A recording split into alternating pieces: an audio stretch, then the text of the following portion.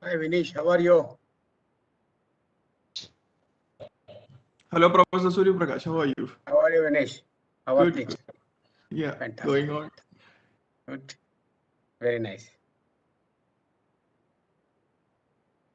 Organizers are on, or is it only I we think two? so. There are a lot of people I Yes, see. sir. Shall we Yeah, I start see. the session, sir? Yeah, already 52 people have logged in. You can start. Time is already up. Good morning, all. A warm welcome to the third day of online workshop on methods of data acquisition and analysis in NMR and HRMS, sponsored by DST Serve and Accelerate Begin. Today, we will be having 4 sessions, including 2 lectures and instrumentation. Our first honorable speaker is Professor N. Suryaprakash from IISc. He is going to give a lecture on the topic Development of NMR Methodologies for the Investigation of Weak Molecular Interactions. I humbly invite Dr. Mausmi Chattopadhyaya, Assistant Professor, Department of Chemistry, NIT Calicut, to chair the session. Over to you, ma'am. NMR Research Center, IISc, Bangalore. His major area of research are the development and application of NMR spectroscopic techniques for discrimination of enantiomers and the measurement of enantiomeric excess, determination of geometries and orientational parameters of molecules, study of weak molecular interactions, and development of multi-dimensional methodologies to simplify the analysis of complex NMR spectra. For the nice introduction, the chairperson. Now, I would like to take this opportunity to thank organizers, Dr. Anuj, an opportunity to talk to younger students. That's always a pleasure to talk to them because their brain is really more active than the senior people like us, I guess. Anyway, so the title of the talk what I have given today is the development of NMR methodologies for the investigation of weak molecular interactions. Of course, since I am told you are all, many of you are MSc students, let me start by kindling your brain, telling that of course you all know about nuclear spin, which you know that it is a spin which is undergoing precision about the ground axis, what you talk. And we can consider now an ensemble of magnetic moments like this, and put the spins in a magnetic field, external magnetic field, homogeneous and strong magnetic field. The spins undergo precision like this, again, and the direction of the magnetic field. And ensemble of the magnetic field, when you see, not this only for a single ensemble of spins, they are undergoing precision like that. Now I apply radio frequency pulse, bring the magnetization to XY axis, then this is what is called a free precision. Then magnetization, even after I apply a pulse and don't do anything, they will be persisting along Z axis. At the same time, it is decaying and going back to Z axis. And this type of thing is well known. The magnetization decays in the XY plane and starts going along Z axis. I think over last 2 years, somebody would have discussed about it. Otherwise, we can talk later. In some special experiment, we also physically rotate the sample. That's another thing. Of course, we can track the trajectory of the spin when we are applying radio frequency pulses in different axes, whether it's on resonance, off resonance, etc. And we can also monitor the spin dynamics, what happens.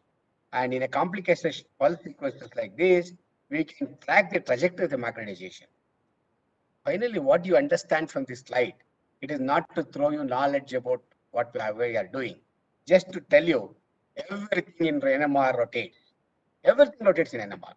Right from the spin, it rotates. Put it in the magnetic field, there is human interaction.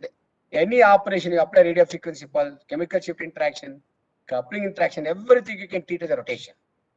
Everything rotates in NMR. So if you understand spin physics, you can track the trajectory of the magnetization or trajectory of the spins, how they behave when you apply different type of pulses. So what it means is, if I know spin physics, I can manipulate spin dynamics in such a way I can design experiments and what we call in NMR jargon as pulse sequences. I can design in such a way to get the information what I want. So that is another thing. That's why if you people go into a lot of NMR books, you see hundreds and hundreds of pulse sequences, hundreds of experiments have been designed by stalwarts in NMR. who have been working from several years and decades, they have really come up with fantastic experiments which one can utilize. It's also our efforts in this direction. We try to address the challenges in the analysis of NMR spectrum. What do you mean by addressing the challenge? As if you carefully see the NMR spectrum of a complex molecule, it is going to be really complex because so many lines will be present with so many interactions present. In an isotopic solution, you have only two interactions, chemical shapes and coupling constants. But of course, you can have more interactions if you go to a partially added system or dipolar coupled system in solids. Many more interactions will come into picture, and all interactions in NMR are anisotropic, with everything can be represented by a tensor. So it is really challenging to get the information what we want from a complex NMR spectrum. That is the reason why NMR spectroscopists start designing number of pulse sequences, number of experiments to derive the information in an orchestrated manner, the manner in which we want. For example, in a system where we have chemical shifts and coupling constants, I can resolve them into two directions. And in one direction, I get only J coupling, other dimension, I can get only chemical shifts. Or I can get only chemical shift with respect to a particular proton, or coupling with respect to a particular proton with others in which it is interacting. Like that, we can design the experiment of our choice. Over the years, what we have been doing is we are trying to get design the methods to get higher resolution, enhance the sensitivity of the detection, because NMR is inherently a very, very insensitive technique compared to all other molecular spectroscopy technique. So our idea is also to see how we can enhance the sensitivity, how we can acquire the data very fast. Sometimes there are degenerate transitions, how we can discern these degenerate transitions.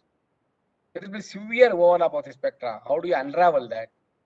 How do you simplify the complexity of the spectrum so that complex spectrum should appear simple for you so that you can easily analyze and in a very, very facile and a simple way to extract spectral parameters.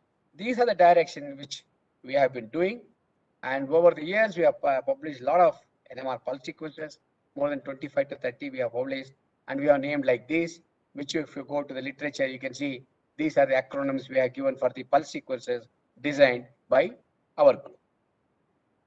So the idea is to simply remove design the information we want and retrieve it from the complex spectrum. Today, what I'm trying to discuss about the methodologies. Of course, it's not just the new methodologies. We have also done something new in this direction, which I will see whether I can cover it. The new NMR methodologies to investigate the hydrogen bonds. That is our aim. Especially, we have synthesized all these molecules in the laboratory and try to understand the weak molecular interactions. During that process, we got into some problems in the analysis of the spectrum. As a consequence, our direction of approach changed. So we started designing some new experiments and how we can retrieve the hydrogen bonding information or weak molecular interactions in some of the synthesized molecules. So I will start with simple molecule like this. This is called benzanilide. Now there is a series of substitution here, X and X prime. So these X and X prime are this thing we have synthesized lots of molecules where X and X prime, Y and Y prime, and Z and Z prime are substituted by different halogens, fluorine, chlorine, bromine, and iodine. We have synthesized these things, and these molecules are of special interest, and that's the reason we wanted to see. But look at the spectrum, which I'm showing you. This is a spectrum of this molecule. And where X and X prime are different here, I have chosen 4 different molecules, spectra of 4 different molecules. And what do you see here? For example, in this region, here, multipliers from 5 aromatic protons are overlapped in less than 0.1 ppm range. So, really it is complex. So, about 3 or 4 different chemical shifts, peaks from 3 different protons, chemically equivalent, are hidden here. Now, before deriving any information about hydrogen bonding, which is of our interest, first of all, we want to analyze the spectrum and simplify the spectrum and make sure that all our assignments are correct. Even for the simple molecule, the spectrum is so complex. So what does it mean? The challenge is to unravel the overlap and make assignment of resonances to individual spins. That was our challenge. So what we adapted for this was multiple quantum detection. It is something different from what normally you people do. See, all of you chemistry people, when you go to an NMR lab and take the NMR spectrum, what you are going to get, simply believe me, they are all called single quantum NMR spectrum. In this sense, it means the spins between two energy states, we can allow them to flip, the design in such a way, when a spin flips from alpha state to beta state or vice versa, you can detect a transition. Because the single spin is undergoing flipping, it is called single quantum transition. What happens if I can spin, if I can flip? Is it possible? But if the change in the magnetic quantum number between two spin states or two energy states is not equal to plus or minus 1 or anything other than that, they are not detectable. They are forbidden transitions in NMR. You will not detect it. They are called multiple quantum. The multiple quantum signal, multiple quantum peaks are the ones which arise from transitions other than changing the magnetic quantum number between two energy states, which is either plus 1 or minus 1. It could be anything other than that. They are called multiple quantum. And we can combine this multiple quantum for spin system filtering. At the same time, we can adapt what is called spin state selective detection. These things we can adapt. These are all some jargons. Don't get confused. Don't get worried. I'll tell you what are they. But first of all, you can ask me why multiple quantum transition. Anyway, it is a forbidden transition. I told you we cannot detect it. Then how do you detect it? The first question. That's one thing. Then why do you want that? What is the advantage of that? I tell you, first thing is spin system filtering I can do. I can do removal of redundancy. Really, what do you mean by removal of redundancy? The single quantum NMR is always loaded with more number of transitions than what is required. For example, I'll tell you, take any two spins which are interacting with each other, two spins, A and X I call it, two which are well separated with chemical shifts. If there is interaction between these two, you get 4 lines. When two spins are interacting, you get 4 lines, doublets. Now, one doublet separation, if you measure, you get J coupling. Other doublet separation, if you measure, identical J coupling. Already one information is redundant. When you can get the same information from one of the doublets, what is the need to get the information from the other doublet? Of course, you can use the other doublet to get the chemical shift information, but coupling information is redundant. It's a simple example. Go to 3 spins, 3 interacting spins I call A, M and X. Now, there are 3 couplings and 3 chemical shifts. In fact, again, you have redundancy of the transitions to get coupling information. To go to 4 or 5 or 6 interacting spins, believe me, if you go to 6 nuclear spins interacting, you will get about 792 transitions, which, why do you require so many peaks? Theoretically, I can show you by mathematically, you can get for 6 protons which are coupled among themselves, you will get 792 transitions. And all you require is only 6 chemical shifts and 30 couplings. That's all. For that, why do you require 792 transitions? So it's single quantum NMR is always highly redundant in information content. So we can remove the redundancy to simplify the spectrum. That's one aspect. Secondly, relative signs of the coupling I can get. Of course, I don't know for MSc students. Sign of the coupling is something I don't know whether anybody has talked to you last 2 days. I don't know. Remember, when you analyze the NMR spectrum, you get chemical shifts and coupling constants. Coupling constants between any two interacting spins is expressed in hertz. For example, one A is coupled to X, I will say coupling constant JAX is 10 hertz. It is just a number. It is a scalar quantity actually. We give a unit called hertz. Now, instead of plus 10 hertz, I can also call it minus 10 hertz. Coupling can be 0, it can be positive or it can be negative. There is a nomenclature, there is a notion in which we can understand this. Why, how coupling can be negative, how coupling can be 0, how coupling can be positive. There is a fantastic way of understanding. I don't want to touch up on that now today. Okay, that is not the aim of my this thing. For those who are interested, right now my NPTEL course is running. You can attend that and you can see all the things have been discussed there. Okay, but one important thing is the real sign of the coupling. If you change the sign of the coupling, NMR spectrum remains unaltered. The spectrum is invariant with the change in the sign of the coupling, especially one-dimensional NMR spectrum. That is the reason you cannot get the relative sign of the coupling from one-dimensional NMR spectrum. But there are ways to do it in two-dimensional way. So MQT helps me in that. That's why MQT has a lot of advantages. That's what we are trying to do. Now, another thing I said, a terminology I used called spin state selective detection. A scary statement, don't worry. Look at this molecule. I hope now all of you would be knowing how to get multiplicity pattern of an NMR spectrum given a molecule, how, and also the coupling pattern. Consider a hypothetical molecule like this. I am looking at CH3 proton, which are highlighted in a blue color. It is coupled to CH2 protons and also a CH proton. What is the type of coupling pattern you expect for CH3? All of you must be knowing by now, depending upon the coupling strength, whether this is larger or this is larger, I assume, let us say, CH2 coupling is larger than CH coupling. CH2 coupling, protons split the CH3 into a triplet, and each line of this triplet will become a doublet because of the CH proton. As a consequence, you get triplet of doublets. Remember the terminology? It is called triplet of doublets because always you have to talk about the multiplicity based on the largest coupling. The largest coupling here is between CH2 and CH3. I have shown here the triplet separation is larger than doublet separation. 6 lines. 3 lines are enough for me. Can I detect only transitions for beta spin states of CH, which I have written there? Now, can I somehow get only lines corresponding to beta spin orientations, or can I get line corresponding to only alpha spin orientation? Can I separate them or individually detect them?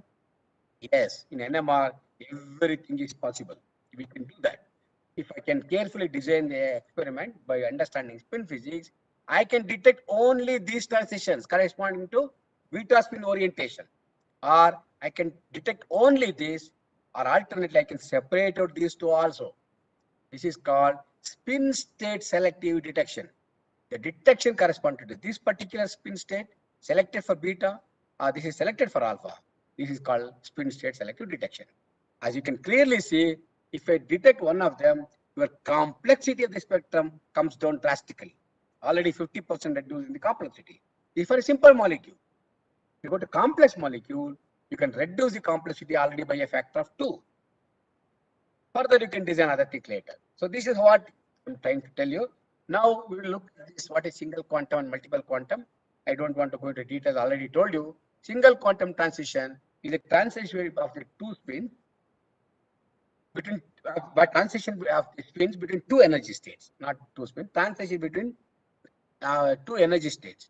Now I am considering a single spin. This is alpha state and this is beta state. This corresponds to magnetic quantum number of -12. This corresponds to magnetic quantum number of +12. This is the two possible orientation of the spin angular momentum I.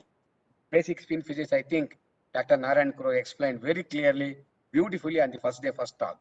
So I don't want to touch upon that. Now, when you see the transition between these two, the change in the magnetic quantum number is ±1. Allowed transition called single quantum transition. Anything other than these are forbidden. That's what I told you. Now I consider two interacting spins. How many transitions you get? Look at this. I can get transition between two spins alpha. For alpha A can go to beta A, and beta A can come to alpha A. This is one transition corresponding to A spin. I can even identify the transition corresponding to particular spin. Similarly, you can see another transition here. Alpha A going to beta A, that is also A transition. You can think of this one, alpha X going to beta X, allowed. Because changing the quantum number is, magnetic quantum number is +1 or -1, that is allowed. Now, this one, this is also allowed. Here X spin is changing again from alpha to beta and vice versa. It's all the allowed transitions here. if you have two spins coupled, maximum you can get is 4 transition. That's what I told you. 2 for A, 2 for X. Now, can I think of the transition like this? Is it possible to do? That is what is called double quantum NMR. That means two spins are simultaneously changing their states from beta to alpha or alpha to beta. Double quantum NMR means double the energy. Single quantum energy, you can calculate energy, in the NMR energy between two different states. But if you go to double quantum, it is going to be double that energy. Triple quantum is 3 times the energy. That is the reason why when you are having an NMR spectrometer, you can detect only single quantum NMR. That's what it is designed like that. Double quantum you can't detect. It is forbidden transition. But nevertheless, we do something and detect later. Now, I'll give you an example like this. Take, let us say, two spins which are interacting. Okay. I consider them as, I have labeled them as A and M. A is one spin, M is another spin. What are the possible orientations of A and M? A can be, up, A can be down, M can be up, and M can be down. All 4 possible combinations we saw. But I'm considering only these 2 states. Both can be down, both can be up. When both spins are down, the total magnetic quantum number of this energy state is -1. Because minus half and minus half, it will become -1. This is a situation, this alpha state, both spins are in the alpha state, plus half and plus half. The total magnetic quantum number for this energy state is +1. Now, this is bulk quantum system. I can allow both spins to go like this, go up and come down like this, either alpha to beta, alpha to beta beta, or beta beta to alpha alpha.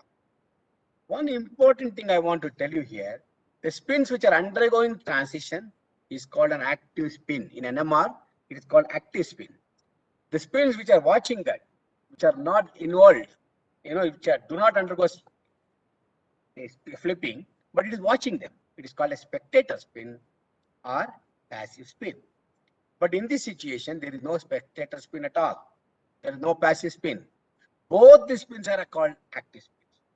What is active coupling? What is active spin? What is passive coupling? A detailed discussion is given in one of my lectures in the NPTEL course, we can see. But this is what they are called active spin. Spins which undergo transition, either a single quantum or double quantum, is called active spin, and the remaining spins are passive spins. And always you determine the coupling between active spin and passive coupling spins. Let us say A, M, and X, 3 spins I couple. I look at this proton A, then it is called active spin.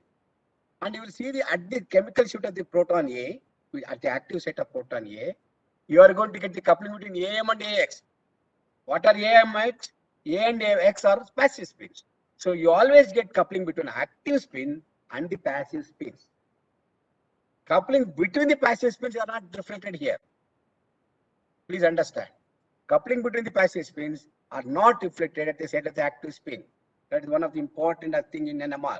You should know that. So if I if I see the M spin, then M is an active spin. If I look at the chemical shift of M, then it can give rise to AM coupling and MX coupling, but not AS coupling. That they are passive spins. Like that, nomenclature is very clear. You can understand in any of the good books of NMR. But now in this case, what I'm trying to say, both the spins are simultaneously flipping. They are called super spin. It is not spinning, one spin is flipping, 2 spins are flipping. So I call them super spins.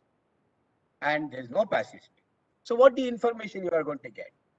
You should understand in NMR, when a spin flips, you will see the effect of the spin because of the local field of the surrounding spin, what is happening there. For example, you get the J coupling. J coupling is the local field induced at the site of the active spin because of the coupling of the active spin with the passive spin. But now there is no local field here. Local field is only the chemical shift sum. Both of them are flipping at a time. That means there is no passive spin to create any additional local field. There is no coupling at all. There is no local field here at the site of super spins. So now what I will do is I know chemical shift of A, I know chemical shift of M. But where do these double quantum come? It comes at the chemical shift sum of A and M. I know chemical shift of A, let us 4 ppm, M is 5 ppm, Then double quantum comes at sum of 4 and 4 plus 5 ppm. 9 ppm I get only one peak. Remember, both are simultaneously flipping. You get a single peak because I treat them as super spin. Fantastic. Instead of so many peaks, I get only one peak if I go to double quantum. That's what I saw in the previous slide. I showed you only one possibility of both the spins simultaneously undergoing from alpha to beta, beta to alpha. Then what information you get? You at the maximum quantum NMR, you get only sum of chemical shifts, nothing else. No coupling information can be obtained. That is what. Not only I took the example of double quantum or two spins case. Take n spins coupled. Go for the nth quantum NMR. It is possible. I take 4 spin coupled. I go for 4th quantum NMR. Always nth quantum NMR will give you sum of chemical shapes of all nth coupled spins, and no coupling information is obtained. With that, now let's see. Earlier it was a 2 spin case. I'll take 3 spin case. Fantastic. Now I brought in a passive spin here. This is an active spin, super spin. There are A and M simultaneously they are flipping. And this is X is a spectator spin. Fantastic. What is a spectator spin here? It's a passive spin and it has 2 spin states, alpha and beta. So now what I'm going to do is I allow double quantum of A and M. But A and M now also see the local field because of spin X. That is the J coupling because they are J coupled spins. It is a solution set I'm doing. They are J coupled spins. So since it is a passive spin, remember I told you in NMR, whether it is single quantum, double quantum, at the side of the active spin, you get the coupling between active and passive spins. So both of them are undergoing flipping together. You get some chemical shift, J coupling as a sum. So double quantum, you get the sum of the chemical shifts of A and M. Now when I bring in the third spin, you are also getting the coupling, but the coupling is also sum of AX and MX. That's what you are going to see in a 3 coupled case. See, double quantum of A and M, I get delta A plus delta M, chemical share of these two, you get a single peak, and coupling is coupling between active spin A and X, coupling between active spin M and X. Now you may ask me a question, why did I choose AM? Why not something else? So if you carefully see, in a 3 coupled case, there are 3 possibilities of double quantum. AM double quantum, MX double quantum, and AX double quantum. In each case, you get a single peak. I'm sorry, in this 3 spin case, you get a single peak at the chemical shift, but because of the coupling, you get doublets. So each double quantum gives us a doublet because of the coupling with the passive spin. So AM double quantum gives you doublet, MX double quantum gives you doublet, and AX double quantum gives you doublet. And the separation of the doublet is the coupling between active spins and the passive spin. That you must remember. Because this is a multiple quantum NMR, it is slightly deviating from the regular NMR. That's why I'm giving you more details. Now I'll introduce what is called the zero quantum transition. All we understood about single quantum, double quantum, we discussed. Is there a possibility of these two spins from alpha beta going to beta alpha? This is a total magnetic quantum number for this energy state is 0. Because this is beta is minus of, alpha is plus of, sum is 0. Same way it is also sum is 0 here. When that is the situation, that is also not allowed transition. But nevertheless, we can see that. Here, this is called a zero quantum. Now let us see what happens if I see the zero quantum. Same 3 spin case I took. I did not take the double quantum for 0. If you want, we can work out later. Now if I see the zero quantum, I have taken orientations like this. Beta and alpha and beta orientation, the total magnetic quantum number of both energy states are 0. Now, when this is the situation, this is the spin case. This is 3 spin is here. Okay, this 2 spin is also considered. Now both of them are undergoing transition like this. What did you see now? What is the chemical shift? The chemical shift is not the sum now because their orientations are different. They will resonate at the difference in the chemical shift. Not sum of chemical shift like in double quantum. Double quantum, when I flip simultaneously A and M, I get peak at the sum of delta A and delta M. But in zero quantum, you get the peak at the difference in the chemical shift, delta M minus delta M. And where is the J coupling here? There is no passive spin. So it is 0. That is 0 quantum in 2 spin. Now coming to 3 spin case, I have again X by the passive. I undergo transition. Make sure that 2 spins undergo transition like this. This is 0 quantum transition. Alpha beta going to beta alpha. But remember, there is a passive spin here, which is having 2 spin states alpha and beta. So what do you see? These active spins together, super spin will couple to the spectator spin. So it has to be a doublet. But what is the doublet separation? Doublet separation again, it is a difference of the coupling. It is AX coupling minus MX or MX minus AX, doesn't matter because the spectrum remains invariant with the change in the sign of the coupling, I told you. So this is what it is. In a zero quantum, you get the difference of the chemical shift and also difference of the couplings. This is a different, completely different from the double quantum. Why I'm stressing this is, these are the ideas we use in understanding the weak molecular interactions. Okay. Now we go to the coupled spin system, more spin. What will happen? How do I do the spin system filtering? Consider a aromatic ring of the same our molecule which we synthesized, I told you, benzanylide. Now I'll consider 4 protons here. 4 protons and 1 fluorine is present. Fluorine is a heteronuclide. We'll forget about it at the moment. I consider only this ring. I consider only 4 protons, not fluorine. I call them as A, M, P, and X spins. There is a jargon. Why I use A, why I use M and P, X as the character letters in the Roman alphabet? There is a reason for it.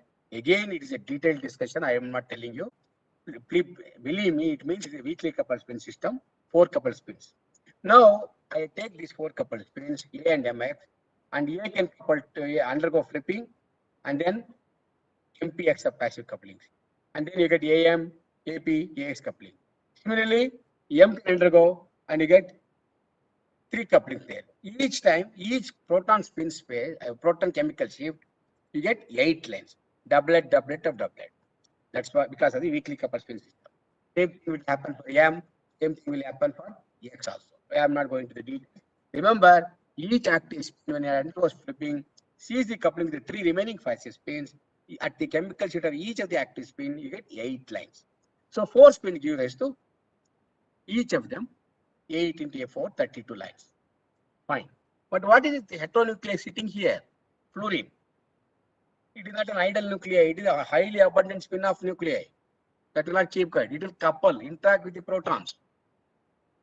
That is the thing which we'll see later what is going to happen. Similarly, here now that ring I discussed. Another ring here. This is another ring that also have 4 protons and a fluorine. So I must expect 32 peaks here and 32 peaks here. 64 peaks. Without taking into account the fluorine coupling.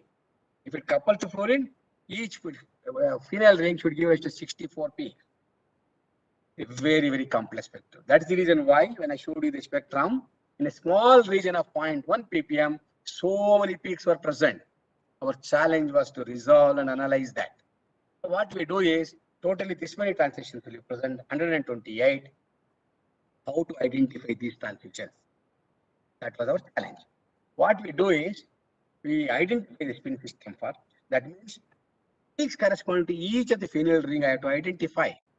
If I know where are the peaks coming from one phenyl ring and where are the peaks coming from other phenyl ring, first identification, then assignment will start.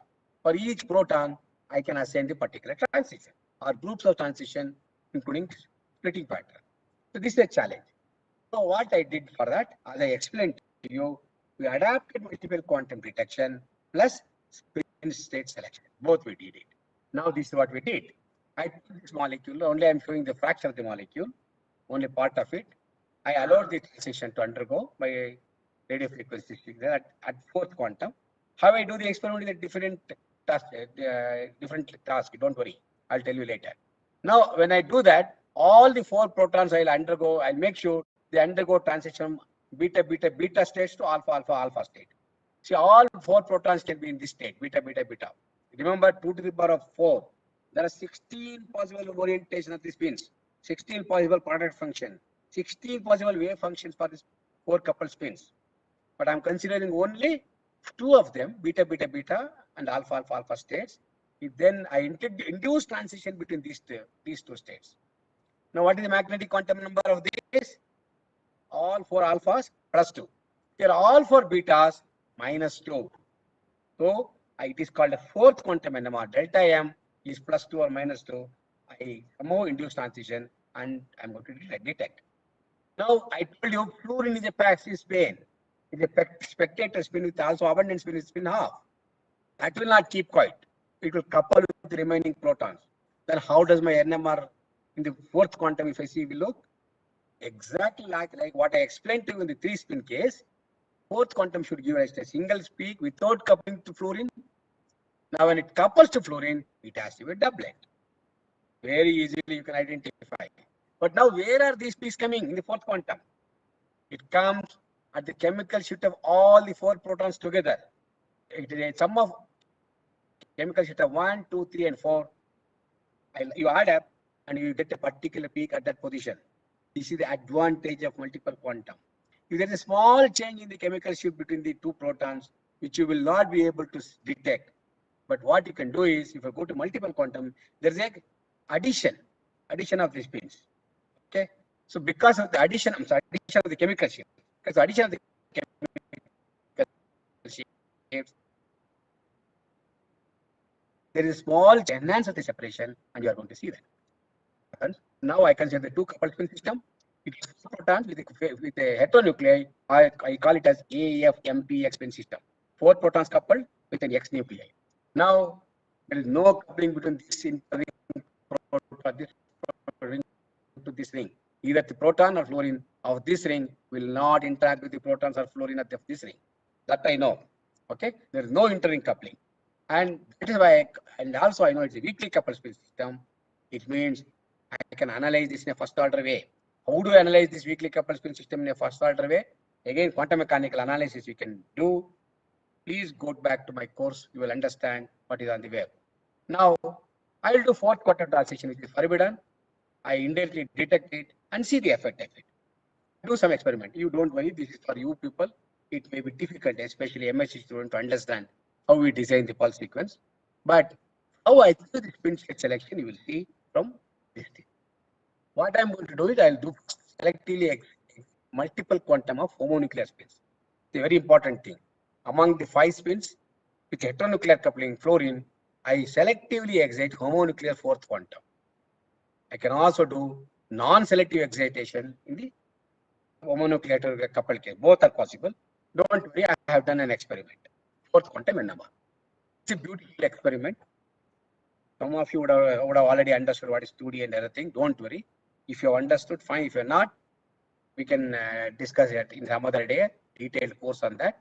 Remember, this is a fourth quantum NMR obtained in a 2-dimensional manner. It's a 2-dimensional spectrum. In this dimension, I get fourth quantum spectrum. In this dimension, I'm going to get single quantum spectrum. See, this is a single quantum spectrum. So many peaks are hidden here. Now, what I did when I did the fourth quantum, all the peaks corresponding to these 4 protons, 1, 2, 3, 4, are separated out here. All the 4 protons, 7, 8, 9, 10 are separated out here. Why? Because this peak here at the center comes at the chemical shift of all the 4 protons here. Whereas this peak at the center here comes because of the chemical shift of all the 4 protons here. Fantastic. So each fourth quantum should give us a single peak because all the 4 protons are flipping at a time. But now there is a fluorine coupling. So what is the separation between this doublet now? This is coupling of all 4 protons with fluorine. So now 1, 4, 1, 5, 2, 5, 3, 5, 4, 5.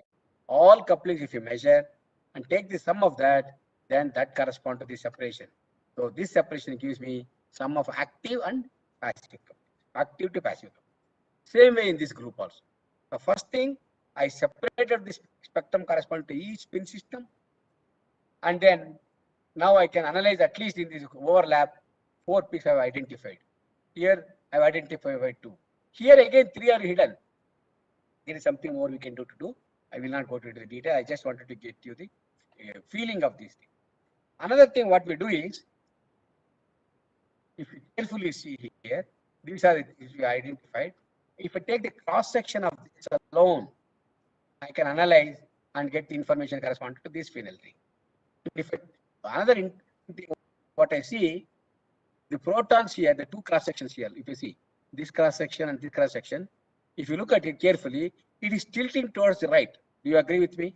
Look at it very carefully, this region, these two protons and this peak and this peak, you consider it is appearing as if tilted towards the right. If you look at this region, it is appearing as it is tilted towards the left. You'll see that even if the most expanded peak spectrum, if I show you, this tells me the direction of the tilting tells me the coupling of this proton with this are opposite. I can direction of tilting, the slope of the displacement vectors tells me the sign of the coupling, relative sign of the coupling I can determine, which is not possible in 1D NMR. We can determine by multiple quantum. Okay, I assume I did everything. This is for your information. Now, it is needed to understand the hydrogen bond. Now we'll go back to chemistry. Look at this molecule. This is a one-dimensional spectrum. I have told you, I've done all experiments. Now I know which peak corresponds to which proton in this complex multiplicity overlap, and I know all the couplings. Doesn't matter. But I did not tell you one interesting thing in this molecule. There is also NH proton, proton 11 sitting here. What is it doing? This NH proton cannot couple to fluorine, or if you not, I can't say cannot couple. Looking at the molecular structure, fluorine to this proton coupling is 1, 2, 3, 4, 5 bonds away. 5 bond coupling in NMR is practically very small, negligible, sometimes zero. Similarly, here 4 bond coupling between proton and fluorine. So you remember that it is fairly difficult to see. But if I look at the doublet separation, NH proton appears like a doublet with a separation of 16 Hertz. Now my question is, how did the 16 Hertz come? Where from the 16 Hertz come? Is it the two different conformation of the molecule? Are we getting two different NH protons? If that's so, if the conformation is different, why not these peaks are also having multiplicity? For different conformation, I should get extra peaks here. But I'm not getting that. So NH proton appears to be a doublet, but my first guess is there's not conformation, multiple conformation. And then seeing as 5 bond FH and 4 bond HH coupling is unlikely. I must understand this. Now, the only possibility I can think of is, I will see whether fluorine is coupled or not, first of all, or is there any coupling to NH proton. And NMR spectroscopy, first thing, very simplistic thing, what they do is, take the proton spectrum, do the fluorine decoupling. Very simple. Now, fluorine, when I do the decoupling, you see, this multiplicity reduced.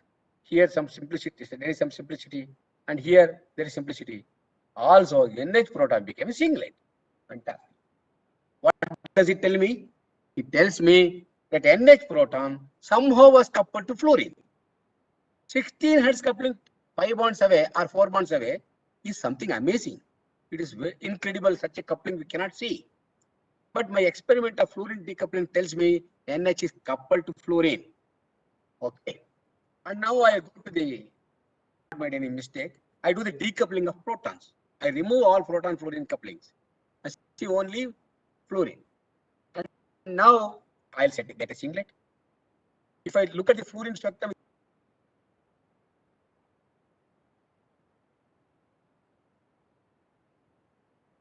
2 to the power of 4 lines you should get, 16 peaks you are getting here. And if it couples to this one, it will give even more. Each we can again become a doublet. So very complex pattern you are going to get. When I do the decoupling, it doesn't matter. I look at fluorine, I get still a singlet. So this complexity disappeared. So I am doubly confirming there is interaction of NH proton with fluorine. This fluorine and this fluorine both. But now, which is involved in the interaction? Because it is a doublet. When it is a doublet, when both fluorines are coupled, I must get doublet of a doublet. It's a simple, weak spin system analysis, which somebody would have taught you already. So I must get 4 peaks, but I'm getting only 2 peaks. Now the question is, which fluorine is coupled? Whether this fluorine 5 or fluorine 6. What we did is, most of our students are chemistry students. They do very simply, they synthesize the molecule. It is easy for them to do instead of understanding spin physics. That is much complex. So because I'm the only physicist in our group, all my students are chemists. They easily, comfortably, they want to do synthesis. They suggested, okay, I will do one thing. We'll change the fluorine from here to here. Fine, do that. They synthesize the new molecule and take the NMR spectrum. Everything remains same. Of course, these changes we understand because of change in the fluorine. But again, NH proton is still a doublet. So that clearly tells me this proton when it was here was not coupled to this NH. Maybe it's a guess. Let us see. Now also, our students did one more thing. Then change the fluorine from this position to this position. Very interesting thing happened. NH became a singlet. Very nice. The first guess is this NH proton was coupled to the fluorine which was here. Perfect. That I understand. Now this is the first guess. NH doublet to interact with fluorine at position 5. Okay, this is understandable. Now my question we ask, why such a large coupling? Why there is 16 Hertz? Is it a true coupling? Is it really covalent bond mediated coupling? That you want to understand. So how does the magnetization transfer take place between fluorine to proton? You want to know. Is it through covalent bond or is there a direct transition polarization transfer between fluorine to NH proton? All of you know in chemistry, if you understood NMR, the covalent bond is the only thing which is mediated for J coupling. That's all you know. But let me tell you, there are examples like molecule like this. There is a direct through space coupling, not mediated by covalent bond. This fluorine and this proton can interact directly without going through covalent bond. Such a large coupling of 8.3 Hertz are seen. There are many examples like this. This is called direct non-covalent bond mediated coupling in NMR. This is also observed. It is possible. So there are why you get everything is a detailed discussion. Even van der Waals radius of these two nuclei overlap. There is a direct polarization transfer between two spins, and you still get a coupling. Separation between these things, it is slightly far away. Then how does it happen? Is it a hydrogen bond mediated coupling? If so, remember the coupling, hydrogen bond mediated coupling is always given as a nomenclature like this. 1HJNF. That means one bond, hydrogen bond mediated coupling. That's the nomenclature is given.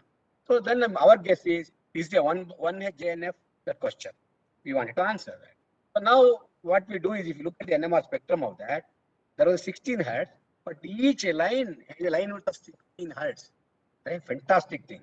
When I deconvolutive peaks by some technique, then I get to measure the line width. The line width is 16 Hertz. Whereas the peak separation is also 16 Hertz. How do you understand that? So these are all small things if you observe in NMR, but we don't ignore as NMR spectroscopy because everything if you understand, there is a reason for it. Then you understand more about how the spins are behaving. Now my doubt was when such a broad peak is coming, is it the unresolved nitrogen 14 proton coupling? Because nitrogen NH is coupled. That means nitrogen has another isotope called N14. Is there a N14 proton unresolved coupling is present? That's why it is 16 Hertz. One question. Second, is it because of nitrogen 14 is called a spin 1 nuclei? It could be a quadrupolar relaxation possible. The quadrupolar spins relax very fast in NMR, and in NMR jargon, such type of thing, nuclei, will not give rise to coupling. Sometimes they give only broad hum. No multiplicity is seen. That is called self-decoupling in NMR. We call it self-decoupling. That means because of the quadrupolar relaxation between three energy states of spin 1, the transitions are undergoing so fast, the coupled spin will not see it in any of the spin states. As a consequence, you get only the average peak, the average orientation of this thing, and you are going to get a single peak, which is broad. This we call it as self-decoupling in NMR, or it is called relaxation mediated decoupling. That's it. Remember, these are all little complex stuff, but you can understand later. Now, another thing, what if that is the situation, I want to know whether I can decouple N14 and see the proton spectrum, because I want to see the break the coupling between N14 and proton to see if there is any coupling. We did that. If I do this, this is the spectrum for this molecule when the fluorine is only here and this fluorine is moved here. Fantastic. You look at it, this is a proton spectrum unresolved with 16 Hertz coupling broad peaks. When I do the decoupling of N14, I get one doublet, well resolved doublet, no line width. So that means earlier there was a J coupling present. between 14 and proton, 49 and proton. As a consequence, it was broad unresolved peak of 16 hertz. But this is to confirm. You went back to this molecule. Again, I did this thing. Very interesting thing we observe now. In addition to this doublet, when this fluorine is brought back from this position to this position here, I get doublet of doublets. What do you mean by that? It tells me not only this fluorine is coupled to this proton, this fluorine is also coupled.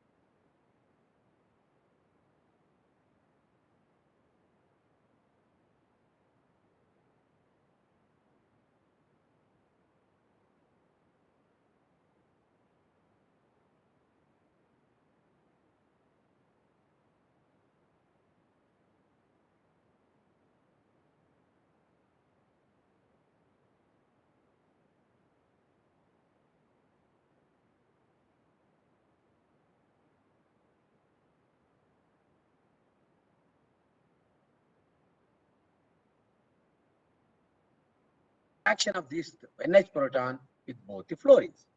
And why it is happening? How media, why the polarization transfer is taking place? How it is going on? We understood by various other experiments. I will not go to detail. This was the interesting point I wanted to show you. The variation of this coupling. We measure that coupling, and coupling will not be temperature dependent or concentration dependent. It remains same. Coupling is independent of the magnetic field, and it is a scalar quantity. It will not vary. But here you see the coupling very drastically with temperature. It confirms it is hydrogen bond mediated coupling. There is a hydrogen bond between NH proton and two fluorines of this molecule. Okay. Various other experiments we did, don't worry. Now another thing we wanted to do is to get information whether there is a hydrogen bond between fluorine and proton. We use the sign of the coupling. That's the important thing. Sign of the coupling is very important. But how do you get the sign of the coupling? Look at this molecule, which has been published by one Professor Limbach from Germany long back. Very interesting. He took these two molecules, and then he saw there exists a coupling between fluorine and both the NH protons, and sufficiently large strength. He got the sign of the coupling, and he also did a lot of experiments.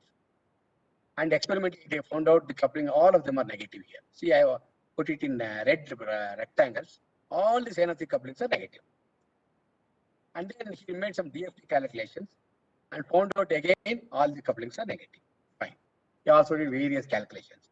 When he plotted the spectrum of coupling constant for the various possible hydrogen bond, whether NHF or FHF, and he found out this is the coupling what we determined falls in this region.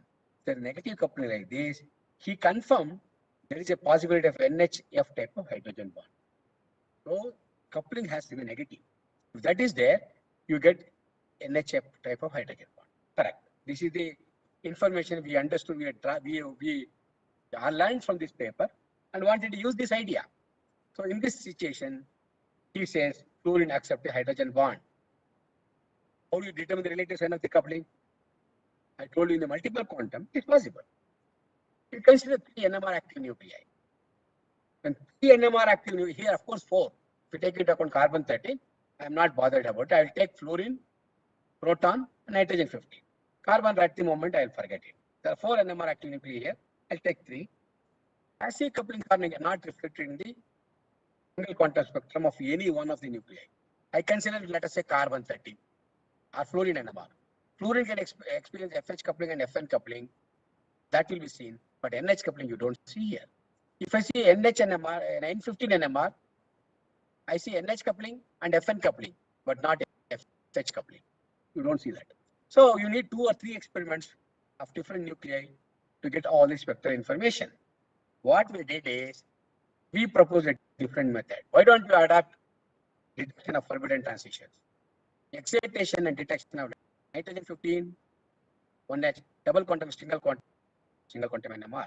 Remember, nitrogen 15 is a natural abundance, 0.037, 0.37 abundance, very small abundance. Further, nitrogen 15 is very difficult to detect. It is not labeled system, but doesn't matter. We could do that. Now again, we went to nitrogen 15 double quantum. You know what is a double quantum? Both nitrogen 15 spins. I wanted to undergo transition from beta beta to alpha alpha. We did the experiment for this molecule. Very nice thing we got. Now, very interesting thing you should understand. There are 2 NH protons coupled to single fluorine. If I do double quantum of fluorine and proton, how many double quantum you get? You get double quantum of this fluorine and this proton, a double quantum of this fluorine and this proton. That is fluorine and H1, one double quantum. This fluorine and this H2 is another double quantum. 2 types of spectra overlap. Fortunately, we could separate out. When this is the double quantum, yes. Okay. These are the passive spins. Now, for NH over double quantum, double quantum IC, not FH. When NH double quantum IC, fluorine and proton are the passive spins. Okay. So these 2 are passive spins, and these 2 are active spins. And now nitrogen 15 and H2, if you consider this and this, these 2 are active spins, and these 2 are passive spins. Please remember, I am doing NH and proton double quantum, not fluorine proton. NH and proton double quantum, if you see, proton and fluorine remaining 2 are always passive spins. And there are 2 possible double quantum spectra you can simultaneously see. Okay, this is a beautiful spectrum we got. Double quantum NMR we did, and you see, look at this.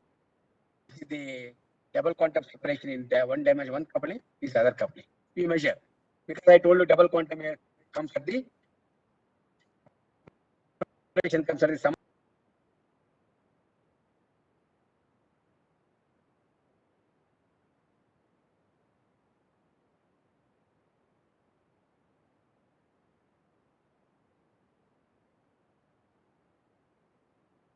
Then it doesn't, this all fits only in this range.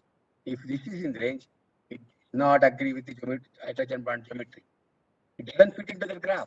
There is something wrong. The measured sign of the coupling do not agree with the hydrogen bond geometry of this type of molecules, which was reported in the earlier paper by Limbach. He's a stalwart in NMR. When he does, then we found there is something wrong in our work. You have not understood the hydrogen bond properly, possibly. Why it is not agreeing with that? The guide is not falling into the region of our interest. And we let us try. We do this NMR. NMR is where we allowed these 2 spins to simultaneously undergo transition, alpha beta to beta alpha. We did that. Now simultaneously when I did, similar experiment we did, again we get 2 zero quantum NMR here, NH and nitrogen 15 and proton, when one of them is active spin, remaining 2 are passive, again like a double quantum, you get 2 types of zero quantum like this. But in this case, the difference of the coupling. But if you carefully see here, compared to double quantum, here this separation is quite large. It's something surprising for us. Because when you say double quantum NMR, the coupling is added. All the separation should be more because it's added. But here it is subtracted. Then it is large here instead of double quantum. How can you understand this? This is where you should know the magnetic quantum number of the magnetic moment of the nucleus. Nitrogen 15 is a negative magnetic moment, negative gamma. What does it mean? If the proton spins like this, direction. So, as a consequence, instead of double quantum while adding, it was subtracting. Whereas zero quantum, instead of subtracting, it was adding. It was behaving abnormally because both of them have opposite magnetic moments. Whereas if you take proton-proton double quantum, both persist in the same direction. The external magnetic field doesn't matter. So it will add up or subtract accordingly, whether I'm doing DQ or ZQ. But in this case, interestingly, these 2 spins are rotating in the opposite direction. As a consequence, what happens? Double quantum behaves like zero quantum. Zero quantum behaves like double quantum. This is the direction of rotation. It's just opposite. Very interesting. We use this idea. We understood, initially we were confused. After understanding this, we recalculated the J couplings. Interestingly, everything matched. We got the correct sign of the coupling and everything. It finally agreed with the hydrogen bond geometry. And gave us the confirmation there is a hydrogen bond mediated coupling between fluorine and nitrogen and NH proton. So we understood there is a hydrogen bond. Of course, we did few more other experiments in NMR which are well known and published and established unequivocally. And series of such molecules, some 15 or 20 different molecules with different types we have done and different experiments we have designed. And in most of the things, very interesting hydrogen bond information, especially the organic fluorine we have observed. So this is one way we could get the information about the hydrogen bond.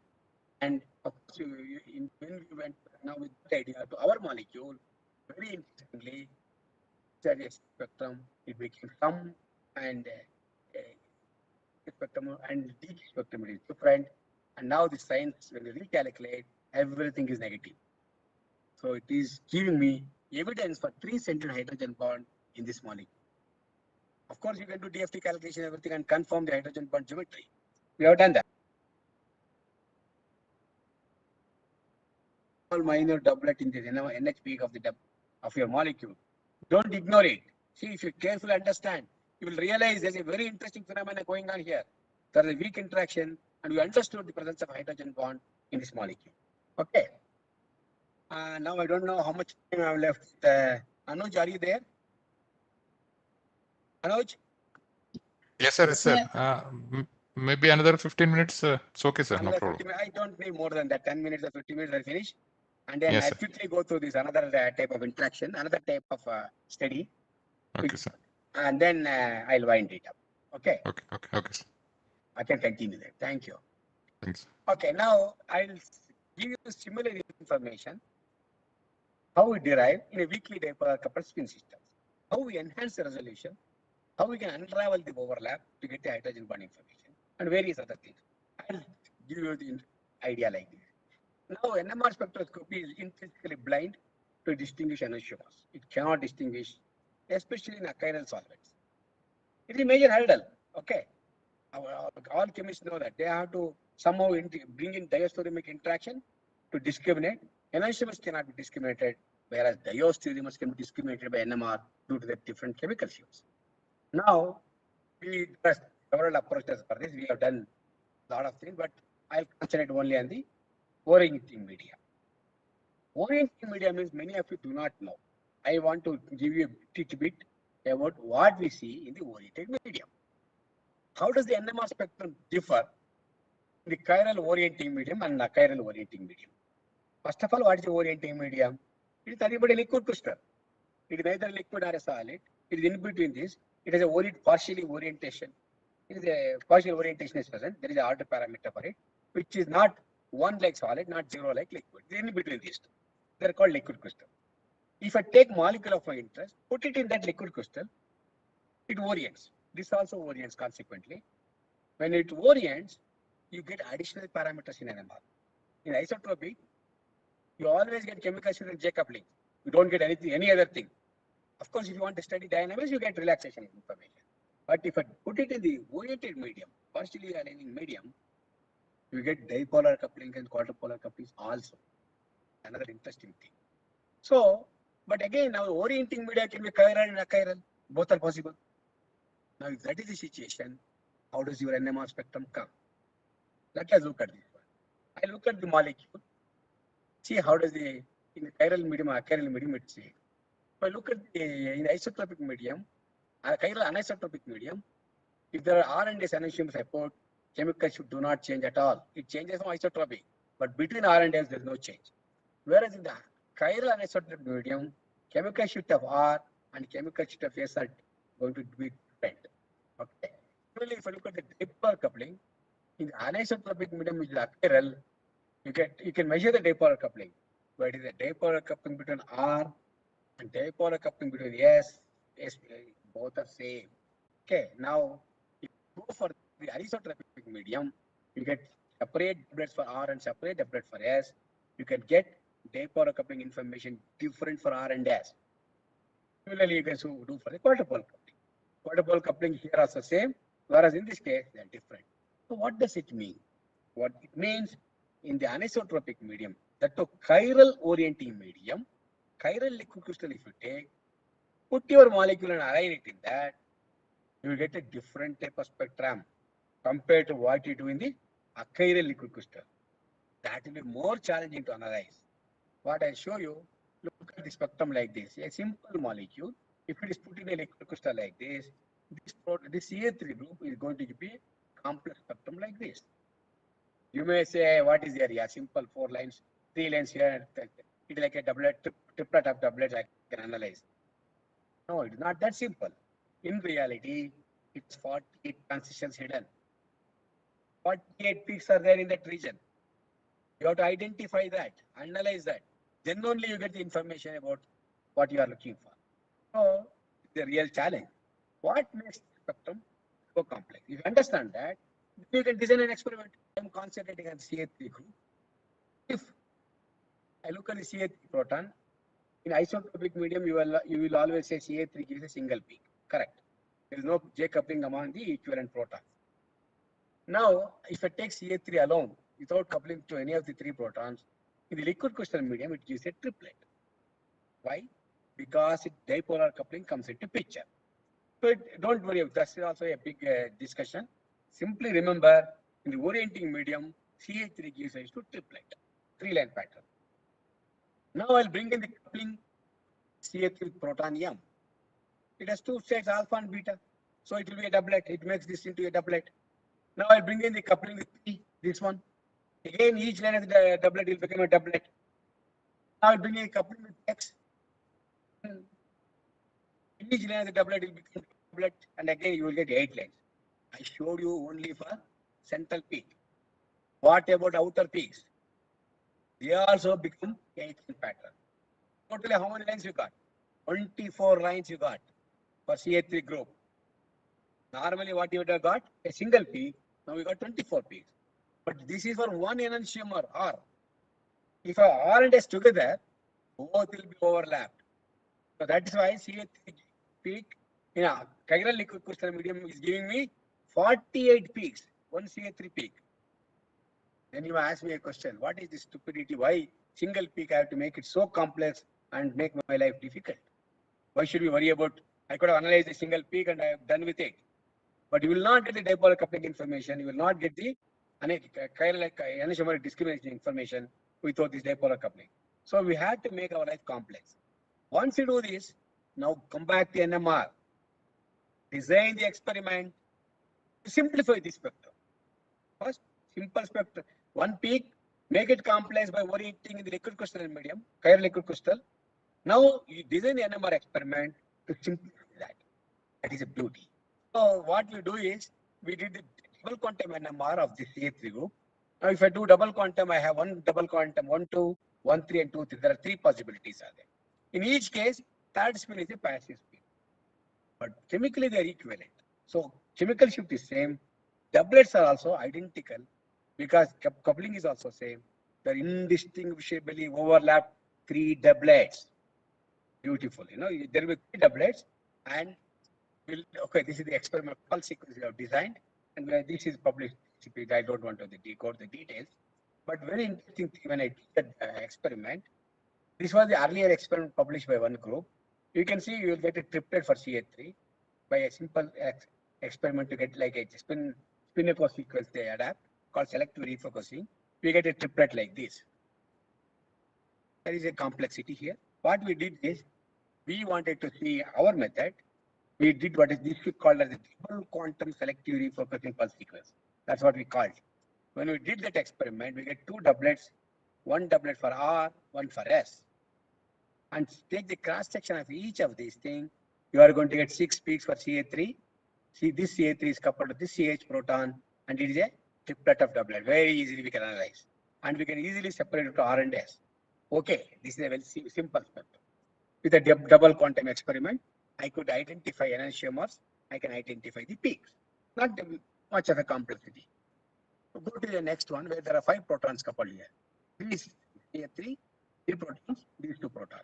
Now it's a bit complex. Again, our double quantum experiment separates out these things. Now one doublet for R and one doublet for S. Okay. Even you can make it further simpler by doing what is called a triple quantum experiment. I take this molecule, drop it in liquid crystal. When I do a triple quantum experiment, I can get again two peaks here for triple quantum, which is only one peak, coupled to this passive spin proton, and it's a doublet. So one doublet for R, one doublet for S I get, and I go and take the cross sections, each of them, I can get all information about the NMR of the molecule. Fine, all not complex.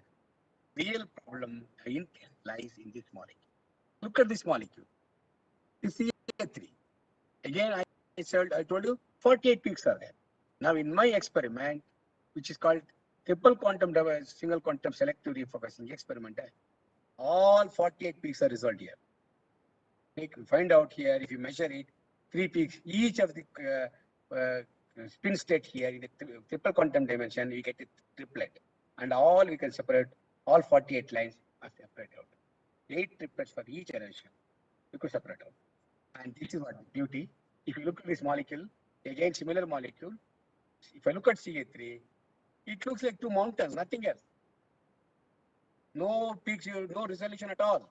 If I give the spectrum to anybody else, a useless thing and they keep quiet. But look at it, to understand the spin physics and try to design an experiment, all 48 lanes here I have resolved. Fantastic resolution. I could get 8 triplets for R, 8 triplets for S. And each of them I could measure. I could identify all 48 transitions. This is the way you can design the experiment by using unconventional NMR technique called multiple problems. Of course, using these things, and as I told you in the very first slide, we have about nearly 28 to 30 pulse sequences we have designed. And using these things, we have arrived at a number of information we could derive specific to the particular problem we have designed the experiment. So in this case, I wanted to kindle the burns of the young people to say that unconventional NMR, which is not commonly detected, called multiple quantum, which is forbidden NMR, we can somehow detect in an indirect way and use that knowledge to solve many of your chemistry problems. I told you how we can do the enantiomer discrimination. I told you how we can get the information about hydrogen bond. Like this, we have done a number of such applications. I don't think now it is time for me to stop.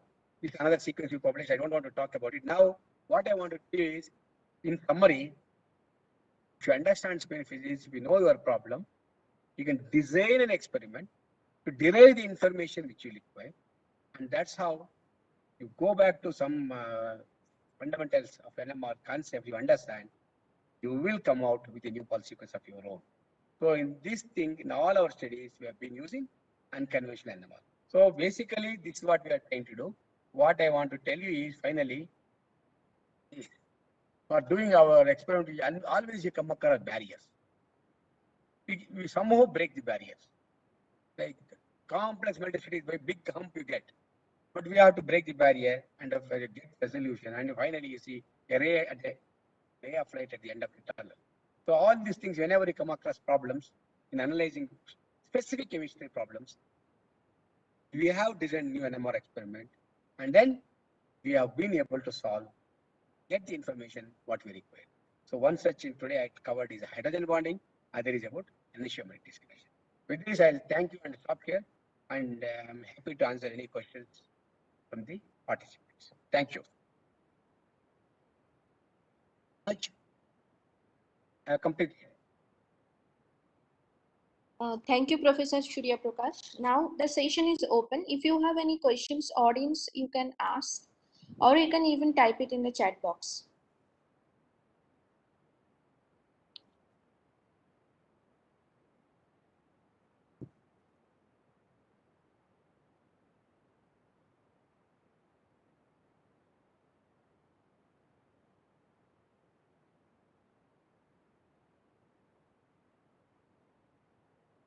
Any questions?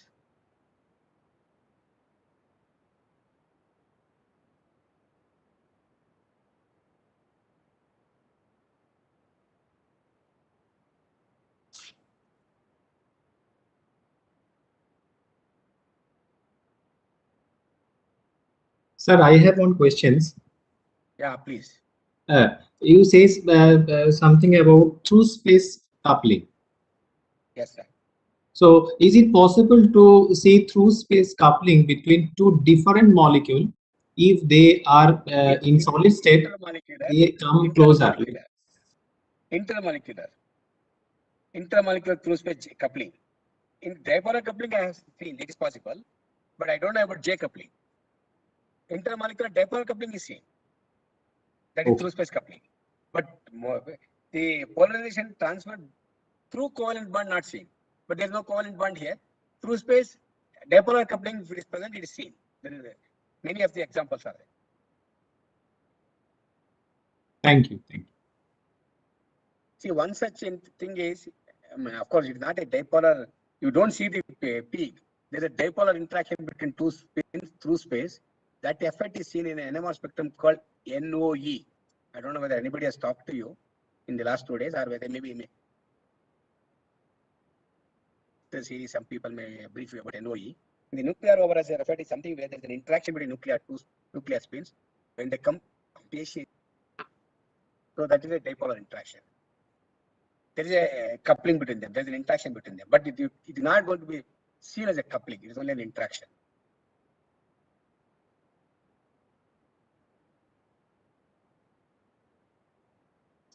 Okay, so there is one more question in the chat box. Yeah.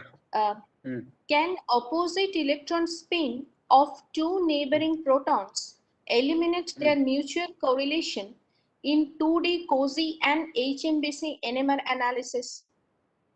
It's not true. In fact, these participate in the interaction. How the J coupling comes is like this. The nuclear spin, if it is, let us say, alpha state orientation, it will orient the nuclear electron spin in a such a way with the minimum energy. They should be opposite orientation. But because electron is a magnetic moment negative compared to nuclear spin, they orient in the same direction. This electron in turn makes the other electron orient in the opposite direction. As a consequence, this electron makes another proton which is within itself to in the that nucleus of that electron, that atom will make it orient in its own way to minimize the energy. Between this nuclear spin and this nuclear spin, there will be transfer of polarization only mediated through electron bond. Here, the two electrons are orienting in the opposite direction, but that will not nullify your interaction. You understood? See, here, if I consider the J coupling mechanism, the mechanism of J coupling is nuclear spin is, let us say, one is alpha state orientation up. It will make electron down with its own electron to minimize the energy state to get a stable state. But the electron is a negative magnetic moment. It will orient up the same direction as the nuclear spin. But this electron, which is chemically bonded to another atom, makes that electron orient opposite. Now these two electrons are opposite each other, but it makes the nuclear spin again orient with the minimum to minimize the energy. These two nuclear spins are interacting with the opposite electrons, are oriented in the opposite direction. But there is energy transfer, but it is not going to nullify that. But this phenomenon is there when the spin polarization takes place through J coupling. This is the mechanism we adapted, whether it is homonuclear, heteronuclear, in the COSY, HMBC, HSKC, all experiments. Excuse me, sir. Going to nullify. Excuse me, sir. Sir, are you Yes. explaining it through your? You are displaying it. No, I was. We cannot see anything. We cannot see anything in the screen. I see. Okay, let me see. Wait, are you not seeing me now completely? But I am seeing here.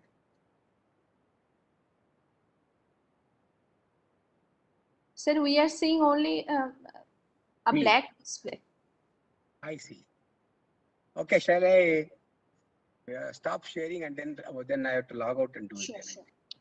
Shall I log out and log in? You have time? Hello? So I think you can just close it, stop sharing and share it again. Yes. Okay. No need You stop sharing and then you again share. Okay. Now I will again share it. All right. Now you are visible. I am visible, right? Yes. Perfect. Okay. So what I was trying to say is, okay, let me open another file to explain the J coupling for you. You have time, you know.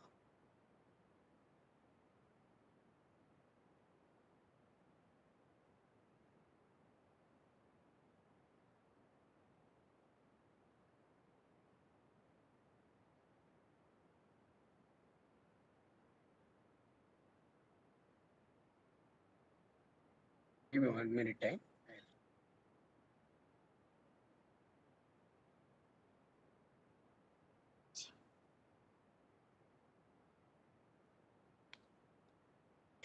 So I'm going to share a different file.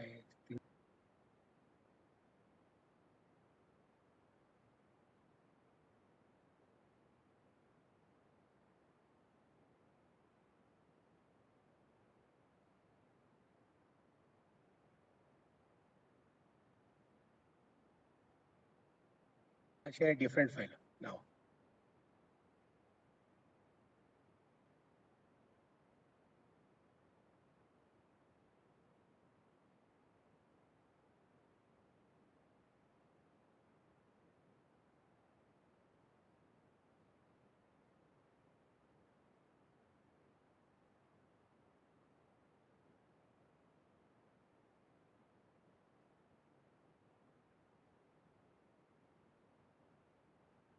Second file is opening.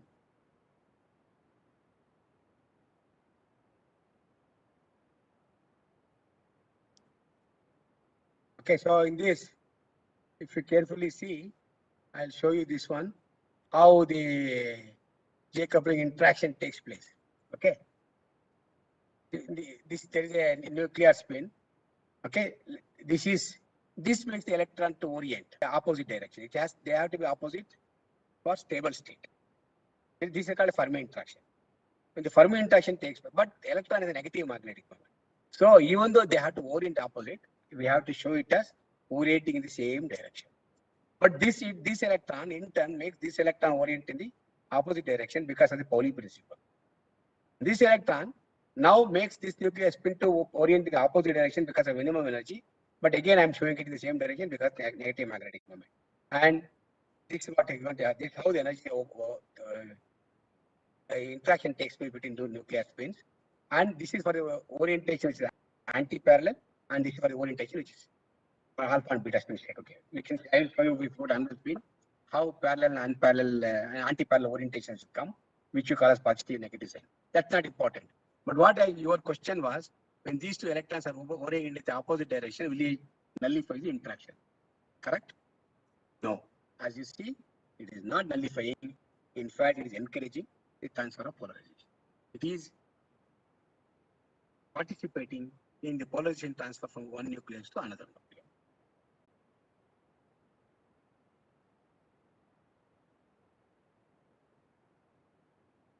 Okay. Is it clear for you? Any other doubts?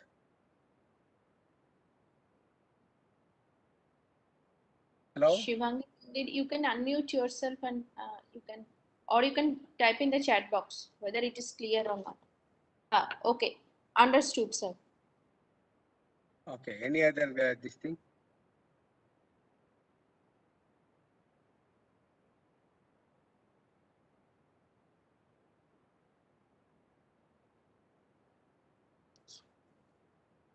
Any other questions?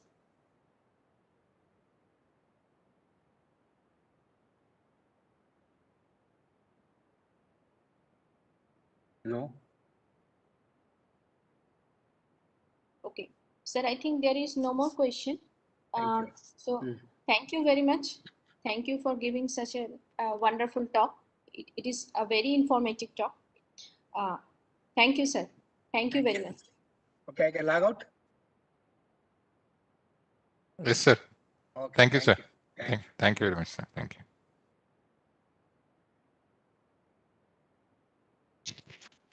Thank you very much, sir, for such an informative and detailed lecture on NMR methodologies. Next, we are going to move on to the second session, which will start at sharp 11:30 a.m. Please be online.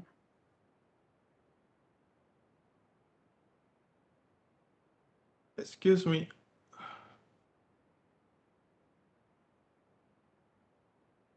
Yes, sir. I don't have the share button active. Sir, I will make you the presenter. Presenter option I'll give.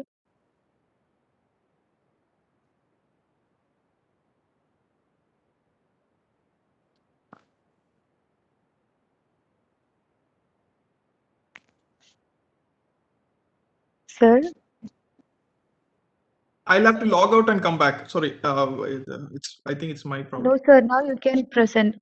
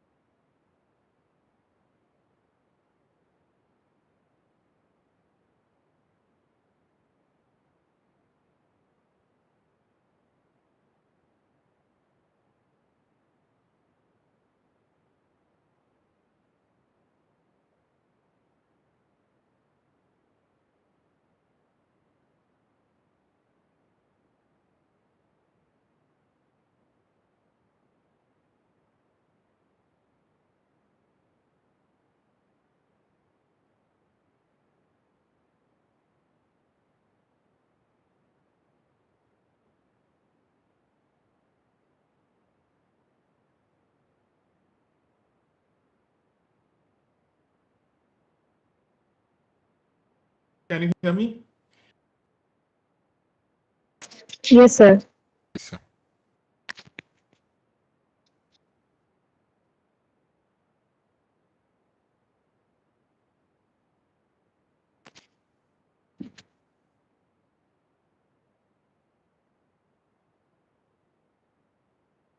Anuj, can you hear me? Hello. Yes, yes, yes. Yes, You're sir. audible, Dr. Raju.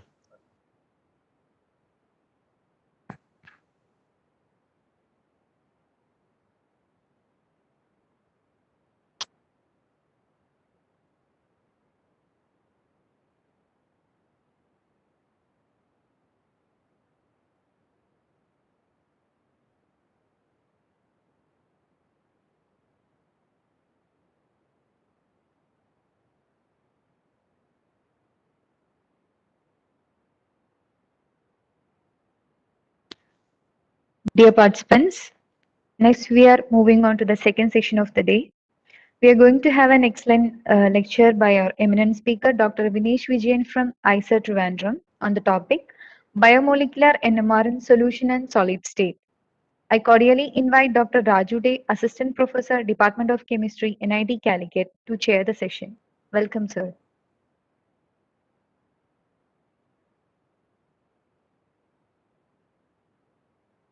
You're muted, Raju. Sorry. No, no. Yeah, fine, okay. My pleasure to introduce speaker of this session, Dr. Vinesh Vijayan. Dr. Vinesh Vijayan secured his PhD in chemistry from Max Planck Institute of Biophysical Chemistry, University of Göttingen, Germany. He then worked as postdoctoral researcher at Solid State NMR Group of same institute. He is currently working as Associate Professor, Department of Chemistry, Indian Institute of Science, Education and Research, Thiruvananthapuram. His research interests include NMR spectroscopy, structural study of small molecules and biomolecules, method development for structure determination of membrane proteins, and protein aggregated, combining both solid and solution NMR techniques. So with this brief introduction, I welcome Dr. Vinis Vijayan. Over to you, sir.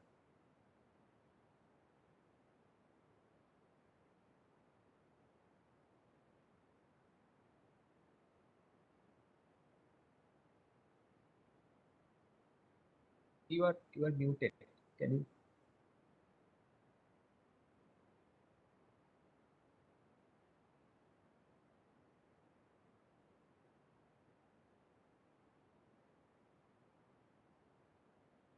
Bottom left, there is a mute button.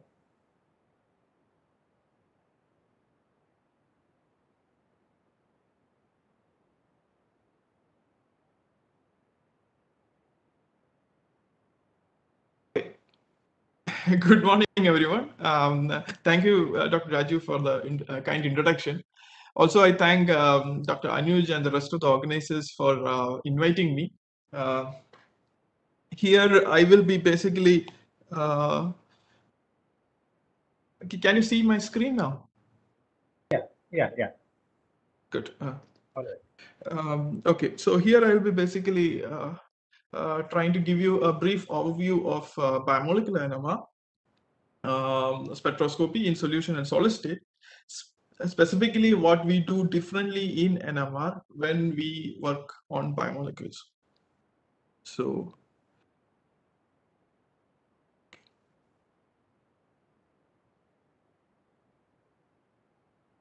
let me first introduce you to what we are looking at in protein structure.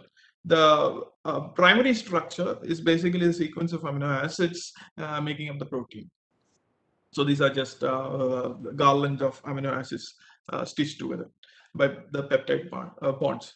The secondary structure is the sequence folding into either a beta sheet or alpha helix or being in a random coil.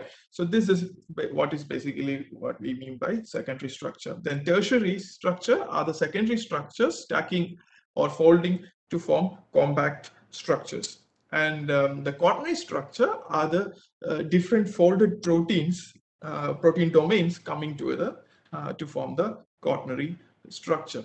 Now, NMR is able to garner information from secondary structure onwards. So you can get information of what is the whether certain sequence of amino acid is alpha helix or beta sheets.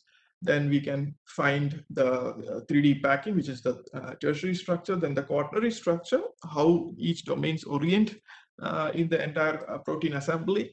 That also we can get information or determine the structure of. Now coming to the primary structure, as I mentioned, is an amino acid sequence like what we see here, right? Methionine, glycine, tyrosine, aspartic acid, lysine, serine, like that it goes. Now, amino acids are, contains a amine group and a carboxylic group, and then each of these amino acids are distinguished by what the R is, right? So if it's glycine, then this R is just an H. Okay, so like that it goes. Now, peptide bond is formed when the COOH of one of the amino acids reacts with the NH2 of the other amino acids, forming this peptide bond. So this is a CONH peptide plane that we see there. Now, there is at one end of the protein sequence, there is the free NH2 because it's a COOH of one group forming the peptide bond with the NH2 of the other group. So at one end of the protein, you have the free NH2, or here because it's charged, it's NH3 plus. And the other side, you will have a free COO minus. This side, we call this the N-terminal, and this is the C-terminal. So the protein sequence is normally from the N-terminal to the C-terminal. Right, so this is basically a description of what we are looking at. Now here in this is a tripeptide where you have glycine, serine, and valine. There are 3 amino acids, but there are only 2 peptide bonds. Okay, So if you have 76 amino acids, there will be 75 peptide bonds. Now, if you were to take a proton 1D, we get the following spectra. Okay, we get the following spectra. The side chains with the methyls are closer to the 0 ppm because they are most shielded, and therefore they come very close to 0 ppm. The HR, here you can see that the COH and NH2 is attached to this C here. We call the C alpha, and the H attached to the C is the H alpha. So this H alpha can be seen in this range from 4 ppm to 5 ppm. That is the H alpha region. The methyls, the methylenes, etc., come between this 4 ppm and the CH3, the methyl group. The H alphas are coming in this region 4 to 5 ppm. What is important, however, is this amide range, amide NH. That is this guy here. That comes between 6.5 to 10 ppm. Okay, this is where at least in protein, this is what we generally monitor. We of course monitor methyls and all for bigger proteins, but generally what we monitor are these amide resonances, amide proton resonances. Okay. Now, why is this amide proton resonance so important? That is because if your protein is the spread of the amide peaks will tell you of the whether the protein has any secondary or tertiary structure. The spread of the proton in the amide resonances will tell you whether the protein is folded or unfolded. If the protein is folded, then the spread is very large, that is between 6.5 to 10 ppm. Now, if the spread is small, that is almost all the amide resonances come at 8.5 ppm, then we say that okay, this protein is unfolded. There is no secondary structure because each of these amide resonances are behaving like a individual amino acid. So they all come bundled up in around 8.5 ppm. But if there is a spread, that means there are secondary interactions and therefore there's secondary structures, hydrogen bonds and everything. So there will be a spread. That means the protein is folded. So this is the first thing that you do when you get a protein. You get a protein and doing NMR, you first see whether the protein is folded or not. If there is a spread, that means the protein is folded. Now, let me look at the time.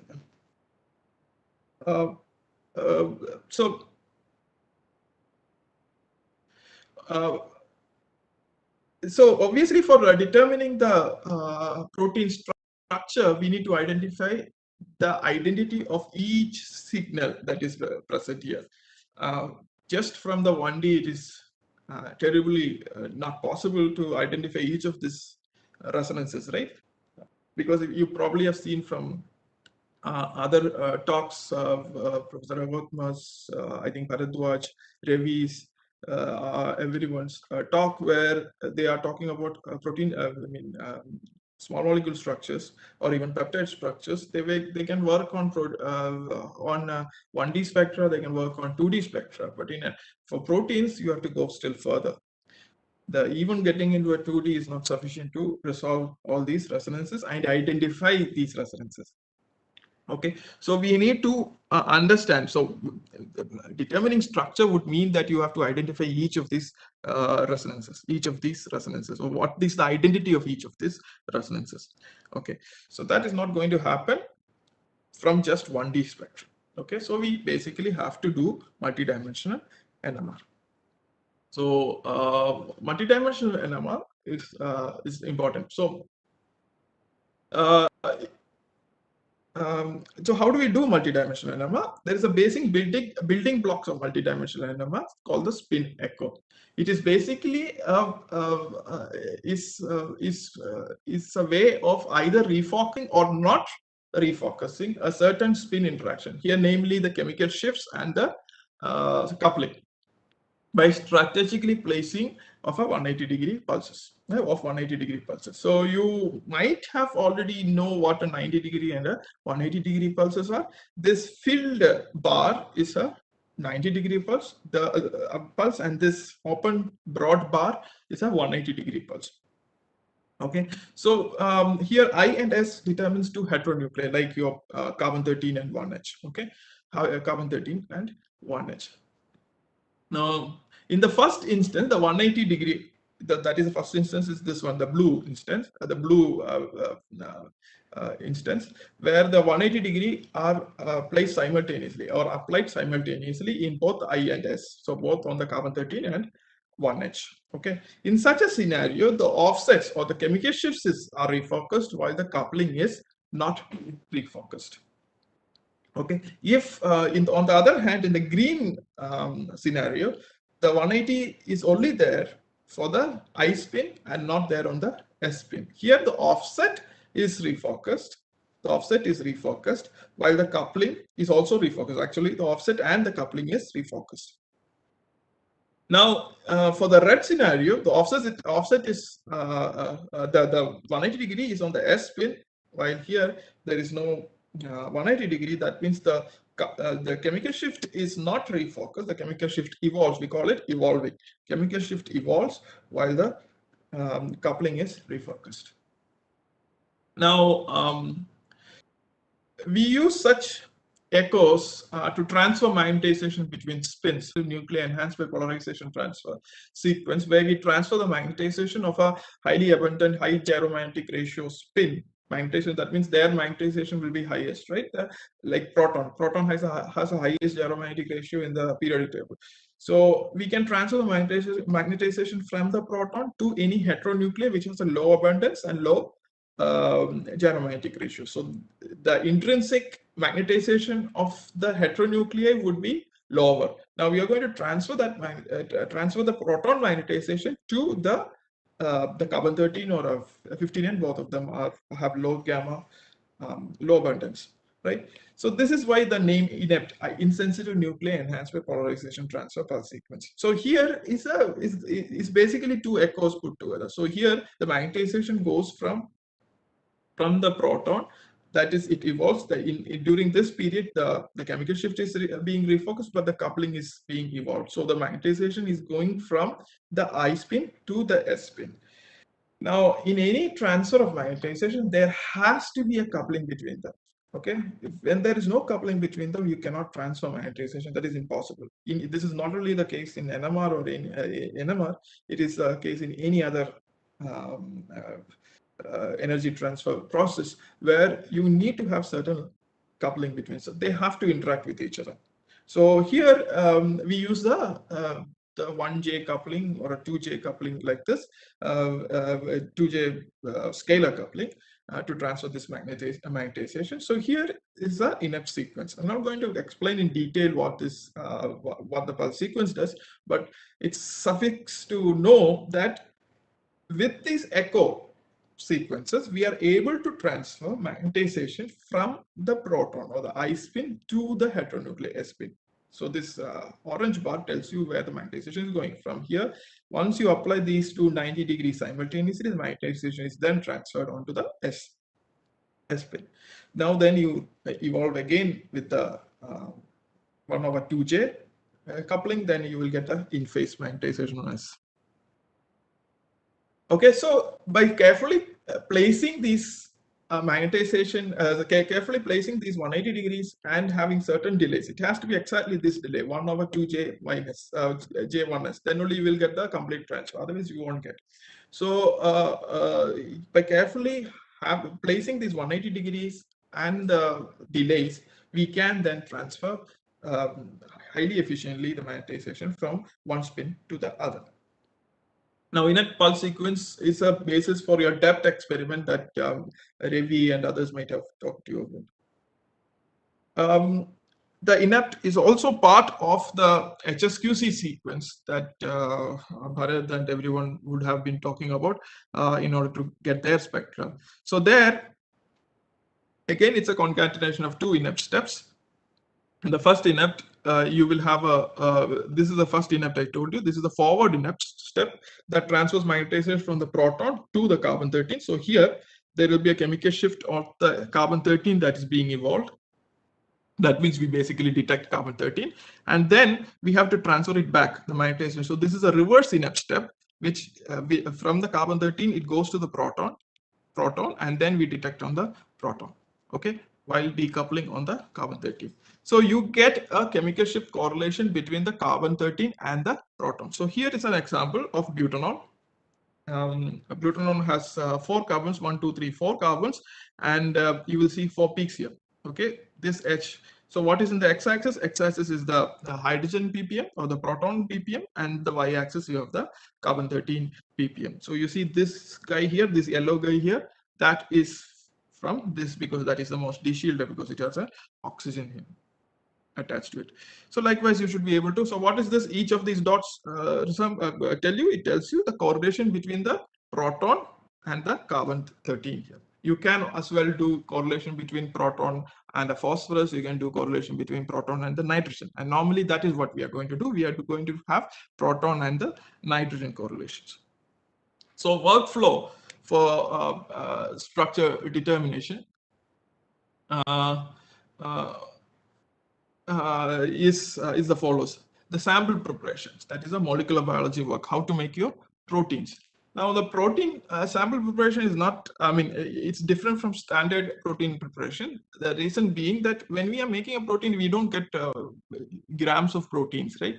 Yeah, for organic molecule, you still get a sufficient amount of protein, and you can do HSQCs, either carbon-13 proton HSQCs in a pretty small time, but unfortunately for a protein, we get very small micromolar sample concentrations, and for that it's difficult to work with heteronuclei. Also, we need correlation between carbon-13s. That is impossible because carbon-13, you know, is only 1%. So if you want to have correlation between carbon-13s and a carbon-13, it's 1% of the 1% that is present. Okay, if you remember Professor Kuru's talk, the first talk, 1% carbon-13, then 1% of the 1% carbon-13 is what you get. If you require carbon-13, 2 carbon-13 to be adjacent to each other. So we need to enrich the protein with carbon-13 and 59. So replace, so what is this is called isotope enrichment. So what we have to do, all your carbon-12s and the nitrogen-14s in the protein has to be replaced with carbon-13 and 15N. So that is a molecular biology that we are interested in. Also the standard molecular biology in getting your protein. Then we have to do NMR spectroscopy, right? And then computer, it's simulated annealing protocol that we have to use for generating the structures. And it's constraint simulated annealing.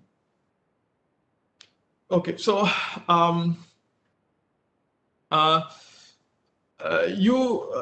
so how do you make the protein expressions?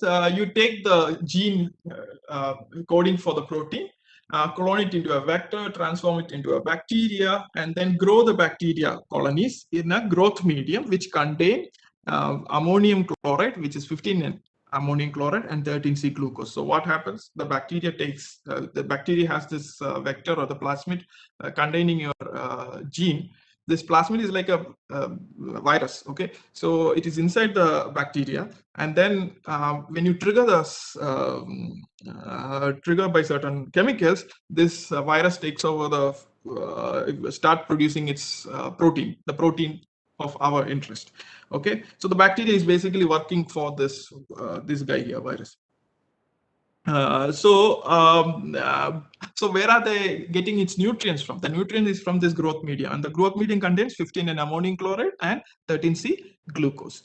So the bacteria is taking in 15N ammonium chloride and 13C glucose and incorporating that to make the protein. Okay, so your protein that comes out will have 15N and carbon-13, not 14N and 12C. Then we take the bacteria and cell lyse it, meaning you break open the bacteria, not by breaking open like that, but sonicating it so it will burst open, and then the content, the thrown out content is then purified by running columns, specific columns, and then you get a purified protein. Using that purified protein, taking the purified protein and put it in an NMR tube, you stick that into the NMR and then do all this complicated pulse sequence in order to get the spectra. Okay, I hope I have given you a brief of what we do before we actually measure NMR. So what do we get then? what we get is the first experiment that we do is a 15N1H correlation, or the 15N1H HSQC. Okay, so this is a 15N dimension in the y-axis and proton dimension in the x-axis. So each of these peak is a 15N1H correlation. 15N1H correlation in your protein. These amide NHs, that are these correlations are 15N1H. So everywhere in the protein where you have a 15N-H pair, you will get a peak here. Okay, so let's say if you have a protein with 76 amino acids, there will be 75 peptide bonds. 75 peptide bonds, so you should get 75 signal of prolines because of these dots here. Okay, these dots. Now the whole idea is to identify each of these dots. Identify each of these dots. Now identify meaning in the sequence where these dots are. What is this dots represent? What in the sequence is this NH represents? Okay, this is like connecting the dots that you probably have seen in Magic Pot when you were very young, or your brothers or sisters or nephews are still doing. So connecting the dots, you know what connecting the dots mean, right? That you connect the dots 1, 2, 3, etc., and then finally when you connect everything, you will get a figure, right? That is what we do in NMR also. The only problem is we don't know the numbering. First we have to figure out the numbering first in order to do the connecting the dots properly. Okay, so we have to first find out what each of these dots are, where in the sequence. So what are the sequence? This is the sequence, the amino acids. These are the amino acid sequence. These dots can be lined up like this. So we know that it's 1, 2, 3, 4, 4, because you know you've seen the second slide where you had the amino acid sequence. The primary sequence is known. The primary sequence. So this is the sequence that we know. But in the but this is the spectra that we get. So each of these dots, which dot is in the sequence, which in the sequence we should have to figure out. Okay. Now the primary sequence is this. This is the primary sequence of the amino acids of ubiquitin. This is a 76 amino acid protein that I was talking about. So you have 76 amino acids lined up like this. Now there is another problem. You know, the amino acids, there are only 20 amino acids. Okay, so there can be multiple times these amino acids come in the sequence. So, for example, alanine appears twice, arginine appears 4 times. Okay, aspartic acid appears 5 times, leucine appears 9 times. So there are large number, so there are large repeats of this. So it's not only important to identify what these amino acids are, we have to identify where in sequence these are. Okay, which is called a sequential assignment. I'll just so how do we do this? This is done by looking at the carbon chemical shifts. Carbon chemical shift, mainly the C alpha. Remember the C alpha I told you about? The C alpha and the C beta, the carbon attached to the C alpha. The R, you know, the R that I've told you in the amino acids, the definition of amino acid. The C alpha is there, then there is an R, right? The R starts with either you can be an H, so glycine doesn't have a C beta, but if it's a valine, you have a C beta. And there is a C delta also, because the C deltas will be methyls.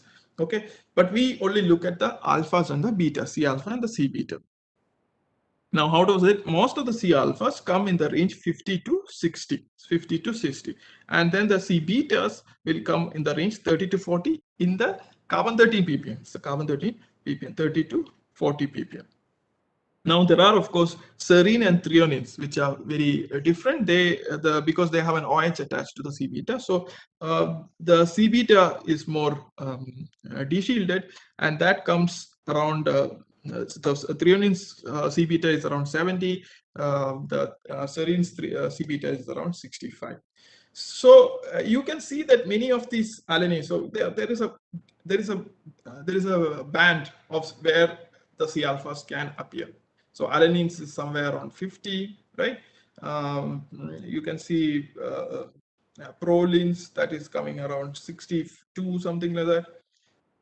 Phenylalanine around 60 or 55 to 60, like that. So you measure the carbon 13 chemical shifts, find out the C alphas and C betas, and then find out which amino acid. So you can identify the amino acid based on the C alphas and C beta chemical shifts. But that only tells you the identity of the amino acid, but it will not tell you where in the sequence this amino acid come from. So the next important thing is how to identify, right? So let's say you have 6 bottles, and out of which 2 are blue, 2 are red, and 1 is green, and 1 is purple. Now, if I say that, okay, this blue, the blues, there are reds adjacent to the blue. The first case also, in the second case also, this is true. There is reds adjacent to the blue. So you will not be able to identify which of these 2 blues are first, right? But if you say that, okay, there is this green which is adjacent to the red, and there is a purple which is adjacent to the red, then we know that, okay, the second red, then we know we can identify the whole sequence. Okay, if I just say that, okay, there is only red adjacent to the blue, that is not sufficient information to identify the sequence of these bottles. Okay, we have to then also correlate or tell what is this red is being correlated to, what is adjacent to the red, because adjacent to this first red it is green, the second red it is purple. Then we will be able to solve this problem. Okay, so it is basically a puzzle of solution. So how do we solve this? Now imagine that these are a sequence. These blues are threonines, alanine. So what does that mean? This is threonine, this is alanine, this is valine, this is threonine again, then this is alanine, and then this is serine. So this is a sequence of amino acid. Now you have to understand how do we find out the correlation. You have to correlate the alanine to this guy, to the threonine. You have to correlate the valine to this valine to the alanine. Also, you have to correlate the serine to the alanine. In such a situation, and also the threonine to the valine. Then in such a situation, we should be able to put them into a sequence, and we say, okay, this is arranged like this in the sequence. Okay, so for doing that, it's called sequential assignment. Now, how do we do that? How do we do that is through J coupling, the transfer of magnetization through J coupling. So we can, in principle, transfer magnetization between spins through J coupling, that is through the inept step that I have just told you. So first, here is an example. So you go from the proton to the nitrogen, then using the CO coupling, this is 15 Hertz, you can go to the previous amino acids.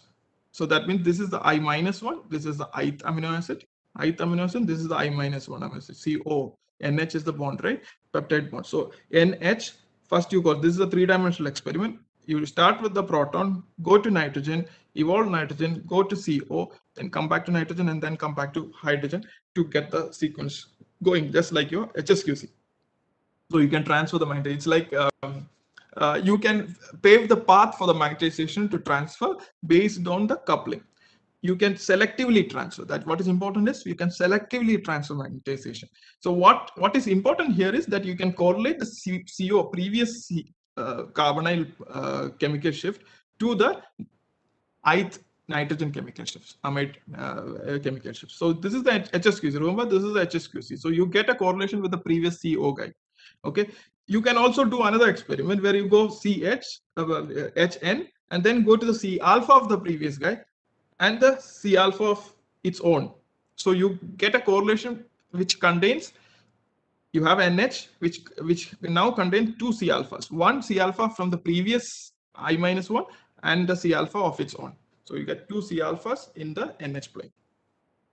Likewise, it's a large number of experiments we can do. Okay, so this is the experiments that we do. So here is an HNCO where you go HNCO. This is an HNCO 3D experiment. This is an HNCA, HN C alpha of the previous, C alpha of its own. Then there is the HNCA CB where we go HN C alpha, C beta of its previous. Also, it goes from the original one, I mean the ith one, C alpha, C beta of its own. So you get 4 peaks, C alpha, C beta of its own to C alpha, C beta of the previous guy. So this is an HNCO experiment. This is an HNCA-CO experiment. And HNCA-CO experiment will give you 2 COs, one of its own, the CO, and the other being the CO of its previous amino acids. So I and I minus 1. So each of this this is called a strip plot. Each of this strip is a different nitrogen dimension, You can't see a 3D plot, right? 3-dimensional meaning you can't see it. If you are to represent it in a 2D, we fix the nitrogen dimension and then look at what is the carbon chemical shift that is there. Okay, so or carbonyl chemical shift here. Okay, so each of this strip here is a different nitrogen dimension. So it's someone would be 120, the other would be 121 or 123, like that. Okay, so these are the different. This is called a strip plot. Now this is an HNCA experiment, and what you expect is the C alpha. So this is an NH strip. We call that is what I said, NH strip. So there is the H, and then this will have a particular nitrogen dimension, and in that dimension you will have two carbon peaks. One being the C alpha. The one with the more intensity would be C alpha of the ith residue or amino acid, and the one with the lower intensity would be C alpha of the I-1, because the coupling is a 2-bond coupling. This one is a single bond coupling. So the transfer of magnetization to the C alpha I-1 will be smaller, or the intensity would be smaller compared to its own. So you'll be able to distinguish which one is from the ith and which one is from the I-1. Okay, doing all of that, then we can do CbCaCONH, more going into the side chains. Okay, and then HNCACB, and finally it's basically solving a big huge puzzle. Okay, trying to figure out which one is adjacent to which one is adjacent, if there is degeneracy, looking at the chemical shift, trying to figure out all of that. You might have solved a puzzle of the puzzle pieces. Here the problem with our puzzle pieces is that there is no figure given. Okay, so we have to, how do we solve that puzzle pieces? We start with something we know, the corners. Okay, we start with the corners because there we'll have defined edges, right? Here, in many cases, what we do is look at for threonines and serines, because the C betas would be highly deshielded. So you look at threonine, serines, also glycine, because the glycine doesn't have a C beta. So you just look at a C alpha only, which doesn't have a C beta, that would be a glycine. So in the sequence, we start there and start to solve the puzzle. Okay. So that is basically the puzzle solving of trying to identify what these NH are. Okay. So that is why, for example, from solving this puzzle, running through this strip plot, we can see that this guy here, this peak here in the HSQC is an isoleucine 13. This peak is here is leucine 15. I told you leucine, there are 9 leucines, but this particular peak is leucine 15. This particular peak is threonine 12. So threonine in the 12th position of the amino acid. This is threonine 14, the threonine at the 14th position of the amino acid, like that. In that way, we should be able to name or give name or number to these peaks. So isoleucine 13, leucine 67, like that, valine 77, glycine 47, isoleucine 36, like that it goes on. These are the side chains. Okay, so that you don't have to, we only label the amino acids, side chains, amines. Okay, so we get the assignment. This is what we call assignment, doing an assignment. So each of these residues is now given a name in the sequence of the protein. Now, once these names are there, you have also know the C alpha and C beta chemical shift, because only through that we are able to get the assignment. We can actually find out the secondary structure. How do we find the secondary structure? We take the difference between the measured chemical shifts and the random coil value. Normally, each of if the amino acids were in a random coil, there is a standard chemical shift that it gives. So we use that chemical shift and subtract out from the chemical shift that we obtained. If it is negative, that means it is beta sheet. If it is positive, like here, then it is alpha helix. I mean, it is not like one of them has to go up. A consecutive number has to go up, then we say that that region is alpha helical. If a consecutive residues show negative secondary chemical shifts, then we say it is beta sheets. So what is the secondary chemical shift? These are the difference between the measured chemical shift and the chemical shift from random coil values of the amino acids. Then it is beta sheet, positive it is alpha helix. Now we can also do side chain assignment. Again, we correlate the NH So we all start from the HSQC part. We correlate the NH to the side chain using TOXI. When you are when Professor Ravatma and others might have talked about peptides and all, they would have mentioned about TOXI. Here we have to do it in a three-dimensional way. So you go from the NH, the HSQC, then you build it up. Okay, so you start the HSQC and then transfer magnetization to CO, to C alpha, and then do a TOXI on the carbons. You can also do a TOXI on the hydrogens and correlate to it. So you can find the hydrogen chemical shifts also. So not only we require the backbone resonances, that is what we have here. This is the backbone resonance assignment. We also require side chain assignments, because only then we will be able to solve the structure. Now, once we get to that point where we are able to now give numbers, that is not enough, right? We just found out the numbers of each of these dots, but connecting the dots is different from what is there in Magic Pot or Balarama or something like that. So what we have to do, okay, we have to get a 3D picture. All right, how to get a 3D picture? Now this looks like a fish, but which fish? Seerfish, mati, I don't know, mackerel, I mean, or any other fish. How do we know that? For that, we require a NOES spectrum. So we measure NOES. And NOES is a proton-proton correlation where the magnetization is transferred by cross-correlate relaxation. And if you get a cross peak in a NOES spectrum, it looks like a COSY. You probably have seen COSY spectrum. It looks exactly like a COSY spectrum, but we have to do it in a 3-dimension. So you have an NH NOES or a CH NOES. So in that case, if you see a cross peak, so here is a cross peak, right? This is a cross peak between this guy and this guy. This 5 and 2. 5 and 2. This is a cross peak. If you see a cross peak, this 5 and this 2 spins are close in space by less than 5 angstrom. Okay, 5 and 2 are close in space by 5 angstrom. Now that is the information that we require. We have a distance information. We require distance information, and NOES gives that information. Okay, NOES gives that information. It is proportional to 1 over r raised to 6. R meaning the distance between the spins. Okay, so when we do get a cross peak, we say that okay, they are less than 5 angstrom in space. Using that information, we should be able to figure out whether this is mackerel or seerfish or something like that. Okay, so we get all these distances 10, 13, 8, 10, 10. We can make it into a good fish, or what exactly the fish is. We know already what the protein is, but I mean, it is a protein, but we do not know exactly what that protein is. Okay, so by measuring the NOES, we will know exactly what is the 3-dimensional structure of the protein. Okay, so I think I've given you a fair good summary of what we are looking at. So the first we have a sample preparation, then we do resonance assignment, which is backbone and side chain, which is solving like a puzzle.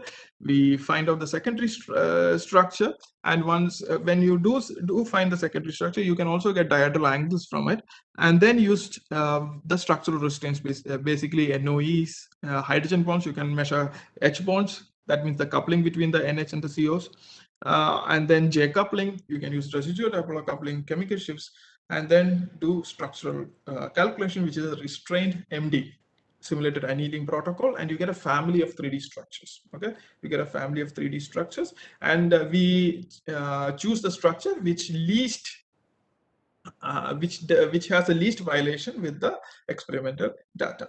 That will be our actual structure. So when you have a peptide like this, it's a very small peptide. When you do put in restraints, then it will fold up like that. Okay, so with that, that is how you calculate structures. Sorry. Okay, this is how solution NMR is done, and solid state NMR is basically done similarly, but the interactions are going to be quite different, and the way we measure them is also going to be it's also slightly different. Now, in solution NMR, we obviously put it in an NMR tube, right? In solid state NMR, what we do is we have to put it in such rotors. So this is these rotors are given different diameter is specified by the diameter. This is a 4 mm rotor, 4 millimeter rotor. This is 3.2. This is 2.5, and this is 1.6. You see how much small is this? Okay. Now a 4 mm can spin or can do rotation at around 10 kilohertz, while a 3.2 can go up to 20 kilohertz, 2.5 around 40, and 1.6 something to 70 kilohertz of spinning, how fast it spins. Okay. Now the difference between solution and solid state NMR is because in solution NMR, the anisotropic interaction that is present between the nucleus spins are averaged out, because the molecule is tumbling inside the in the solvent, right? So molecules can tumble around, and therefore the anisotropy. What is an anisotropy? Anisotropy is it's not same in all directions. Not same in all directions, but if the molecule is tumbling very fast, then these anisotropic interactions gets averaged out. And dipolar coupling, for example, is averaged to 0. Chemical shift anisotropy, these are the two major anisotropic interactions that we are going to deal with. There is also quadrupolar coupling. I'm not going to talk about that, because in proteins that is not there, unless you want to do deuterium NMR. So CSA and dipolar coupling is a major thing that we have to worry about. So chemical shift anisotropy average out to its isotropic value, the chemical shift that you see in the in your proton and carbon 13 and 15 and NMR, that is the isotropic component of your chemical shift anisotropy. These are all rank 2 tensors. So CSA, chemical shift anisotropy, as well as dipolar coupling are rank 2 tensors. That is a 3x3 matrix. Not a big deal. And what we do in NMR, solid state NMR, is we fill the sample in these rotors. Of course, it cannot be solution; it has to be solid. And we put it into a magic angle, 54.74, and then spin it like this. Okay, spin it like this, so that your CSA and dipolar couplings are averaged to some extent. We can't completely average out, but we can average out to some extent to get. So if you don't have this magic angle spinning, you have a broad peak like this. If you do have magic angle spinning, you get a much better narrower peak, closer to solution state. So we are basically simulating solution environment in solid state. That is what we are doing in while doing solid state NMR. Now, what are these anisotropic interactions? I told you, dipolar coupling. Dipolar coupling is a distance.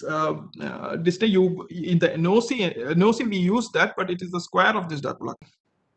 But in solution, in solid state NMR, these are present. This is interactions that is present there. It does not average out. So how is that represented? This is represented by this is proportional to gamma I. It's between two spins, right? Gamma J and gamma K. That means the interacting spins are J and K. So it depends on the gyromimetic ratio of the interacting spins, and also depends inversely on the distance between the spins. It is also depending on theta, 1 minus 3 cos squared theta.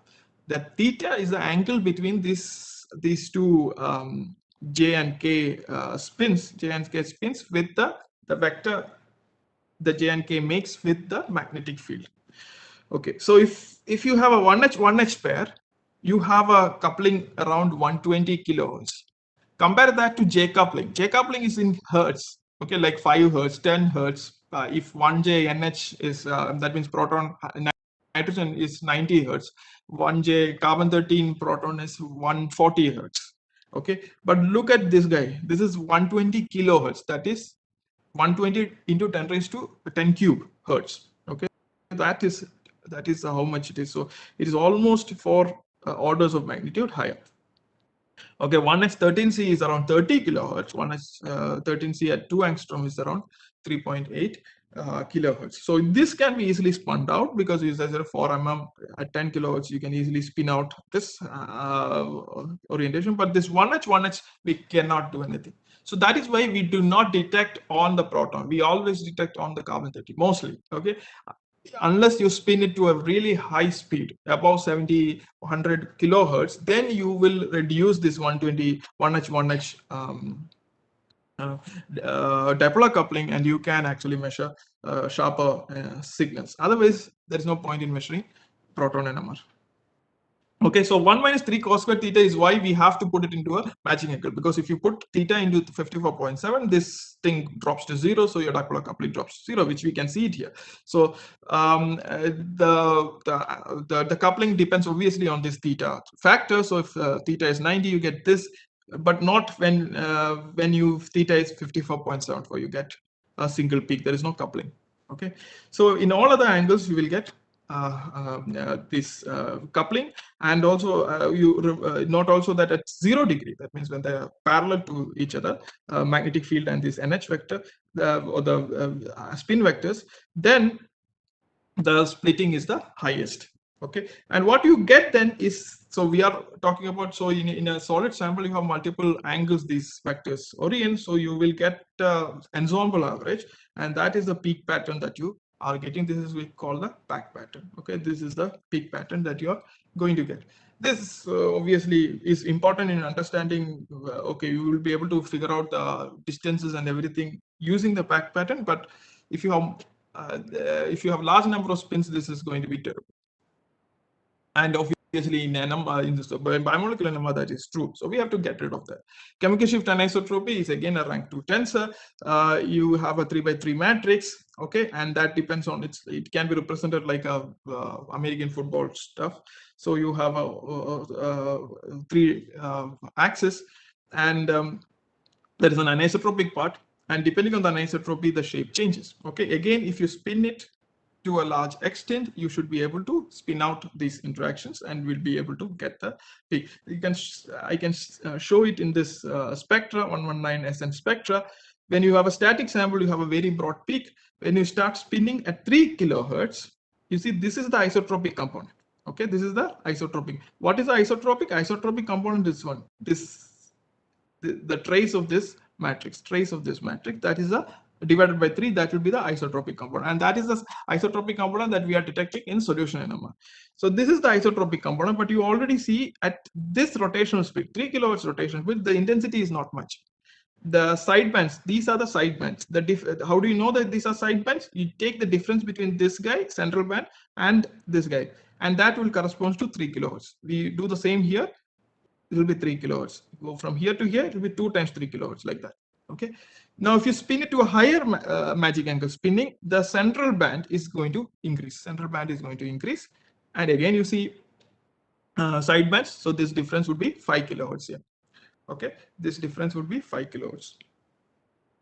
This difference would be 5 kilohertz.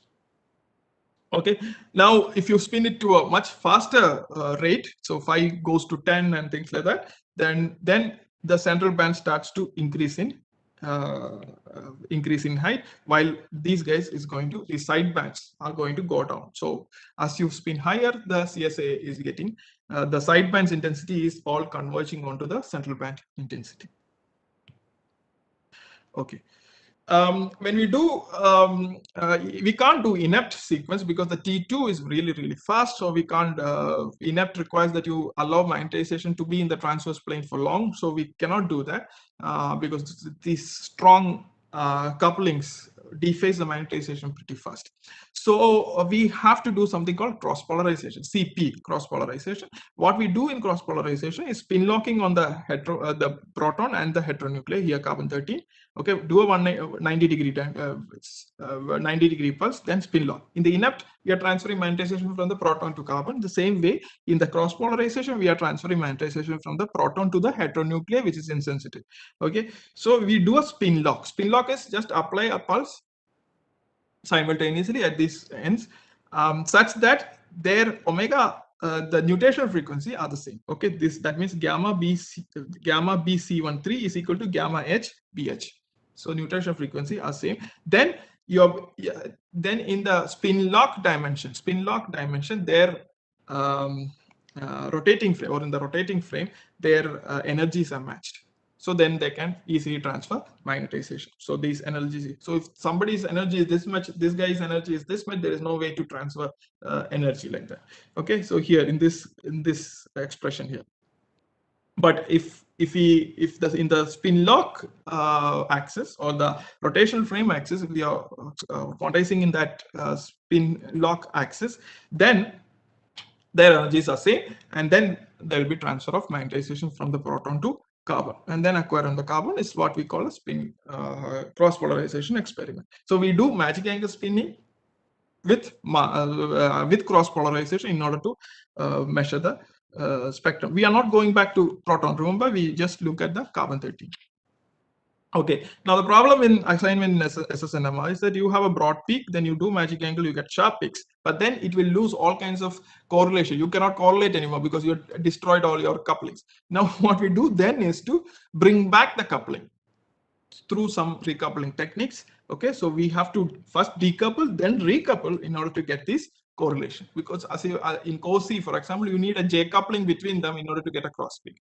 For an OC, you need a cross dipolar coupling pairs in order to get a cross peak. Here also we require that. We need to bring back the coupling, some coupling, not all coupling, because if you bring all the coupling, it will become too broad and we don't see it. So it's a compromise. Okay, to bring back the horizon. Okay, what we do normally in our spectrum, this is a spectrum of K19, it's a protein, tau protein, where we measure spin diffusion. Spin diffusion is like your NOC spectrum, but on carbon-13, okay, carbon-13. And what we do, we can identify, because from the C alpha and C beta, remember, C alpha and C beta has definite ranges. So we can, from those ranges, we can identify what is serine, what is valine, what is threonine, etc. Okay, but we have to identify sequential assignments. We can identify that okay, there are 2-3 serines here, there are like 2 threonines here, 2 isoleucines here, 1 valine here, but we do not know where in sequence they are. Okay, so how do we identify them? We have to do we have to do what we call 3-dimension, or we have to even correlate to nitrogen and all. Okay, this is done by specific CP. So first we do a CP to nitrogen 15, then evolve nitrogen 15, then we do a CP from the nitrogen 15 to carbon 13. So it will go to the either carbon C alphas and C betas of the nitrogen. Nitrogen 15 obviously is the amide nitrogen. So proton to nitrogen, proton is not detected. You just look at the, it's still a 2D. T1 of nitrogen, then is, so nitrogen is getting correlated to the C alpha and the C beta. So you should be able to figure out more assignments from this. We can use something called diluted sample. Diluted sample is something like, when I told you when when bacteria are grown in growth medium, we supply 15N ammonium chloride and carbon-13 glucose, right? But if you supply amino acids which are unlabeled amino acids doesn't cost so much. So unlabeled amino acids, then the bacteria, what it does, bacteria obviously are lazy, so it doesn't want to prepare this amino acids. So it just takes it directly from the growth medium and incorporates into the protein. Okay, so what happens, that particular amino acids is unlabeled. The rest of the amino acids would be labeled meaning 15 and carbon-13, but this particular, let's say it's lysine. Okay, so K reverse, lysine reverse labeled, lysine reverse labeled. This means that certain amino acids, for example, you see that there is a peak missing here. There is a peak missing. There is a whole bunch of peaks missing here. These are lysines that has been reverse labeled. You don't see that peak here. Okay, so in that way, we should be able to get sequential if you want to reduce the overlap and get sequential information. And we work on mainly 2D in order to do this NCO-CX. It's like your HNCO-CA. NCA-CX is this is like HNCA-CB, but 2D, okay, to do all these correlations. Again, solving a puzzle, but then on a 2D, 2-dimension, it's much more difficult than a 3D puzzles. Right, distances, we use something similar to NOC. So what we do is CHHC or pain kind of sequences, where we have again cross relaxation between the protons and protons, and a cross peak would determine that they are less than 5 angstrom between them. So we can get distances, and using such distances, we should be able to solve structures. I think I am done. Do you have? Yes, we have some time. If you want, you can carry. Oh, okay. I just wanted to just say what we work on in 2 slides. That's all. This is just a part where we use both solution and solid state NMR to identify an important component of memory retention in our brain. So what we do, there is this there is this important protein called CPP3 protein, which is involved in long-term memory. I mean, how do we, how humans or mammals differentiate with the other animal system is our tendency to have long-term memory. We remember stuff. We don't forget. Sometimes it's bad, sometimes it's very good. Mostly it is very good, but many times it's also bad. So CPP3 protein is something that is involved in this. How does it do it? The prion state, that means the aggregated state of this protein, is involved in polyadenylating RNA sequence, which is required for synthesis of proteins at the synapse. For synapses where so if you have a memory, if your memory is created, a new synapse is being made. A connection is made between two neurons. Okay. Now, if you want to have a long-term memory, this synapse has to be really strong and stay longer for time, but during the duration of the time. So if CPP3 in the prion state, this synapse stays longer. That is the essence of it.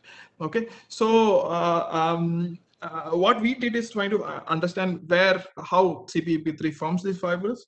So we did solution state, and identified, and I'm not showing the solution state part, also other biophysical techniques to identify which, actually MALDI we use. So it comes to identify which part of the protein is involved in the aggregation or in the core of the fibril and not in the core of the fibril. We can do that in identifying the core, which are the amino acids are there in the core and not in the core, can be done through solid state NMR. So here is a PRD1. This is a part of the protein that forms the fibers. The CP gives you very nice signal, but also the inept because you can do inept also in the solid state. But then this is where the dipolar couplings is kind of averaged out, because you will never get an inept if the protein are if that part is highly rigid, because there will be too much dipolar coupling and you will not get any signal. But if that part is highly flexible, then we can use inept sequence and you can get a signal. So here is a signal. So that means this part where this is showing up, it has a highly flexible, while again this one is a highly rigid region. So we can identify the amino acids these residues come from. And from the CP part, we can do these correlation techniques to find out which region of the protein is correlating, and we were able to identify them, and it's kind of published. So it's a very neat work where you combined solution and solid state NMR in order to identify the rigid part of the protein. I just wanted to tell you that these things can be done, though looks very complicated, but it can be done. It takes time though, not that easy. Thank you very much for your attention. Again, thank you for inviting. And if you have any questions, even otherwise, any other part of NMR, you can ask, please. Thank you, Dr. Vinesh Vijayan. Wonderful lecture. I am sure there will be a lot of questions coming to you. Some are. How do I see? It is in the screen. Question and answer. Chat box. There is a chat box. Oh, okay, sure. There is somebody. Can you describe the NMR polysaccharides?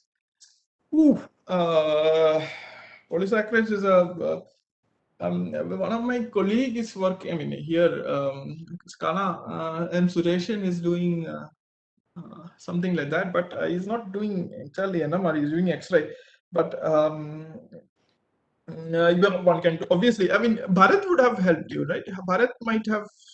That's very similar to RNA, DNA kind of work. Unparagan. So you can correlate things in a polysaccharide, but you have to always look at the fundamental unit. I mean, look at the fundamental unit, try to assign all those residues. When you assign those residues, then look at what is connecting them together. Okay, what is connecting to there is, I don't think there is a superstructure to a polysaccharide. Okay, so in proteins, that is the problem. No? There is a superstructure. There is a tertiary structure. Then there is a quaternary structure. So there is superstructure in RNA also, and also what Bharat says is DNA also has this kind of a folding structure. So these are the structures which are more complicated to do. Because there you have to know the interaction, how it folds in. Okay, what are the tertiary contacts happening and things like that. But in a polysaccharides, I don't think that is it's just like a polymer, right? So you should be able to, if you know the fundamental unit structure, whether there is a difference between a polysaccharide and a unit structure, you should be able to find out from the NMR. Okay, and then go from there. So look at the unit structure, how then it correlates to the other different when it's in a polymer state. That is the difference. Sir, have you seen the question from Sivangi Pundir? Oh It's no, I related- didn't see. Where are these? Chat, is it? Yeah. Shivangi, why is an NMR spectrum more often used to detect binding of small compounds in protein than X-ray? NMR spectroscopy is able to get weak binding. So X-ray requires that it has to be highly strong binding in order to, because they have to crystallize it, right? So if they don't, if there is a weak binding, meaning that there's an equilibrium, there is something going in and then something coming out. It's a two wedge. All of you are chemists, I mean, up and the down arrow, right? And so the off rate is comparable to the on rate. That is not feasible for an X-ray crystallography to make the crystals. They would like to have something stuck in like that. So if you have a high affinity, then X-ray crystallography is good. But if you have weak binding, then NMR spectroscopy is the best.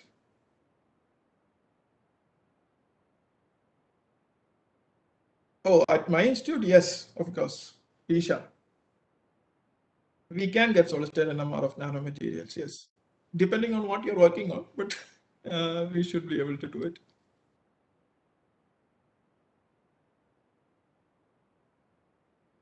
Dr. Vinesh, I have a query. Yeah.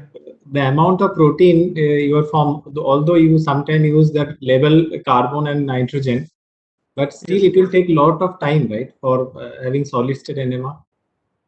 Yeah, it's this is why we do not actually try to do whole structure with solid-state NMR, unless of course I have infinite amount of money and time. So what we do obviously is trying to find out the important biological relevant part, and I say okay, this is what we can do right now. But there are other groups which has this amount of money and time, and of course the spectrometers and everything who does a good job. As I told you, in solid-state NMR we require this only working on two-dimensional spectrum, and therefore we require. I have just mentioned about reverse labeling, where you supply unlabeled amino acid, which is cheaper to do. But there is also, you can do forward labeling. That means you supply amino acid which is labeled, then have no 15N or just give 14N ammonium chloride and carbon 12 glucose. So in that protein, only these amino acids will be labeled. Those it will be entire budget of my 1 year thing. So I don't think that is Exactly. that is feasible in our scenario. Shivangi, how labile NH bond is identified in NMR? How labile NH bond is identified? Labile NH bond. Labile NH bond. NH bonds are labile. If you do deuterium exchange, then you can do. So, for example, you take the protein and dissolve it in deuterium. I mean, you just take the protein and put it in deuterium, D2O. I'm talking about D2O. Now, all those NHS, then measure the HSQC. Okay, I'm talking about 15N labeled protein. Okay, 15N labeled protein. Take it and put it in a D2O buffer, and then measure HSQC immediately. the HSQC will drop out signal. So before you put it in D2O buffer, you measure HSQC. Then after you put it in a D2O buffer, you again measure HSQC. The different because the labile NHS will be replaced by the D from the D2O. Okay, so you won't get an ND correlation. So that means we are measuring NH, right, in the HSQC. So we don't get ND, so we only get NH. So all those amide resonances which has been exchanged will lose in intensity. So from this reduction in density, we can say, okay, these guys are labile, which does not reduce in intensity. We can say these guys are quite rigid and have hydrogen bonds, which kind of strongly binds them together in that place. Or the D2O cannot attack, or D2O cannot reach them. So they are hydrophobic pockets or something like that. So that is possible. Someone more question. Which extraction method should be used for small molecules such as polar metabolite? Oh, from cells. Isha, no idea, my dear. I am not good in metabonomics. There are people working on it. I think Jeet from I said Pune does a lot of metabolism. Actually, metabonomics, and he works on something like that. But I mean, I don't know. I know what NMR can do with metabonomics, but I don't know how to extract. I haven't done it.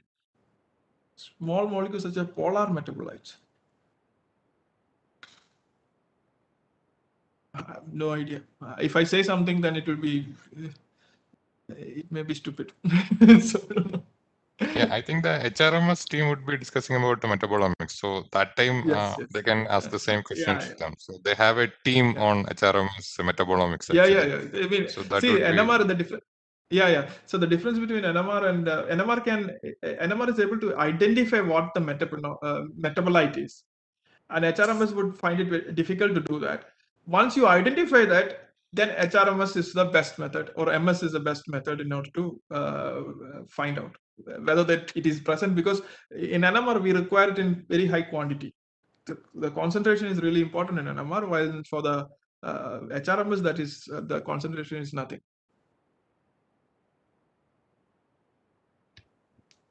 Perfect. Sir, I have one more doubt.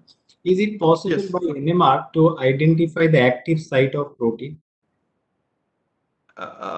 Yes, active site of proteins can be. I mean, there are the pharmaceutical industry does do a lot of work on this things. Active site, I mean, once you get an HSQC, basically that identifies that this is like a signature of the protein. This is, if the protein is folded, this is a signature. Now you submit any you add any pharmaceutical compound to it. If there is an interaction, that will show up as chemical shift change in your spectrum. And looking at those chemical shift change, we'll be able to identify there is an active site, because if they're concentrated in that particular structure, we can say, okay, there is this active site. So that is possible to do it. Of course, from the three-dimensional structure you can also find voids and other stuff which can be filled with other small molecule. But this is the same for X-ray or other structural methods. But if you have an X-ray structure and you don't still have an NMR structure, but still you have a HSQC and you assign the molecule, then finding that a molecule, a small molecule, is going to bind to this protein can be easily checked through NMR. That is possible. You don't have to again crystallize it. I mean, that is not with the small molecule to find it. This is great idea. Great idea.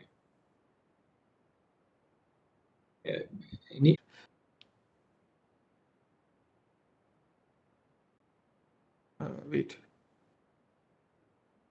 Or anything at all? This is my email address. Please feel free to contact me. Then, if no more questions, so let's join. Hi, sir. Wait, but Srilaya says, can we quantify using NMR? What do you mean by quantify? I mean, any quantify. Yes, if you have a reference, yes, you can quantify. From an absolute value, you will not be able to quantify. It's not like a UV visible. Then you say, okay, from the absorption, you know exactly what the concentration is. That is not possible. But if you have a reference spectrum, then you should be able to quantify. I mean, that is possible. You can't use the D'Alembert's law. That's what I'm saying. Perfect. Thank you, sir. Thank you very much. So it was a wonderful session. We are extremely happy, fortunate to see your lecture. So hopefully in coming days you will visit us. You will inspire us, our student will get benefit from you. So Not very far, so we can come. great. Thank you so much. Thank you, sir. Thank you. Can I log out now? It was a very informative and wonderful session. Thank you very much, sir. And dear participants, we have scheduled 2 sessions on NMR instrumentation by Geol India Private Limited in the afternoon. So please had your lunch and join back to the platform at sharp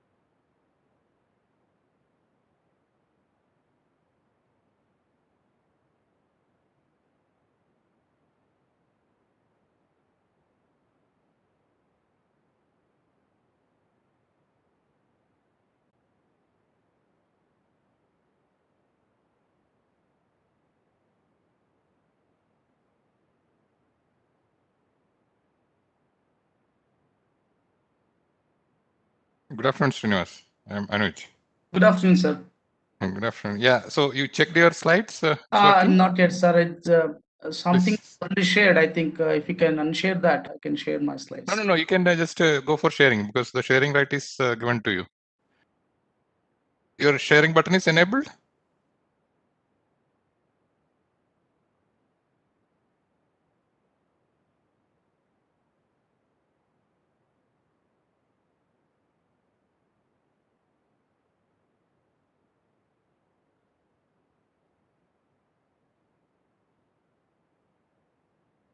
Can you hear me?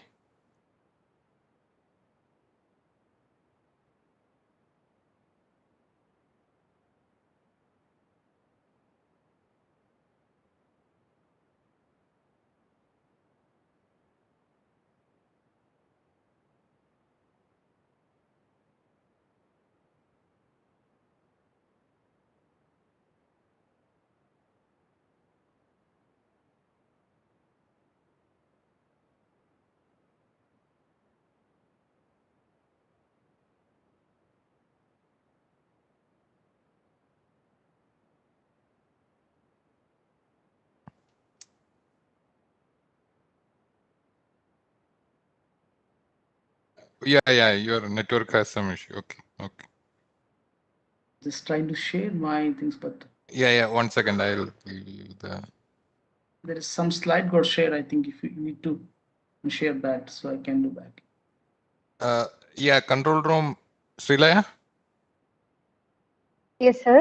Yeah, can you just give? Actually, he joined from one more account, Srinivasa. Okay, sir. So Okay, sir. you give the presentation right to him. Yes, sir, I did. No, not that one. The other one. Oh, Okay, sir. yeah. That's fine. That's fine. That's fine. That's Yeah. fine. Don't change. Don't Yeah. change. Okay. You can see my screen, I believe. Yeah. It's visible. That's fine. Now it's in a presentation mode. Yeah, it's in presentation mode. Yes. So I think this is fine. So you just want to try the software also, whether it is visible or not. Yeah, just a second, sir.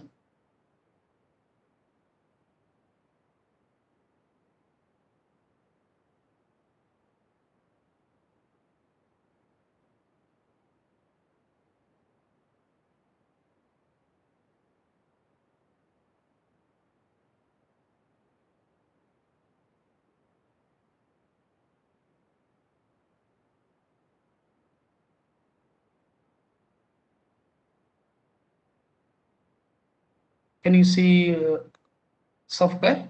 Yeah, it's visible, fully visible. There's no Fully issue. visible, right? Okay. Yeah, right. It's okay. Okay.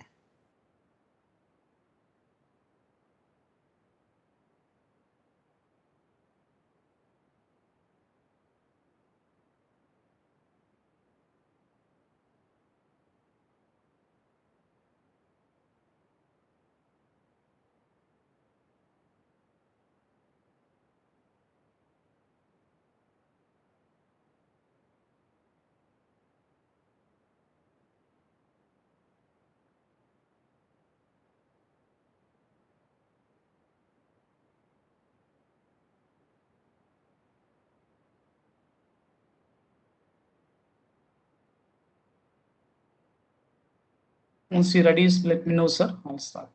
Yeah, sure.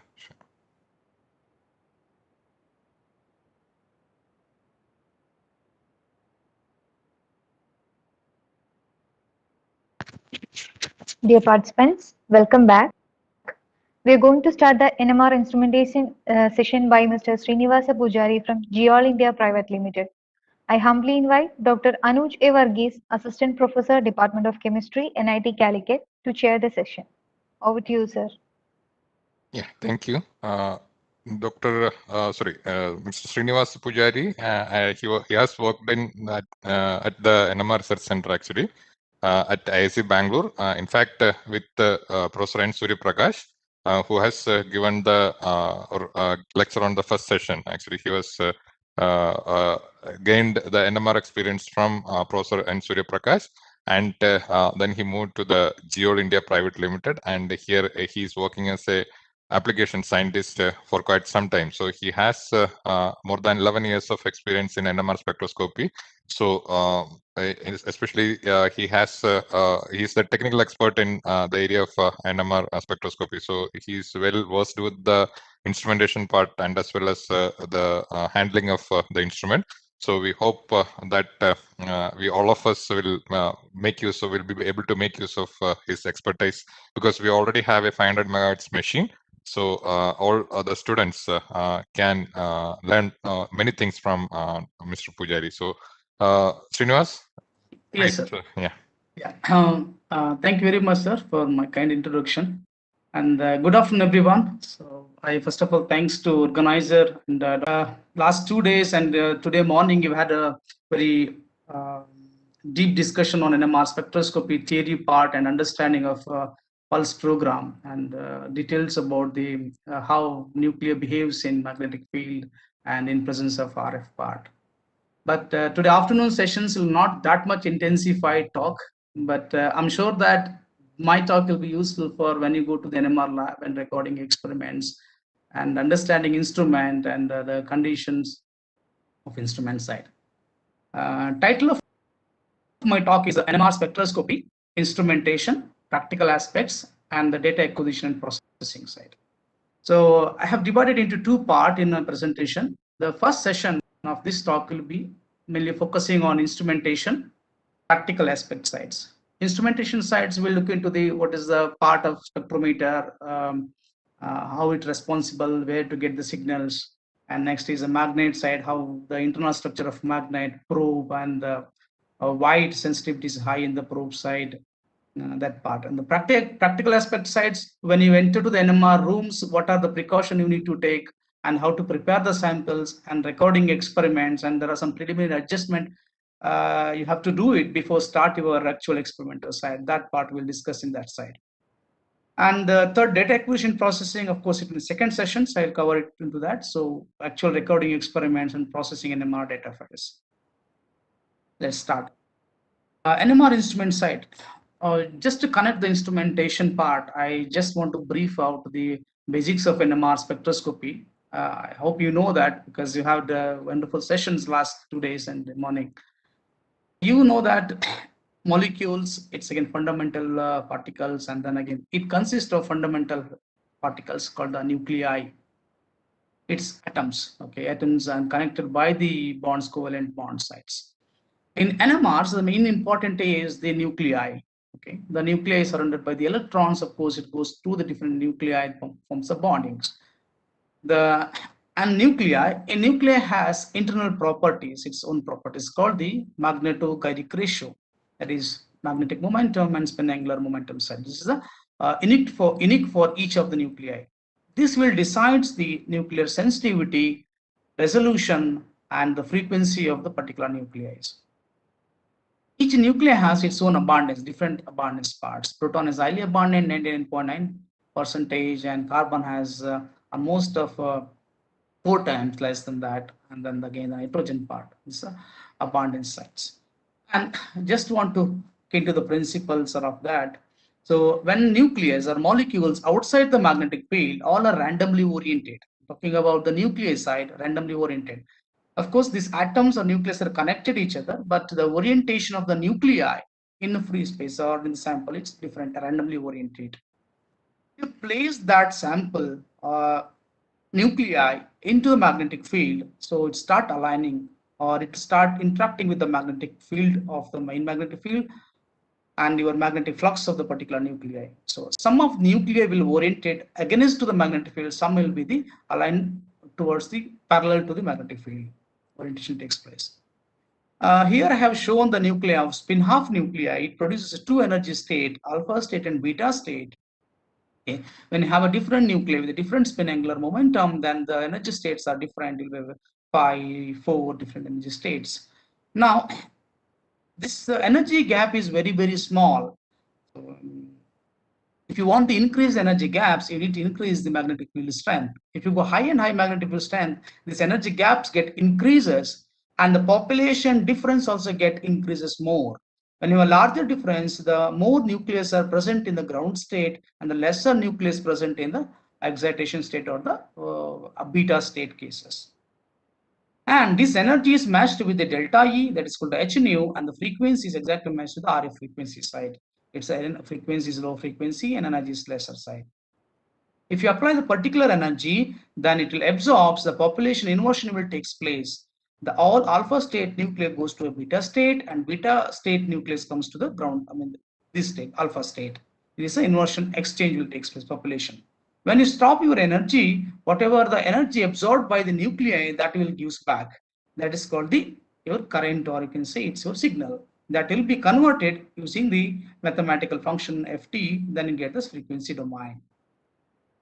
So here, I just want to correlate this part into our instrumentation. Now you know that there are three major parts are required.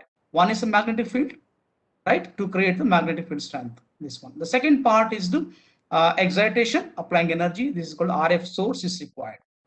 And third one is the data conversions. Total 3 parts, 1, 2, and 3 parts are required in the NMR instrumentation side. Let's look into the NMR instrument part. So it has an eye divided into 3 parts. The one is the magnetic field. You can see the superconductive magnet. Your entire NMR phenomenon takes place in this place. And the second part is electronic assembly. Electronic assembly consists of RF transmitter pulses or receivers, transmitters, receiver, amplifiers, and plus the probe. The probe consists of RF coil, and this whole assembly will be inserted in the magnet. This RF coil goes to the center of the place. Okay. And the third part of instrumentation is the monitoring side. Here in this place, you will monitor or data conversions will take place. You will be processing the data side. Okay, we'll just again look into the schematic diagram of the NMR phenomenon again. So how to observe the NMR in pulsed 50 NMR spectrometer. So here you can see in the left side. So this is pictures of the probe. So it has a 2 RF coil and your NMR sample is placed inside, and 2 RF coil is separated by the glass bobbing. So here when you apply the RF pulse goes in this coil. Okay, this coil applied. So you know that it is RF pulse is nothing but it's a bunch of frequencies is applied together. That's why this NMR is called the pulsed FT NMR. The pulsed FT will be applied, all frequency together. So when this pulse is on, as we discussed before, this phenomenon takes place, excitation takes place. Then when you stop your energy, then whatever absorbed energy or the nuclei will be emitted back. That is called the inductions, the free inductions. You can do the FID. If you look at the nucleosides, before this pulse and this duration time, all of the nucleus spins oriented along the Z directions or magnetic field direction. When talking about the total resultant magnetic momentum of the whole sample will be along the Z directions. When you apply this pulse, all nucleus are tilted into the Y plane, Y or X plane. This is called the transverse plane will be applied. When the pulse is stopped, all nucleus spins goes back to the original direction. Okay, this is a two phenomenon takes place. One is called the T2 phenomenon, or you can say spin coherence loss, or the dephasing will takes place in the XY plane, then goes back to that direction, or T1 of the nuclei. Now your FID will increase at the beginning the maximum signal, with the time it will be increasing. Magnetizations with the time it will be increasing directions. MZ will be increasing in that side. Now it will be detected in the NMR coil or NMR instrument. Now this is a structure, schematic diagram of again the probe. The probe has RF coil connected with your capacitors and some other more components into that, and then goes to the spectrometer side. Now you can see this is a RF coil. Place sample is here. Once RF pulse is finished, all tilted magnetization of the nuclei will start precision in these directions, X-ray planes. This is during this turn, it produces a small current in the nearby coil. This is your RF coil. It induces a current in the coil. This phenomenon is called the mutual induction, as you know that. So this current will be detected and then will be converted into a spectral format. This one. Okay, so now we'll go one by one the part of spectrometer side, instrumental side. Now we look at the overview of spectrometer, probes, and magnet. NMR spectrometer. So here you can see I have taken 500 megahertz NMR spectrometer because NIT Calicut has 500 megahertz NMR. This is the outlook of NMR spectrometer, and this is the inside view of the NMR spectrometers. Let's discuss part by part of the spectrometer science. Again, a schematic diagram of spectrometer, actual spectrometer, and the diagram of this one. Now, the first part of spectrometer, this part is called the RF controller or transceiver system. This part, basically you can say it's a master controller of spectrometer. Everything will be controlled in this area. You can say mastermind for the spectrometer. If you apply the pulse, or when you want to receive a signal, when you want to apply, the part consists under this. Here you can see the DDS card part will be there, where signal will be generation and mixing up with a frequency synthesizer, and then conversion of the receiver side. Receiver, transmitter side are consist. That's what it's called. It is transceiver system of this part. Technique used in the solid state. Mass nothing but magic angle spinning. It's very important technique to get the high resolution spectra in the solid state part. To control the complete spinning speed will be controlled in this area, mass control unit. And below than that, you can see there is a FA-ITF unit. FA-ITF unit means power amplifier controlling unit. It is interface unit, this side here. And below than that, there is a small free cabinet for the future upgradation of the spectrometer. Suppose you are looking for the third or fourth channels and you need some more unit into that. That's why they're given this empty space over here. And below than that, the lock controller. You know that lock is very important in NMR to fix the magnetic field before recording that. And again, this lock control is something you call it a separate spectrometer. That's it. You can say the second NMR is running back end of the main instrument. So these all are running in the normal NMR. You know that proton, carbon, cozy, all this experiment. And the back end, there is one more experiment that's called the lock NMR, lock frequency, to be controlled by this one, this small spectrometer of the lock side. And next, again, the top end will free cabinet for the future upgradation. And there is another unit called the gradient amplifier. Here, this unit gradient amplifier. You know that gradient is a very important pulses are required in FT NMR spectrometers or multi-dimensional NMR sites. Now, all the spin segregations or separations done by the gradient pulses. You want to do the dosy diffusion order measurements, or now even the correction of the field will be done by the gradient pulses. So, to create the gradient pulses, the amplifier is here, gradient amplifier. And next is shim control to get the homogeneity in the magnetic field, this area. Next, again, the free space for additional channels. And the next is important is the amplifier side to get the high power amplification in the pulses. The last one is air unit. So control the loading, ejections of samples, and controlling the temperature of samples will be done in this unit entirely in this part. Now we will look at a little bit more details about the transceiver side, where the signal will be generated, how it works. Okay, see here you can say again schematic diagram of the RF module. RF module is nothing but this unit particularly. This is very important, this area here. Now in this section you can see the first part is called the DDS cards. DDS is nothing but direct digital conversions. So here it has a small capacity. It cannot create, suppose your spectrometer is 500 megahertz or 600 megahertz NMR. This sequencer cannot create such a high frequencies with this. It has some limitations or the limits into that. So this sequencer has a limit of around 9 to 12 megahertz frequency can be created into that. Okay. The important part of sequencer is it will create you the different shapes. Shape is very important. And it will decide what time your pulse has to be started, what time pulse has to be stopped. And after the pulse, what you want to do? You want to do receiver should be on or receiver should be off. That will be decided by these cards. Okay, sequencer will generate around 9 to 12 megahertz of frequencies of particular nuclei. Let's take example of proton NMR in 500 megahertz NMR. Okay. Now, if you record in proton NMR, you know that in 500 megahertz NMR, proton frequency is 500 megahertz.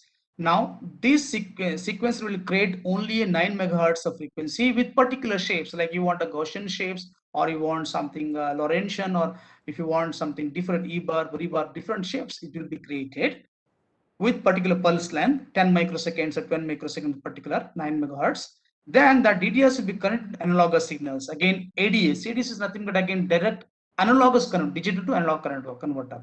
Why we need this one? Your probe cannot handle the digital signals. It has to be required analogous signals. So whatever the created digital signal has to be converted back to analogous signals.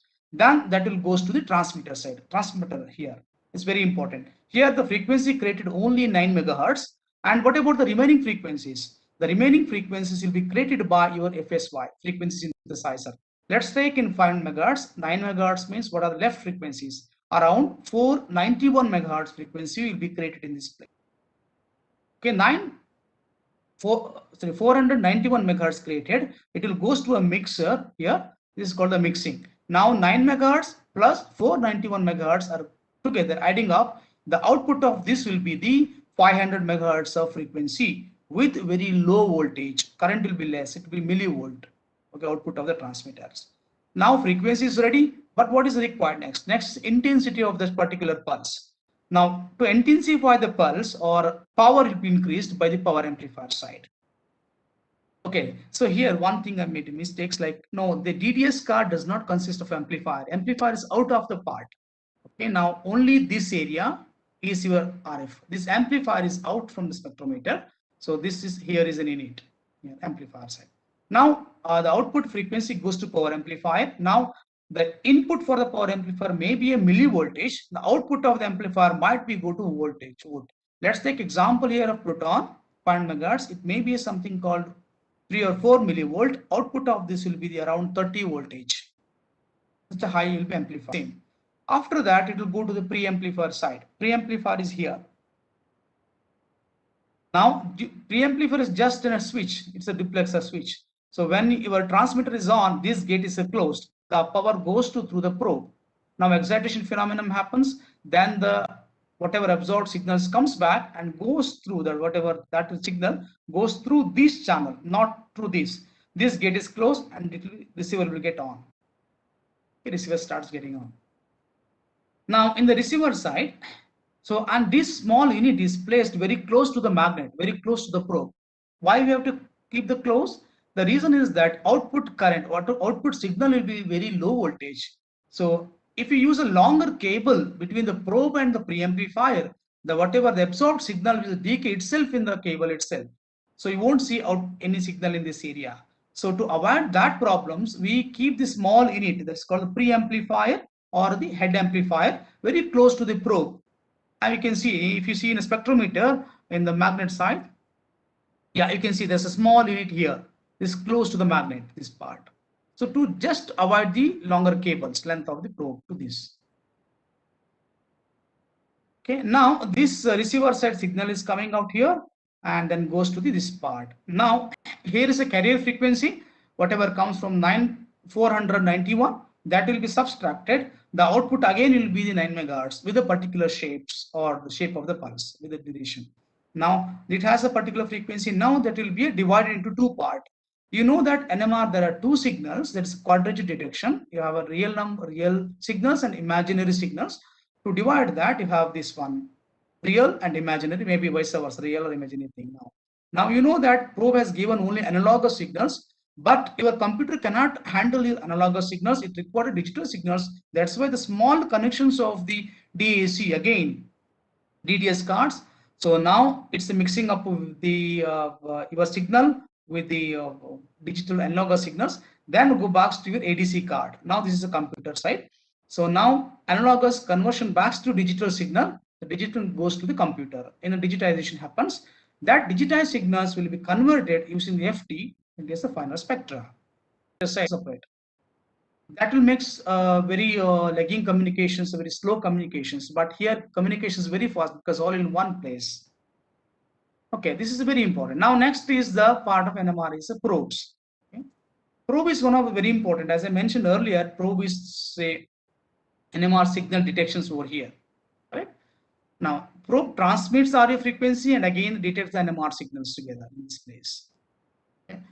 And we have different types of probes available depending on your applications. Now if you're looking for a solution state NMR, the solution state available solid, gel, animals, and HPLC, and different probes can be inserted in the NMRs based on applications.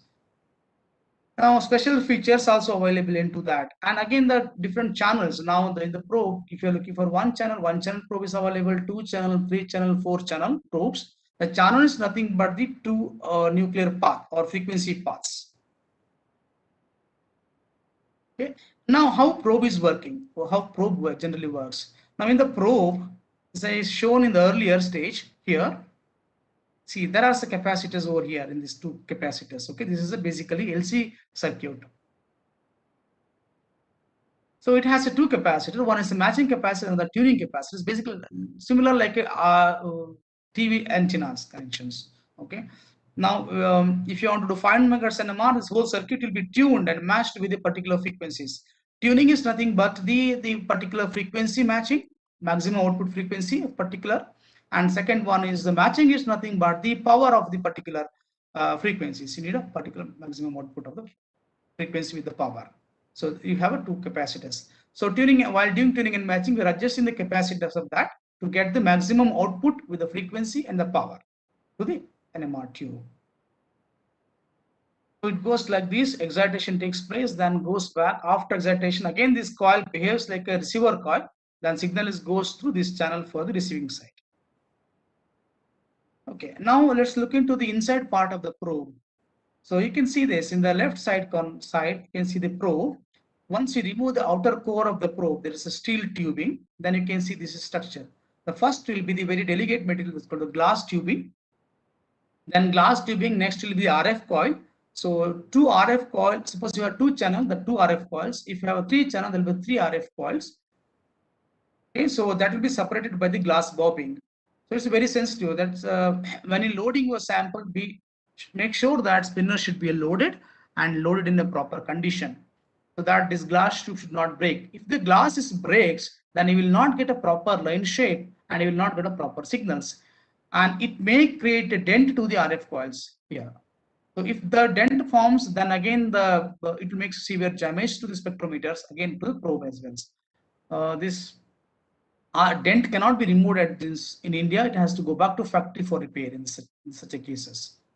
So this will happen when you load without a spinner rotors, or if you lift the rotors in such a low condition, low temperature or a very high temperature. So that should be avoided. In solution, be nearer to the sample.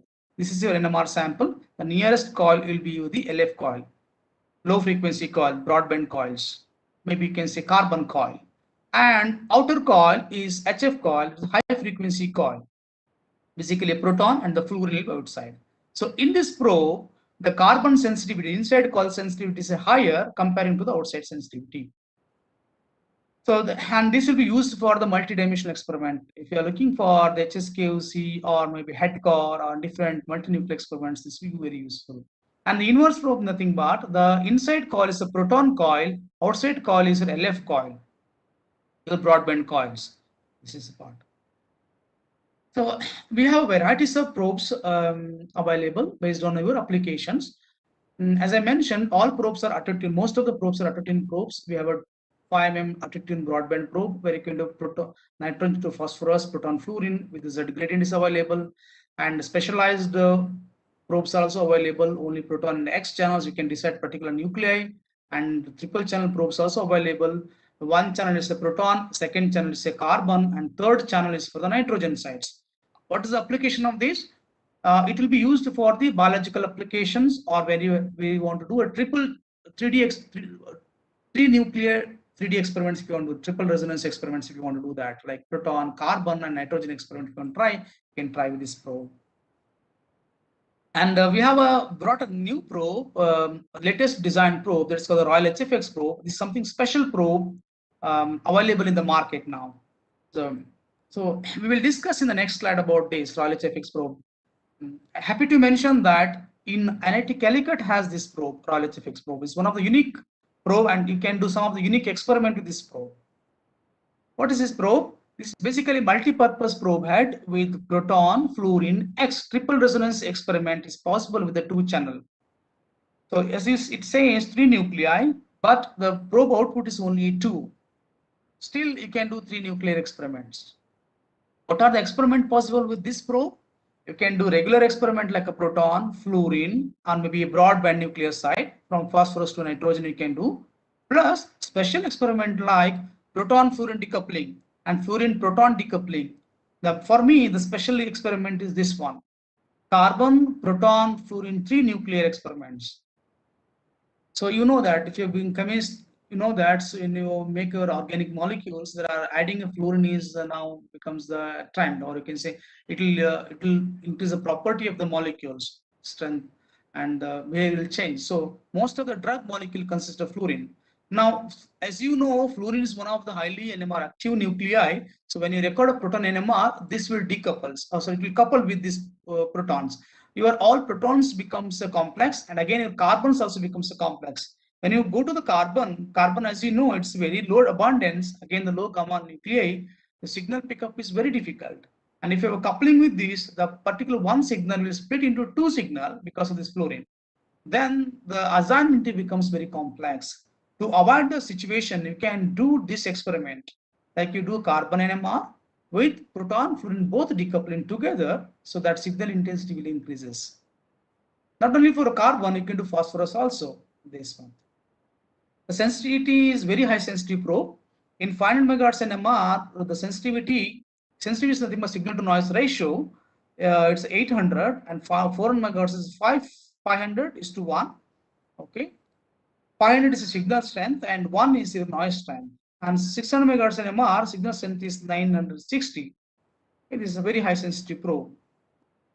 So what is the difference between the normal probe and this probe? The previous discussions, what we said, the probe consists of 2 RF coils, correct? You can see here it is.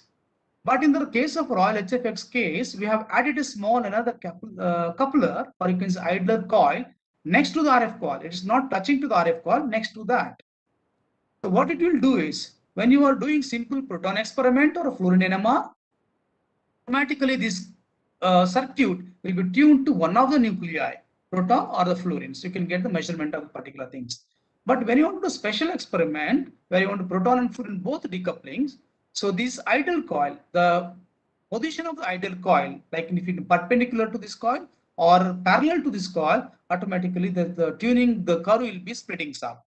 Now, the one of these directions, these oval curves or the tuning will be split into 2 directions. So how it will work? This is the probe bottom side. You can see that the small idler coil tilting. So no need to do any manual actions on this. Everything will be controlled by the automatic one.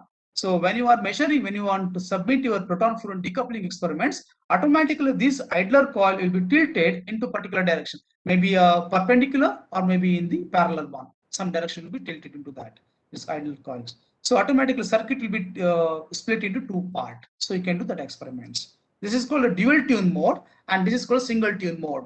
Single tune mode help you for this experiment, proton, a fluorine, simple experiment, or you can say carbon, or these carbon proton, carbon fluorine, these experiment possibles. When you are in this condition, dual mode conditions, you can perform this experiment, carbon with the proton fluorine both decoupling, or phosphorus with proton fluorine both decoupling is possible, or you can say this experiment is possible with this condition. Something special. So if you look into the application side, you have given small spectra here. So this is simple molecule.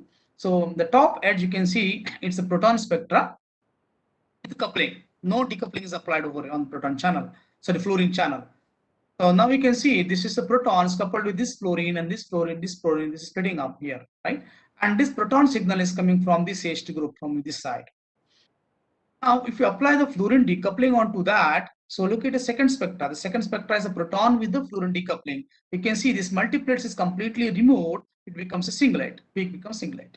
And again, no impact on other peaks. Other peak as it is, because there is no coupling of the fluorines. So this proton-proton coupling, this is a quadrat is coming because of this proton-proton coupling. So you'll get as it is.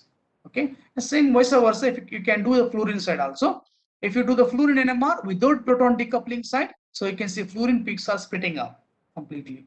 When you do a fluorine with a proton decoupling together, so the proton coupling is removed. This proton coupling is removed, but there is a homo coupling is present. Fluorine coupling is present. This fluorine and this fluorine couplings are present over here. That is only possible. So doing this kind of special experiment, you can reduce the complexity of your molecules and assignment becomes simple. I have taken a phosphorus. So you can see the spectra becomes more complex. Your signal intensity completely reduced and splitting is more. Why the splitting is coming? Because of this is a 2 fluor, this 4, 2 and 2. There are 4 fluorines are coupled with this phosphorus, plus there are 2 fluorine protons are coupled with this phosphorus, and becomes complex. When you do phosphorus with the proton decoupling, it means you are decoupling these 2 protons, okay? But the fluorine couplings are present. Now you can see the splitting here. This is splitting because of the fluorine coupling. Now third spectra is the phosphorus with the fluorine decoupling. Means you are applied decoupling only these fluorines, not through the proton. So still you can see this splitting pattern from the proton side here. This one. When you do this experiment, phosphorus with the proton fluorine both decoupling, now you can see only signal from the phosphorus. No coupling from the fluorine or no coupling from the protons, you get a singlets. So this is a very useful when you have a mixture of samples. Now this is only one sample. Suppose think that if you have another sample molecule like that, which is comes very close to that. In this condition, you can't do separate that. All are merging up. When you do singlet of this position, both phosphorus comes out. Then you can go for quantifications or measurement part, or assignment will be easy for that. So another example I have given, same application of that. So this is HSQC result. So recorded in the 25% of NUS conditions. Okay. So this is a molecule. This molecule has 3 fluorine. 1 fluorine is here, 1 is here, 1 here. This fluorine is coupled to this proton, and this fluorine is coupled to this proton, and this fluorine is coupled to this proton. Now wherever the coupling all gets splits up. Now you can see splitting is here in this point. Decoupling, indirect plus direct dimension decoupling onto that all our splittings becomes a singlet. Now assignment becomes simple.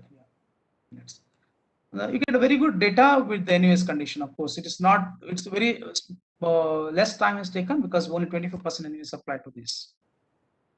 Okay, this is about Royal probe. So next category of probe available in solution state is called the cryogenic probe.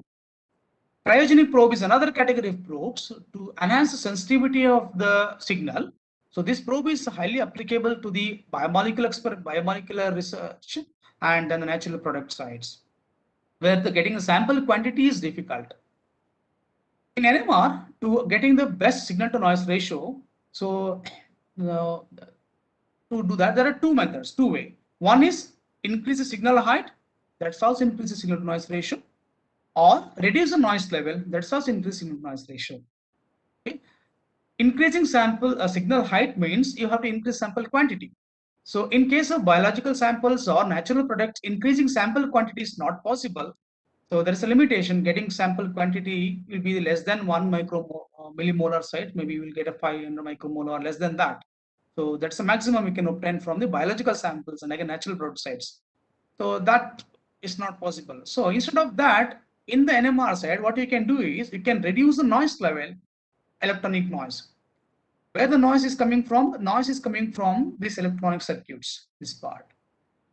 If you reduce the temperature of the whole part of this probe, so ultimately that will be reduces noise level. So finally you will get the best signal to noise ratio, SN values.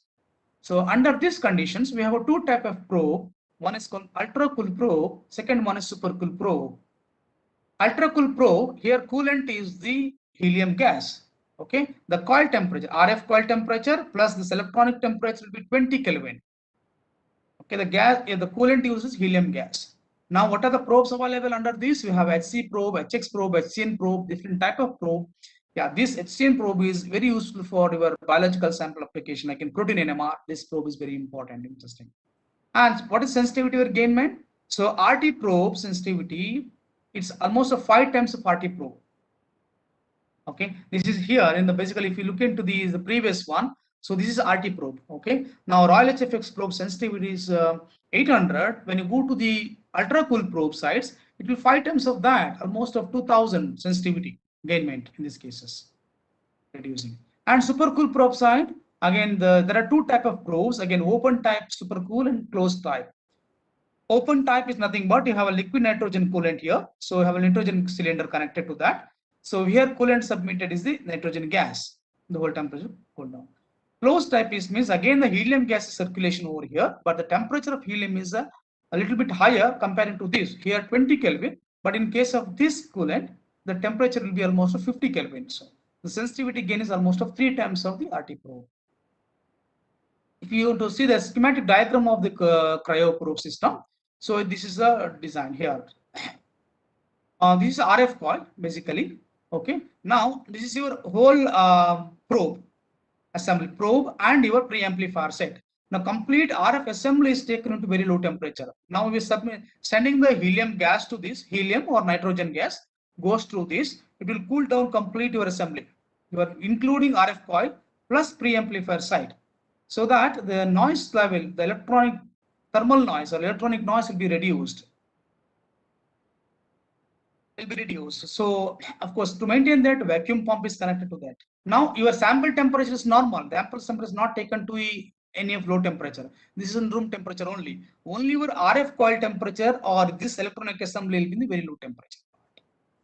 Okay, this is for the cryoprobe working nature.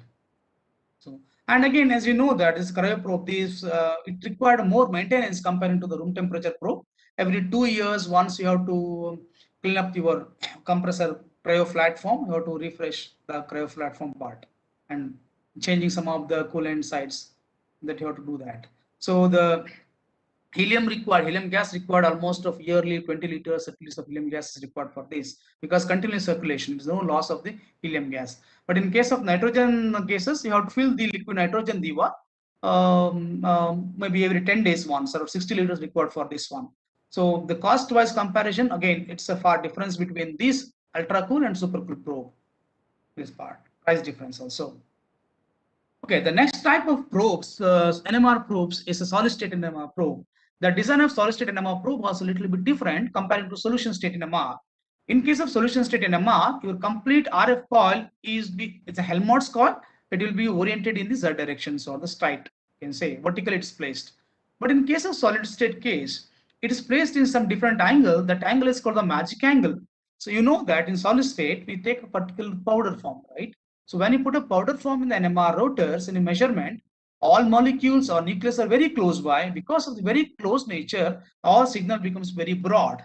So the broadening limits the resolution of the part. You're not able to analyze that. To remove this broadening factors, we have brought the new techniques called the magic angle techniques. There's mass one that's kept in a particular angle. That's called the mass angle. Okay. How it's kept, you can see this. This is a probe head side. Okay. If you open this code, I can see the stators. This is the stators kept in particular angle. This is a RF coil. And your rotors will be, this rotors goes to the RF coil, this place. Now, when you submit a sample with particular spins, the rotor will spin in the particular high speeds. Then you will get a better solutions. Maybe we can discuss more on the tomorrow's session in the solid state part, the instrumentation, how to fill the rotors, maybe how it will works, that we'll see in this part in solid state side. And this is how the solid state probe looks. Side. Okay, now this part. Now next, go to the instrumentation of superconducting magnet side. Now you can see that the right side part, superconducting magnet, it's stopped here. So you can see the inside part of the magnet.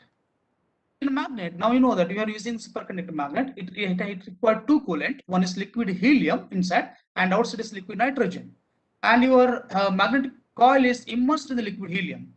Okay? This magnet coil goes to very low temperature. So you know that when you go to very low temperature, so that becomes the superconductivity. So when you supply the current, complete layer keep running. So there is no loss of current. So the magnetic field becomes very stable here. Okay, now you can see that the first part, the outer core, this is for the liquid nitrogen filling place, and liquid nitrogen on the outside, there is a shielding again. That is called to avoid the temperature transfer of temperature between the nitrogen and outer core. And again, there is one more shielding between the helium place and the nitrogen side. There's shielding there. So you know that liquid nitrogen temperature is very low, and even liquid helium temperature even lower than that. So the temperature of helium is 9 Kelvin. So the nitrogen temperature is boiling for the liquid helium. If these two are connected, or maybe temperature transfers between these two, then helium gets boil off completely, immediately boils off. To avoid that case, so we have put some shielding over here in between. Still, that is not sufficient. So that's why you have to fill the liquid helium for every 150 days once. Okay, helium sites, it keep evaporating. Why we require liquid nitrogen? Just to reduce the evaporation rate of liquid nitrogen, or you can say evaporation rate of liquid helium, we have filled the liquid nitrogen outside. These 3 ports, you can say this port and these ports are for the liquid nitrogen port, and the bigger 2 port, these 2 port for the liquid helium port. Here we will fill the liquid helium, and this will be filled with the liquid nitrogen part. And if your system is installed in the flow, so there is some you should take care when you go to the NMR lab part, because it's a high magnetic field in the magnet here, that's the area. So most of the latest magnets are ultra shielded magnets. They are all magnetic field leakage inside the leg itself, not outside of that. Still, while going near to the magnet, you should avoid taking all these of electronic materials like mechanical watch or bank cards, cameras, pacemakers, any magnetic material to that. If you take these materials near to the magnet, it will damage your things. Along with that, it will disturb your magnetic field. In NMR magnetic field, the moving magnetic materials will create a problem in the measurement of NMRs. You should not take any kind of the bigger metal pieces or the electronics materials near to that. In case of this, the cryogen cases, 500 megahertz NMR, liquid helium requirement is 65 liters for 150 days. Every 150 days, you need to fill the liquid helium, and liquid nitrogen, every 15 days, you need to fill the liquid nitrogen to the magnet. Okay, so the evaporation of liquid nitrogen more compared to liquid helium. Yeah, cost wise also, of course, helium is very expensive comparing to the liquid nitrogen side. Okay, this is about a magnet. Now the software side, let's into the data processing side, or you can say the instrumental data processing side. In your instrument, you have a latest version of software that is called Delta 5.3.1. This is a Geol NMR software, and somebody want to try for processing in their PCs. Our software is also free for processing. Anybody can download that. In the next session, I'll show that give the procedure for how to download the software. You can download to your PC and you can process NMR data in your PC itself. No need to go to the near to the magnets, or you can go to spectrometer page. You can process the data in your PC itself. Okay, so this 5.31 is the latest software available for acquisition and processing both. Okay, what are the new features available with the Delta 5.3? The one is you have a solid state automations. So completely solid state becomes automation into that. And QNMR also automation, and we have a smart mode operations, easy handling the software, and non-uniform sampling for 2D measurement. It's a very good to reduce the experimental time. And in case of Geol software and spectrometer, any experiment can be converted into a linear wise or non-linear wise. Both options are available in the particular experiment. You can do that. So the new features are smart mode, fast gradient streaming is available to get good homogeneity in the faster, very less time. Non-uniform sampling measurement with the data processing, newly implemented pulse programs. So most of the pulse programs are changed into the latest pulses like adiabatic pulses. With that, it will reduce the artifacts into that. Automation script for the solid QNMR, GLP available, GLP templates are available for the CRO companies or pharmaceuticals or regular maintenance of the spectrometer. Multi-receiver capability and data processing, many features are available.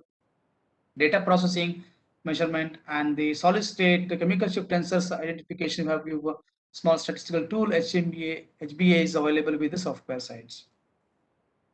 Okay, here you can see the software window of instrument. This is smart mode.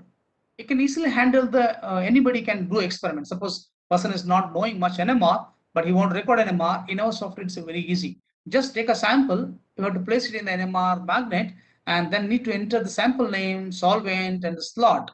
That's it. And here it's the methods are available, ready created methods.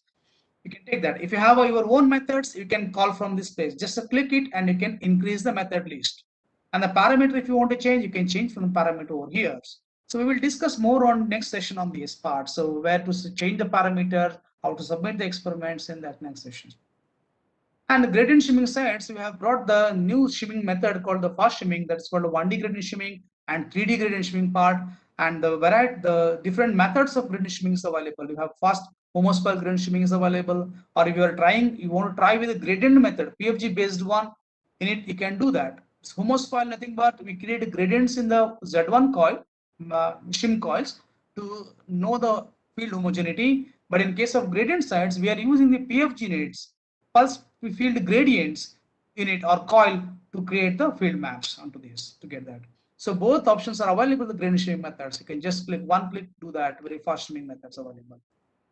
And the next feature of non-uniform samplings, in this case again here see, so any experiment can change. You can make it a sampling rate 25%, whatever percent you can mention that. Accordingly, it will schedule it.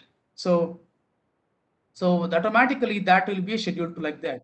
So you know that in 2D NMR cases, all are data collection points, right? Y points, 256, 412. If you collect such a larger points, it takes a more time. It means you're repeating that experiment for the 256 times or the 512 times. But in case of non-uniform cases, instead of collecting linearly, you can pick some points in between that. Non-linearly, you can collect that. So that scheduling you can select from here, sampling rate. 25% you want to collect, or 30% or 19% or 50% you collect. You collect only 50% of the total data point, then it will be reconstructed using the methods, using that points. So reconstruction is very simple. So when you have a data collected with you, there is a recall the processing unit for the NUS reconstruction. That will reconstruct. It will produce a final data for you.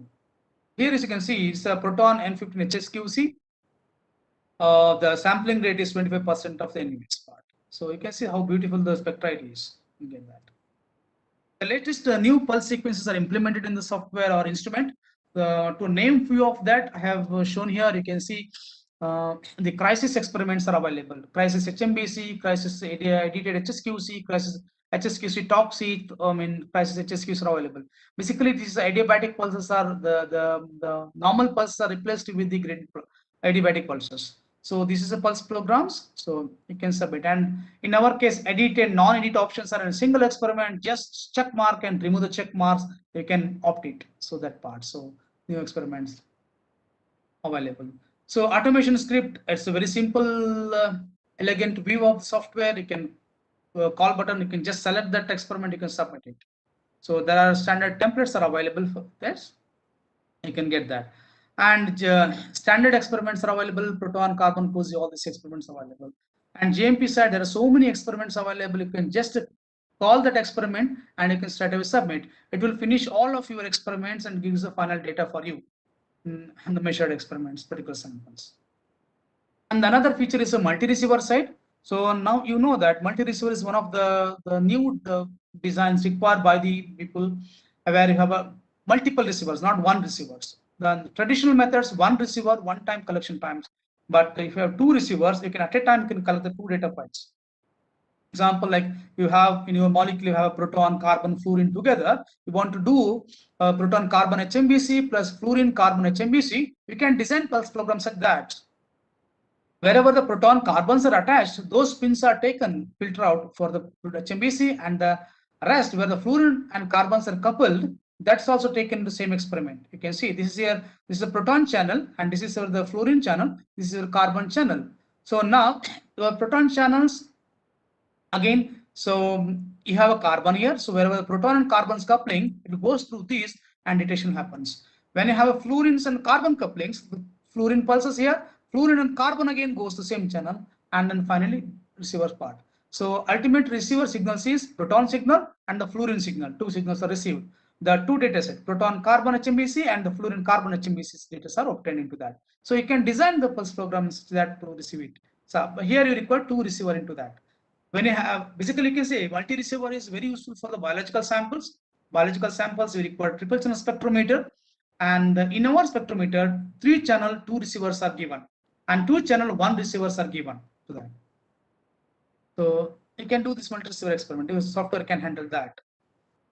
So this is about the instrumentation side. So you might have so many questions. Maybe end of this presentation we can discuss about those questions also.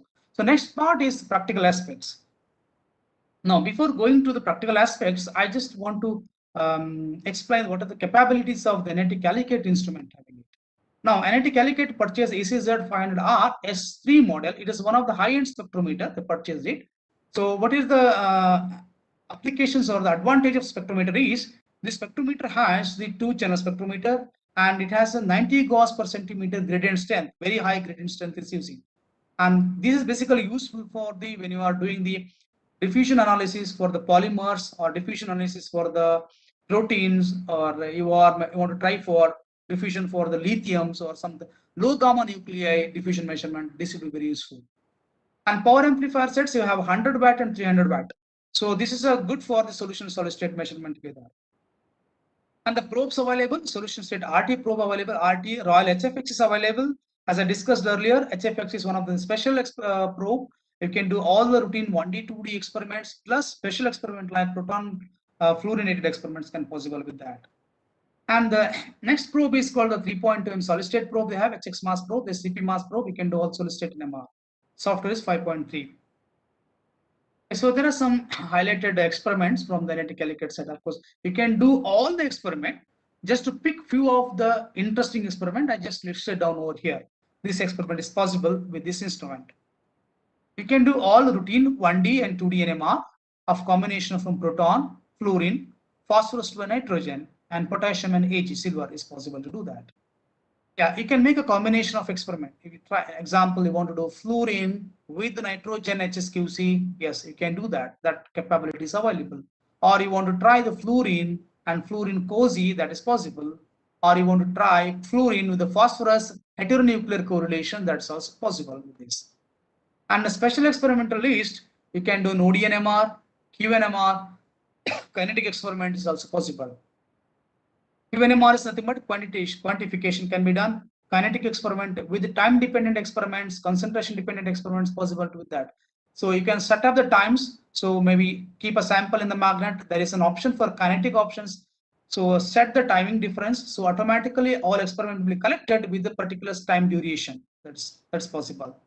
And all 1D, 2D NMR of these nucleus are discussed. Plus the special experiment like carbon, proton, fluorine, or X with the proton, fluorine, this combination is possible.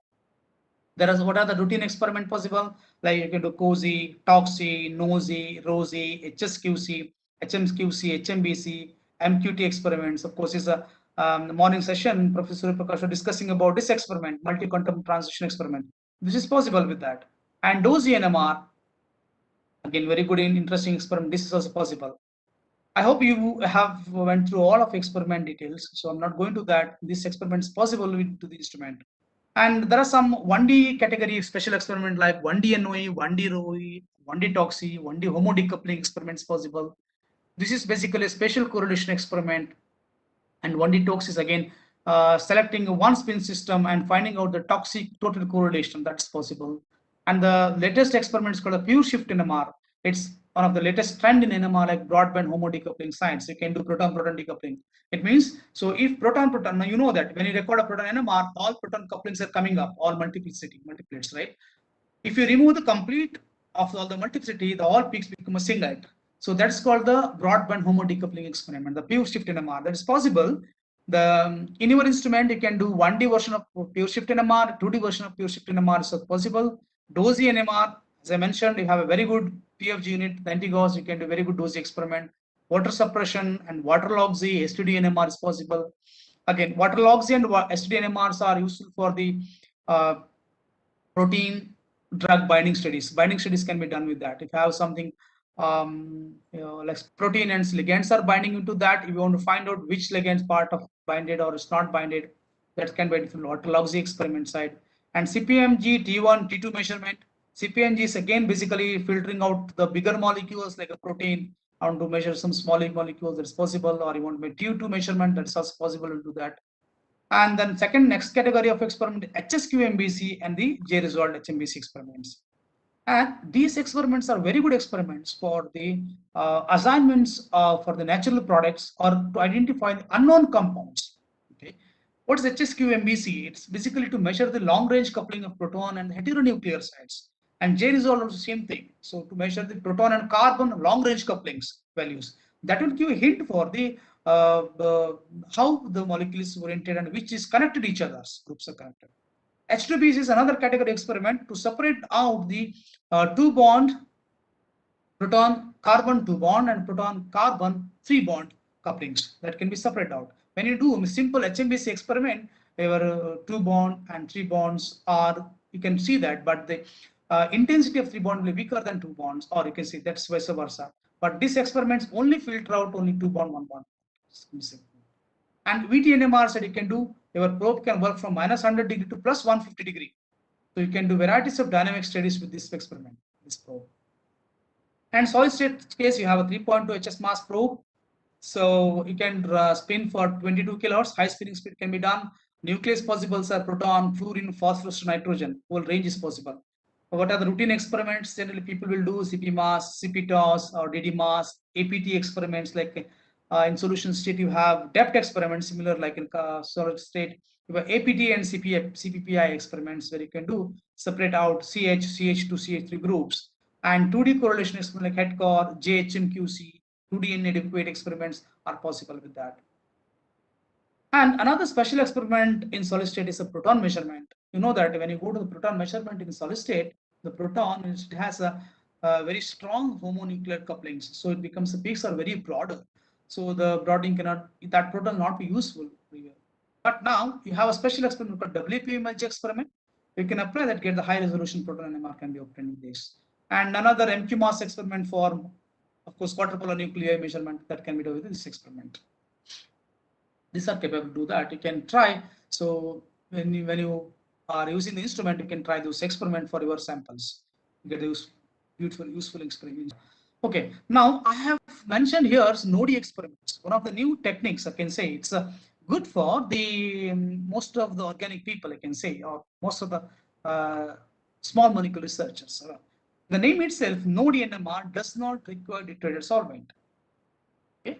Till now, you have heard about that. All NMR goes to deuterated solvent.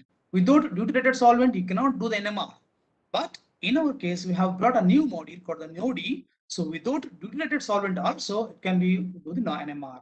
It means the reaction monitoring. Like, in organic lab, you have a TLC part, right? Take a reaction mixture, go to the NMR measurement.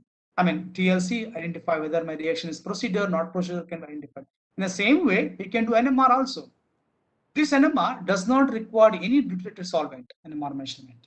So normal laboratory solvent can be used for the NMR measurement. NODI NMR is the best for the moisture sensitivity sample, reaction monitoring. Like suppose you are doing the multi-step reactions with a low quantity of samples. Now, if you use the deuterated solvent, you have to take a sample out and then measure the NMR. You will lose sample quantity. Again, there is a lot of procedure involved for the NMR measurement. But in case of NODI NMR, no need to do all that steps. Just take a reaction mixture, put in the fill with an NMR tube, go to the NMR instrument, just measure the NODI NMR. Then you will get the data. Then take back your sample, continue your reactions further. That is possible. Here, the important major thing is NMR sample preparation steps is not required. Samples can be taken directly from the reaction mixture and do NMR measurement. Fully automated operations. So here, no manual, nothing to do with it, just load, you can do it. So various 1D, 2D experiments are also available with the NODI conditions. You can do that. And you can do variable temperature, kinetic measurement under these conditions. You can do that. Okay, so here I have given a simple example result for you to show that how it looks. Okay, you can see this is spectra. Sample is dissolved in 100% tap water, like a pure tap water. So it's recorded. If you record simple NMR, there is no deuterated solvent, no locking. So peak is completely shifted here. So you can see only huge tap water signals. But your compound peaks are present. If you zoom the baseline, you can see those peaks over here, the smaller one. The problem here is that intensity is very weak, completely merged with the solvent. Plus, that resolution is not there. Can't do anything with this one. But when you do the NODI NMR, I have done the NODI NMR onto the same sample.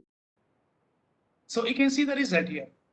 So this now position, first of all, position is completely shifted back to the original position. Water will come around 4.67 positions. That is completely shifted this position. The next is the resolution wise. Look at the resolution of compound. So as it is, nice resolution can be obtained.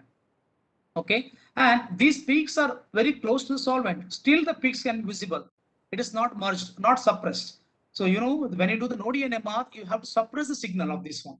When you suppress that, it will suppress only particular solvent. It won't suppress the nearby peaks. You can see the signals. So this is a very good for when you want to do the reaction monitoring. So when you reaction monitor, what you will do? You will look at 1 or 2 peaks of that, right? So you are adding A and B and try to do the reactions. And then if A and B are interacting, there are some peaks are missing in that. So same way, you are monitoring 1 or 2 peaks of that. So it's enough. So it is changing, then go back, take the sample back. So this is very good for to the routine NMRs part. Yes, one limitation, or you can say, is the area where it suppresses. The signals are, if it is merged with that, that signal will suppress us and exactly on top of that. Other than that, you will get all the complete signals. Okay, these are the applications are possible with that instrument. So please utilize that experiments. Now we'll go to the regular experiment side. So how to do that? General steps in NMR recording. General recording in NMR steps, you have sample preparation, log, tuning and matching and shimming. The next is the selection of, this is one part. You have to do it always. It's important and must. And second is selection of experiment, receiver gain adjustment and execution of the experimental sites. So sample preparation side, the important is the choosing of a solvent. You have to choose a particular solvent if you are measuring deuterated solvent. So node is something is a different modules. Okay, when you are deuterated solvent is not available, please go to that. And if you are deuterated solvent, please use that and choose a particular solvent where your sample is dissolved. Selection of NMR tube also very important. You have to select a very good quality sample tube. And the sample volume, you have to use a proper volume, and handling samples also very important. In NMR tube case, you see this, here is an NMR tube. Okay, you should use a very high quality tubes. If you use a low quality tubes, it will impact to the shimming part. You will not get a proper line shape. Okay, if it any scratches in the NMR tube, still you will not get good spectra. The poor quality of NMR tube will damage the probe also. So if you are using poor quality, it may break, it will contaminate your RF coil, then you will not get a proper signals. So it should be very important. So you should clean your NMR tube with organic solvents and then dry it with the ovens for 30 minutes. And this cap you will wash with acetone and keep it outside and then dry it very properly or 2 or 3 hours for this. Then use it, very dry cap. Okay. If you not dry cap, if you shake it with mixing, then that contamination may go to a sample. It's very important. Careful about that. And in NMR, you require a spinner. This is called the spinner or rotors. Okay. So you require a 4 centimeter height of samples.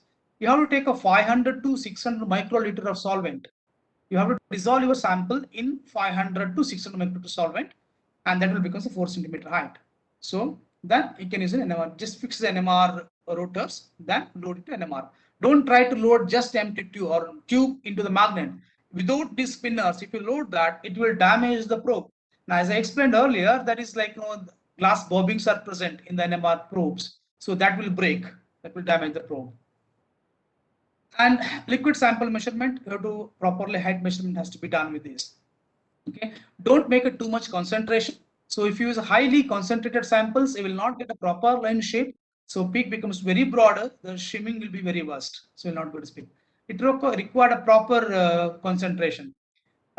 In general practice, if you ask me that what is the concentration required for proton experiment, 5 millimolar of solvent samples, that is enough for the proton measurement. Or you can say if your molecular weight is around 400, around 2 to 3 mg of sample is enough to get a good proton spectrum. And if you are talking about a carbon NMR experiment, so you need to require around 15 millimolar of sample. Or if your molecular weight is around 400, so you can take around the 10 to 15 mg of sample to get a good carbon spectra in a reasonable time. I'm talking about a Royal HFX probe. The Royal HFX is one of the very high sensitive probe. That's enough. And the lock conditions, you know that you are using deuterated solvent is must to do the locking. So if you are using the wrong solvent, so the lock will not work. So but when you're recording NMR, you mentioned the CDCL3. So your instrument try to search in the CDCL3 area, but DMS will not come in that area, right? So the lock will get failed, so we will not get a proper signals or not able to do the shimmings. So there's a small experiment called the drift measurement. If your instrument is completely drifted, then you can apply this drift measurement experiment. It can identify what is the drift onto that. So the specification of your instrument is 5 hertz per hour without lock. That is a drift, can be acceptable range.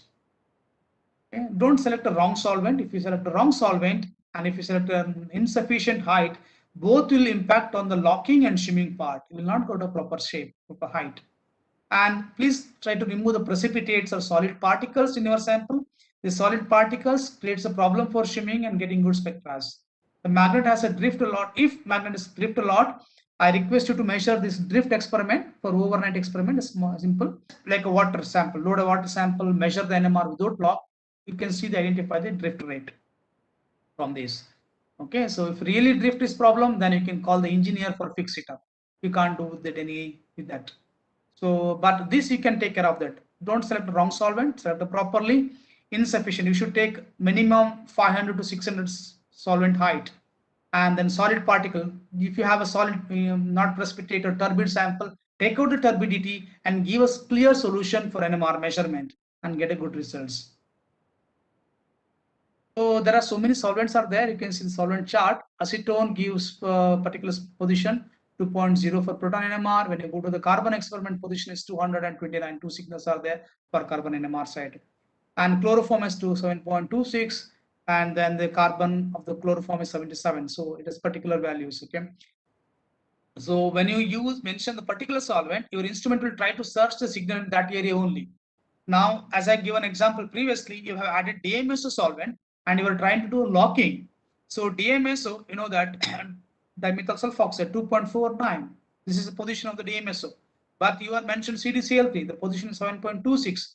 Your instrument will try to find a signal over here, but no signal because signal is in this area. So then it will try for 1 or 2 minutes. Then it will give error message saying that lock is failed because no deuterated solvent is found. Okay, so very important finding, just mentioning the solvent. And shimming again discussed. So this is a two part of shimming problems. One is from the sample inhomogeneity. If you have turbid or particle, solid particle into that, it creates the field distribution not be proper. You will not get a proper shape into that your sense signals. And another problem is the magnetic field inhomogeneities. That happens because of the local environment. So if you're moving the metal particles, or we are human beings are close going to that, or the previous samples, the previous sample, if you measure the paramagnetic or some ferromagnetic or different sample nature, that impedance of the coil will be different for the particular sample. Next, it will not able to adjust to that. So for you, very important is just try to remove this one sample inhomogeneity, remove it and give a clear solution.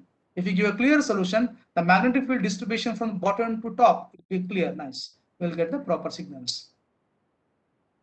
Okay, so this is, you can see example of good shimming and the poor shimming part or homogeneity part. Good shimming, magnetic field distribution is proper, you'll get a very nice signal, good shape. And when you have inhomogeneity is problem, the magnetic field distribution is not straight line linearly. It will be the different. So because of the poor homogeneity, so you will get the shape will also disturbed. You can see they will not get a proper shapes. Okay, so from this I'll wind up my presentation for this session. So if you have any questions, we can discuss on that. So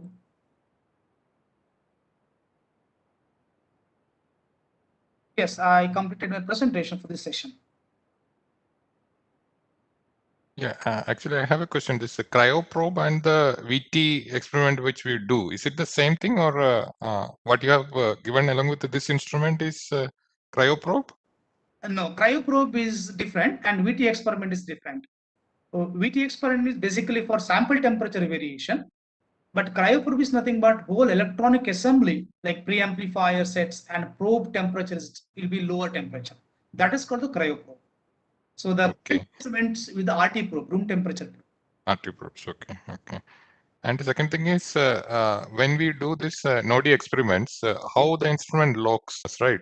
Right, solvent, there is no lock, but what it will do is when you load a sample non-weighted solvent, it will try to find out a position and it try to adjust the homogeneity. After homogeneity adjustment, it will suppress your solvent. So we know that without deuterated solvent, peak will be completely shifted.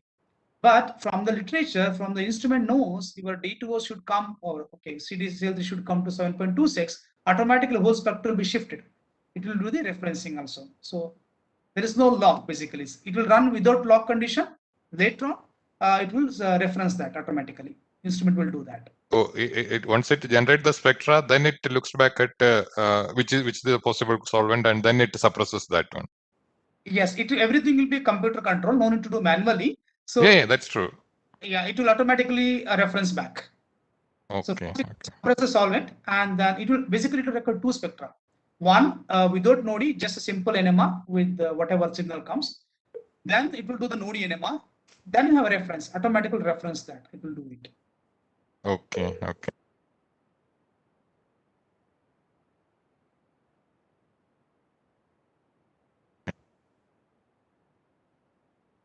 Yeah, there is one question, which is what are the experimental parameters that can be modulated to get a better NMR spectrum when sample amount is less or the solubility is poor? Okay, so it's general question. Now the thing is, which experiment you are measuring? It's very important. So if your sample quantity is less, so of course you have to run more scan to that. So repeat the experiment many times. So let's take example of our experiments. So sample quantity is less. Instead of 16 scan, you have to record for 64 scan or maybe 128 scan. That's the one.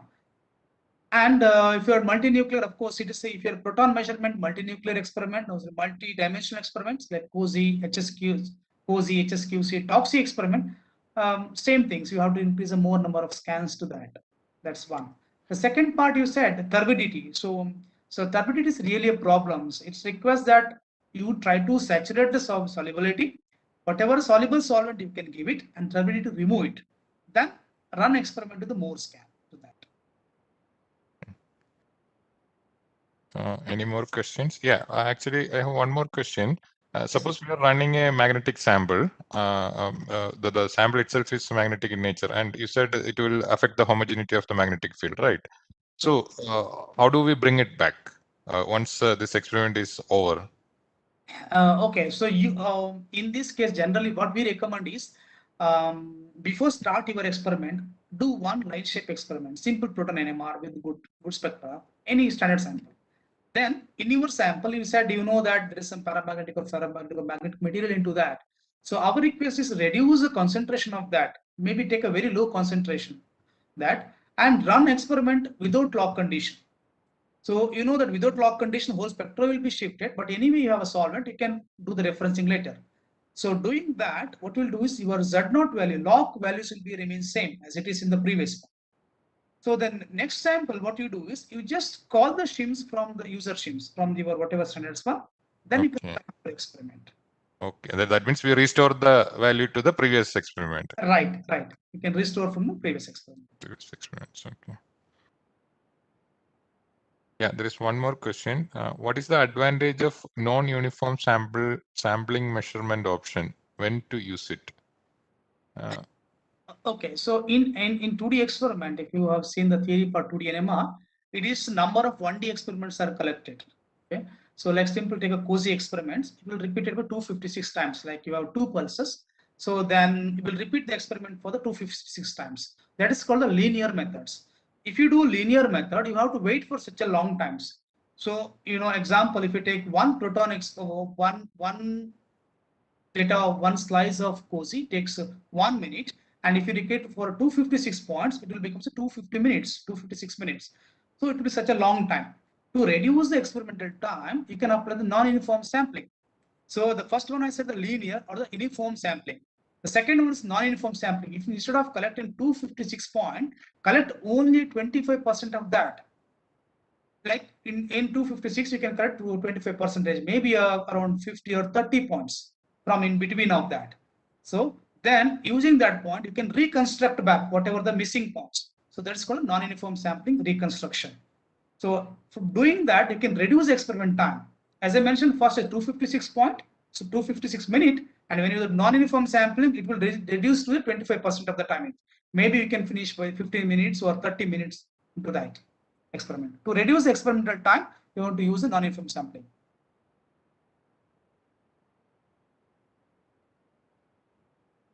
Am I clear? Is it an answer to question? Yeah, Jitin, that your question is answered?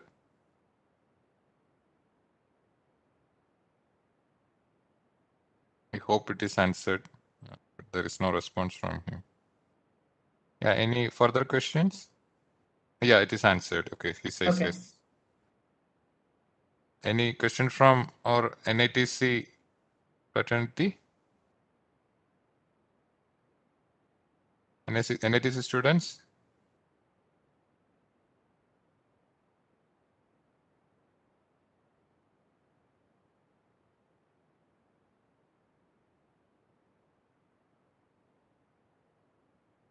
Okay, if there are no more questions, we'll break for 10 minutes and reassemble at 3:15. It's okay? Okay, sure.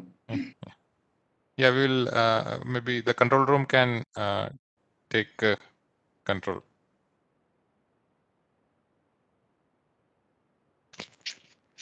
Thank you very much, sir. The session will be continued after 15 minutes, and we can assemble back at 3:15. Thank you.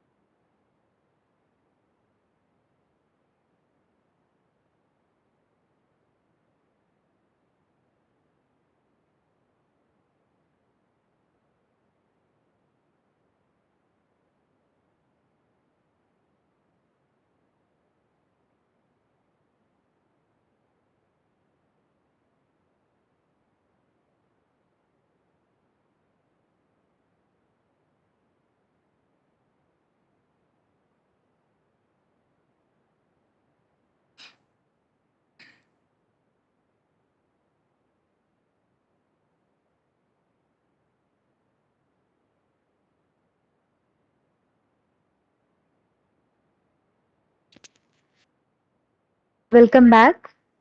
We'll be continuing the NMR instrumentation session by Mr. Srinivasa Pujari from All India Private Limited. Over to you, sir. Thank you, ma'am. Welcome back, everyone. So now we'll just continue on the NMR data acquisition and processing. Before show you that, I just want to play one video. It shows you how to load a sample in the spinner and how to keep it in the auto sampler and recording experimental side. Let me just play that. So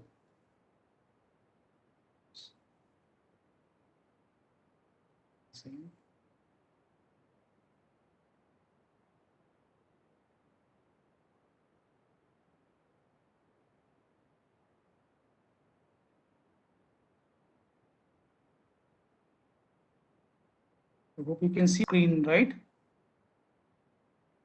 Yes, yes, it's visible. So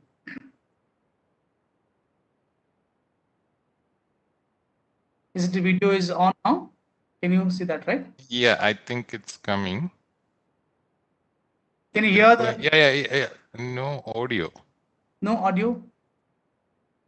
Can hear the audio, but yeah. Need to give some permission or audio. I'm not sure about. But now is it audible? Audio? Audio is clear? No audio is coming. I'm trying to listen. Okay, I'll explain this. Okay, this is a spinner. You can see.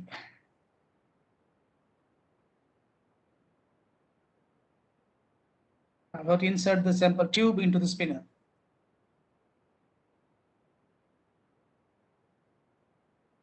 You have to measure the height of that first.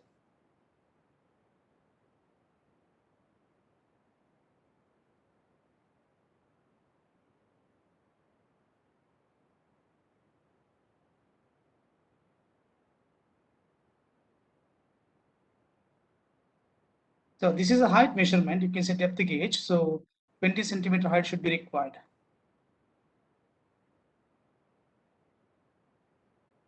This is auto sampler. So this is 64 bed. So you can 30 also you can see. Note down the number of these.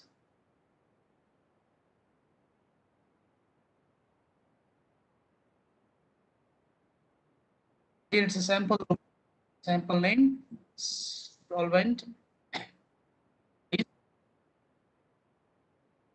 You can see the methods are available here. You can just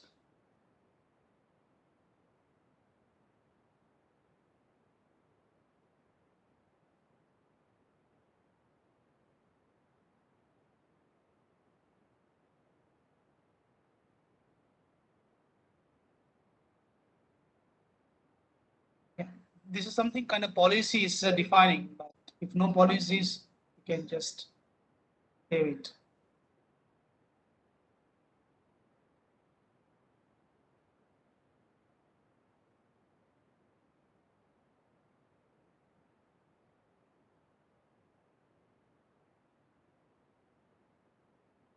You can submit.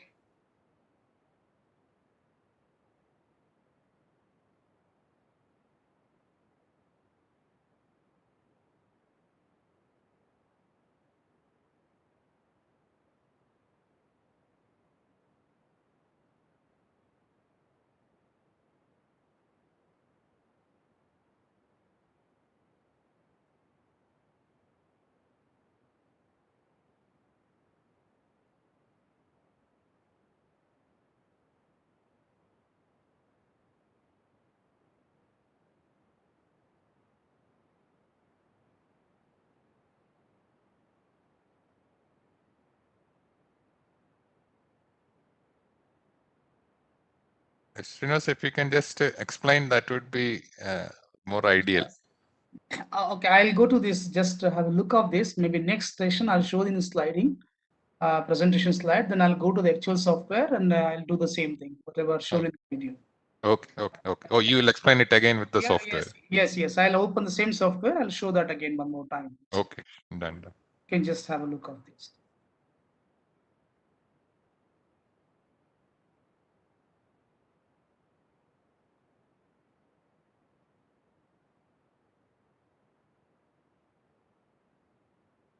You have to take out a sample and keep it this outside. I put the label to that and keep it inside. This spinner needs to be cleaned every week once. So it has to be cleaned proper. Yeah, so this is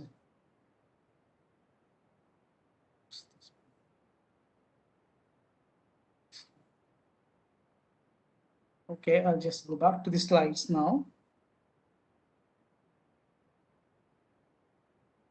Can you see my screen now, my slides? Yes, yes, it's visible. Yeah. So now we'll just go to the fundamental operation parts. Now we have seen in the videos. Same, I'll show it here and I'll repeat the same process. Okay. In NMR recording sites, there are majorly 4 steps involved into that. So that 4 steps can be divided into a 2 part. Okay. The first one is logging to the particular software. Generally, if you are regularly measuring NMR, I think once you log in, that is enough. No need to log off that. You can keep the login account and create sample record. So where you have to mention sample name. There are 2 parts, sample recording and job part. Okay, this is basically jobs and this is for a sample side. Now in the sample record side and this part, basically this one, so we have divided into this side. One, you have to mention slot number in the sample changer. So you should note down where you kept an auto sampler, you have to note down the slot number. And the important solvent also should be remembered, and temperature and spinning. These 4 things are very important, you should remember that. And tuning, gradient shimming, auto shimmings, these are optionally available with the particular sample. You can select that, but what we recommend that these all are very important steps because it's a preliminary adjustment. You have to select before submitting your experiments. And the third part of that is the accounting parts, like you have to mention sample name and user account which you use, and you have some comments line. Okay, you have done for 2 times on this temperature, whatever it is, you can mention comments. Important sample name and user account is to be noted into slip, and same thing will be mentioned in the software side. While recording experiment, so you can see there is we can make a job group. You have supposed to have some multiple samples with you, many samples. Okay, in all sample you want to repeat the same experiments. Here an example like proton 1D, carbon 1D, HSQC 3 experiment you want to do for all 3. No need to enter for all 3 again and again. So what you can do, just select all 3 experiments and you can associate all 3 experiments for all these 3 experiments. So when you submit, you can make a multiple jobs for all multiple experiment samples. When you submit it to a spectrometer, it will run like this. Okay, sample one goes to all these 3 experiments. Like first is a shimming, proton, carbon, HSQC. Then after finishing that, it will go to second sample with the same experiment. Submitting time, you can select all 3 together. You can submit button. It will goes to all 3 samples together. Okay, how actually it will works in our spectrometer? You can see this is a computer where you submit your experiment. Correct. First, you enter the sample name and selected the proton and 1D and selected another sample and mention another experiment, maybe proton carbon together. Then you press the submit button in the job. So the whole job goes to a spectrometer. This computer, whatever written in the computer, it will goes to the spectrometer side. The spectrometer has basically another computer sitting inside. Now everything will be taken care by this computer and not this one. Now you can disconnect. After submission, you can disconnect this part, remove that. But experiment it will not interrupt your experiment. Experiment will keep running because this experiment will be handled by this PC now. Okay. So now you are disconnected. Next time when you connect back to the spectrometer, like this spectrometer, this computer, automatically the data will be collected, will be stored in this UV server, or you can say basically in this computer. So when you connect it, it will shows all this. Whenever you want, you can download it from this server hard disk to you can download anytime between this. You can do that.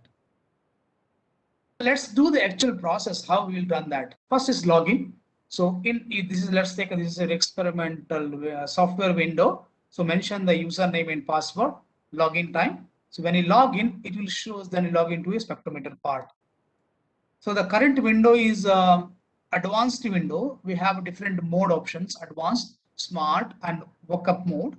But the version I'm showing that is your version is advanced mode. Smart mode is available. So I'll show the smart mode operation data stage. So now create a sample name. Sample name, mention the sample name, select a particular deuterated solvent and a slot here and verify. Verify is nothing but just reconfirming the entered solvent name slot is correct because it should not be mismatched, selected. Then next step is creating a job for the particular sample. Now this is your sample. For the sample, you have to create a job. So automatically switch here, select a proton experiment. Now, in the proton experiment, you have some preference to do that, like you want to do some scan number changing or even spectral width change, parameter change. There is an option here. So here you can see this is the tabs for that. When you select a proton, it will show us tabs for you. So then you can change the methods details to here. You can change it. Then finally, you can submit button. There is a submit button here. Just click on a submission. Experiment will be submitted. So then once experiment finish, you will get a data batch. After getting the data, you have to go to data processing side. Okay, so I'll come back again to the software side. So next time opening it. So before that, I'll just go to data processing just to overview, and then we'll back to that. Data processing. So as I mentioned earlier, so in Geol, the processing software is completely free. Anybody want to download it, they can download a software, Delta V, and they can process the data. And if you get data from the from the spectrometer, then take it to your PC or laptop and then process the particular data in your PC. How to get the free software? I'm just telling you the procedure for getting the software side. In Google, just type Geol Ltd. Just mention Geol Ltd. Then click the Geol Ltd website. So you can see this Geol website will appear. You click onto this. Then go to in that website, go to the product, select nuclear magnetic resonance. This one. Then when you click on the nuclear magnetic resonance options, just scroll down, you can see there is an option for Delta NMR software. You can see that. And when you click on this Delta software option, you can see there is a site called NMR support site. Okay. First go to Geol Ltd. Then in that particular place, go to the products. In products, select nuclear NMR, nuclear magnetic resonance. Then scroll down for Delta software. There is a Delta software option for you. Then click on this site. So when you click that, these options can be visible. NMR support site. Then it will take you to another website that is called Geol USA website, where the software will be completely controlled that place. So now you can see in the top toolbar, right side top toolbar, see software, license key, document features. Now, if you have an account already, you can use the existing account, or if you're a new user, just create your account. It's just a creation, it's completely free, no need to pay for it. Just you need to mention your name and user ID, password, or maybe your computer information might be required, like whether it is a Windows 16-bit, or maybe 64-bit or 32-bit, or what is your operating system, that will ask. You can mention that. Then, so this is the form actually that will ask. So you just fill up this form and submit it. So once the submission done, it will take 24 hours to get activated. So they will review your software and application form. Then they will activate after 24 hours. Then 24 hours later, again, come back to the same site, just log into the existing account here. So as I mentioned here, just log into existing account with the username and password. Then once you log in, there is an options that visible software site. Click the software and the list of softwares are available. So I request you to take the latest version of software 5.3.1. Just pick this, and once you download it, automatically start installing. You just double click that, it will simple process of installation. It will do installation. But after the installation, there's one more step procedure you have to follow that actually. So when you software get installed easily, then after installations, when you open a software, it will be active only for 15 minutes. After 15, you can work for 15 minutes. After 15 minutes, it will automatically close the software. Then again, you need to open that. This happens because it was not a licensed version. It was just a software downloaded from website. To make a permanent or to make your own licensed version, again, I request you to go back to the same website. There is an option for license key. Just click the license key here. Just accept the terms and condition, and then it will ask you PC information. So, and there is one more mission ID will be asked. This is mission ID. Okay, this mission ID you have to provide to the website. Where to get this mission ID? So go back to your computer where you installed your software. In the software, you can see the software window active. In that software window, go to the options, click on the license key here. So when you click on the license key, it will show you mission ID for you. This mission ID you have to enter here. Then click on a submit button. After submission button, so it will show you the license key for you. It will show license key here. So like this, that license key, take that license key and place it in this place like this. You can mention it here. Then click on a save button. This mission ID is like it's a random number. It will be unique for each PCs. Okay. You can use one user account. You can create n number of license key. Okay. But one software, this mission ID is unique for each PC's laptop. Example, my PC laptop, this is the mission ID. Maybe if you are using your departmental one, that mission ID is different for the license one. Don't confuse with this mission ID and your computer MAC ID. The computer MAC ID is different. This mission ID is created by the Delta software. Delta software options, select this one. Okay, then save key and close the software. Again, open it. After opening, this software becomes a permanent. Okay, so if you find a difficulty during this process, and you can call me or you can write me back. So I'll give you email ID and phone number so that I'll help you out to install the software also. And now let's go to the just overview of the software processing side. Okay, in Delta software processing, ours is Windows based and again a window based, like separate windows. Now 1D processor window is like this. So you can see Spectra, FID, and processing list in one window. If you want to customize, you can customize this processing list. And 2D processing, again, there are two processing lists here, and then you can customize. Of course, a list and make it a 2D Spectra for you. Then, yeah, there is a drop-down list for you, where whatever you want, you can select the processing list, you can customize the list. Act as a text format, like integration value and peak picking and coupling constant, that can be extracted. Just make it one, you can copy paste in our presentation. And quantification also available, the tools is available, you can do the quantification. There are so many analyzers available. And presentation, you can make a different presentation view. You can make a overlay options is available, and stack plotting is available. Okay, so and a different representation of spectra is available. You can have a look of all these things. So next, after this, I'll go to software and show you that. And if you have something is interested about this, and let me know that, I'll show you that options for you. See. And the next one in our data is one FID file holds all the information. So when you you know that when you go to the submission papers, the reviewer will ask you for the raw data. While submitting raw data, in our dual case, when you submit one file raw data, it consists of all the information, parameter information, report, peak values, experiment like a pulse program, and history. Everything will be included in that particular file. It's non-editable file, so that can be shared with the people. Okay. Now let me go. I'll just go back to our software now and show you. So I'll just minimize it.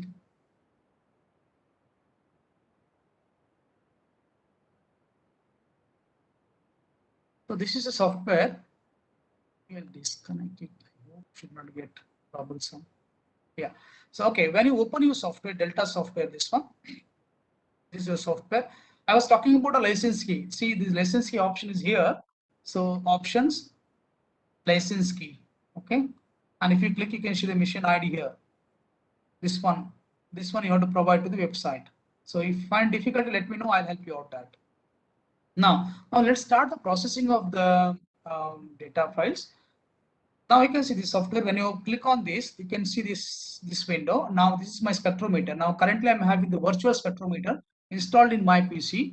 So this is not actual spectrometer, but yeah, it behaves similar to that.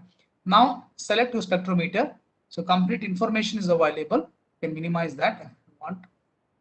And just click on a connect and mention the username. You can mention type it, otherwise you can just click on this window. It shows the particular username for you. Then click on a phone. So I have not put any password for this. So this is my spectrometer now.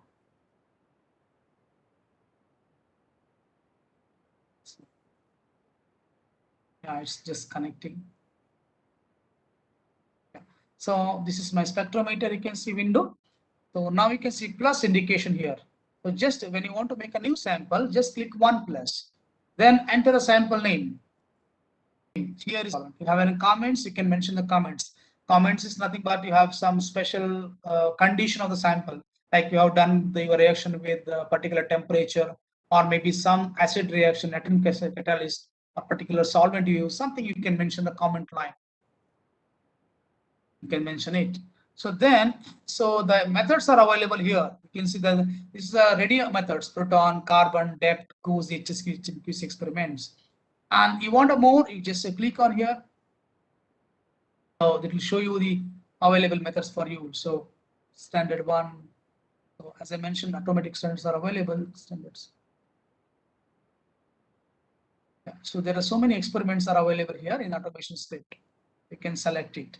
So still these are not sufficient. You have some more experiments or specialized one, or you have written your own pulse program that you can recall from this place. You can load it. Okay. Now let's take, this is a sample. Now this is solvent. Comments then I want to record a proton experiment and carbon. Okay, 2. Both this is a regularly measured experiment. That's why I kept here also proton carbon. You can select it here. One click on a proton, and you want a carbon. You just add one click carbon here. So now you can see. So here parameter. If you want to change parameter, select the proton NMR. The parameter is here. Scan number. So the major important scan number, you can change it. And you have less concentration. You want more parametric scans mentioned. And you want more parameters to be changed. Example, you want to change the relaxation delay, spectral width, offset, all these. Now more parameter can be visible from this place. Just click it in this here. It will show the particular parameter for the particular experiment. Now proton NMR. Now header, this is the accounting part, like a sample name, receiver gain part, and acquisition side. You can say acquisition parameter, proton nuclei, spectral width, you can change, and scan numbers. And furthermore, you want to see relaxation delays here.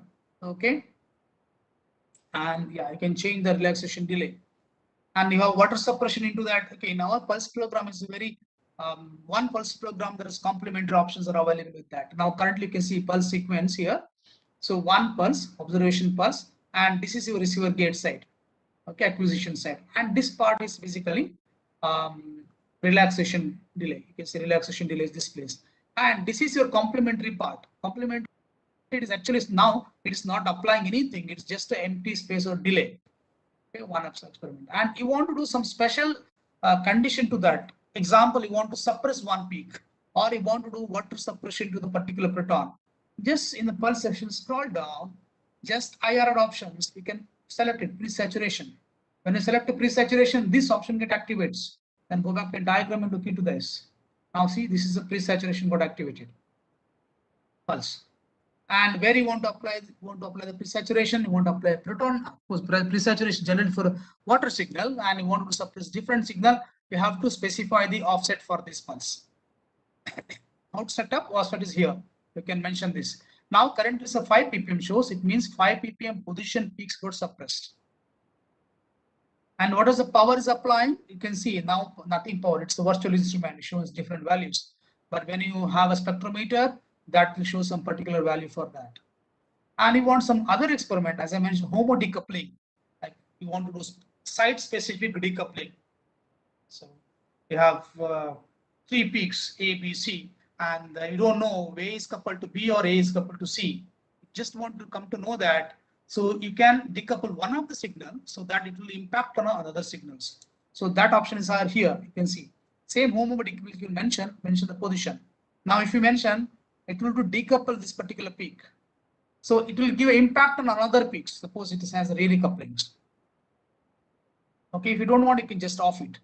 An example I mentioned pre-saturation. Now you see that you want to suppress 2 signals, like 2 solvents you want to suppress. Like you have mixtures of water and methanol, and you want to suppress 2 water signals of that particular solvent. One anyway you selected for the proton, like this maybe water signals 4.67 ppm, and second one you can set it for pre-saturation on the another signal 3.3 ppm. 3.3 ppm. Now the 2 signals will suppressed. Now you can see there are 2 pulses are applied.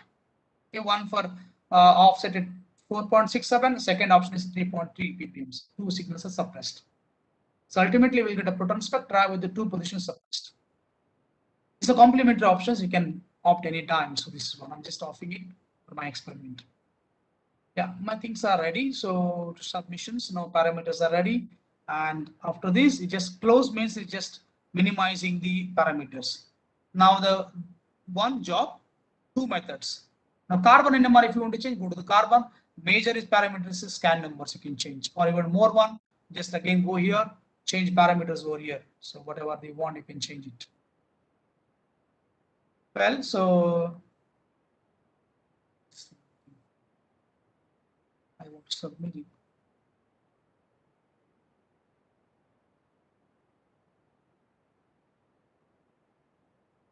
Okay, so here experiment, we can visualize this means after finishing experiment, if you want to see spectra, that will visualize that. Then everything submitted, you can submit your experiment. Now experiment is submitted. Once experiment submitted, it will go to a queue. You can see in a queue is active now. Now you can submit n number of samples. Just make a number of samples over here. Number of samples you can create it. Monitor, you can go to the monitor and see the spectra here. You can see.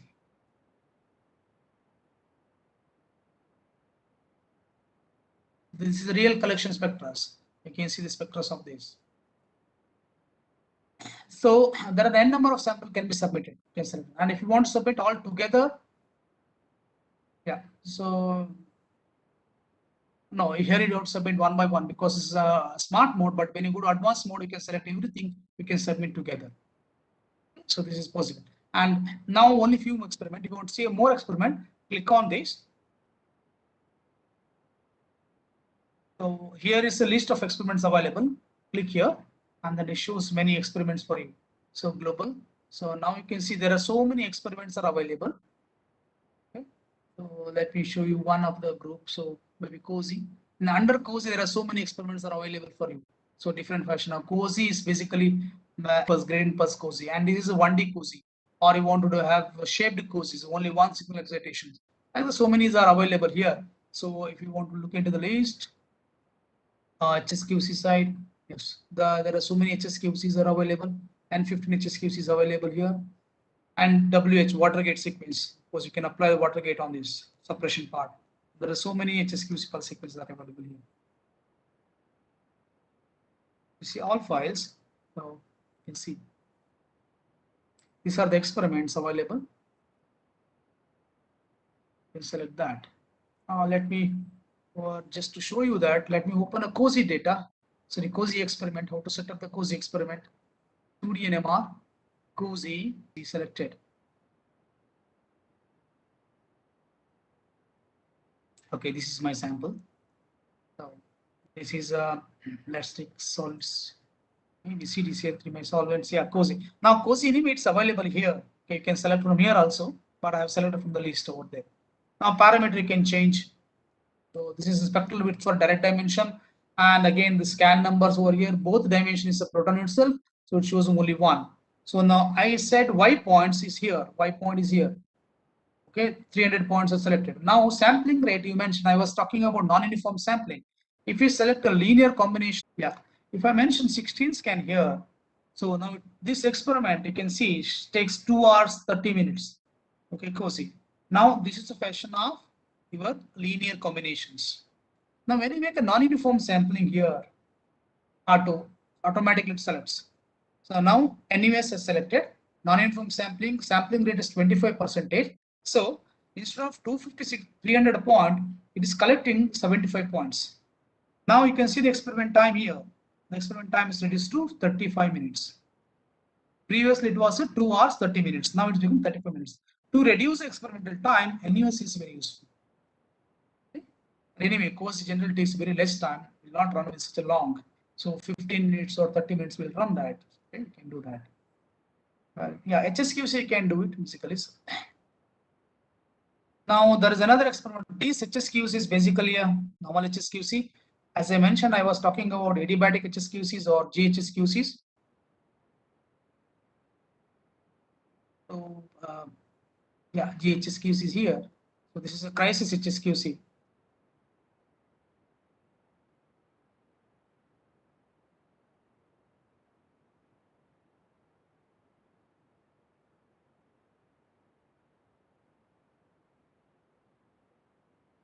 Yeah, so you can see these are the specialized pulse applied into this crisis HSQC, and this will reduce your artifacts, the phasing errors or artifact inspectors completely removed.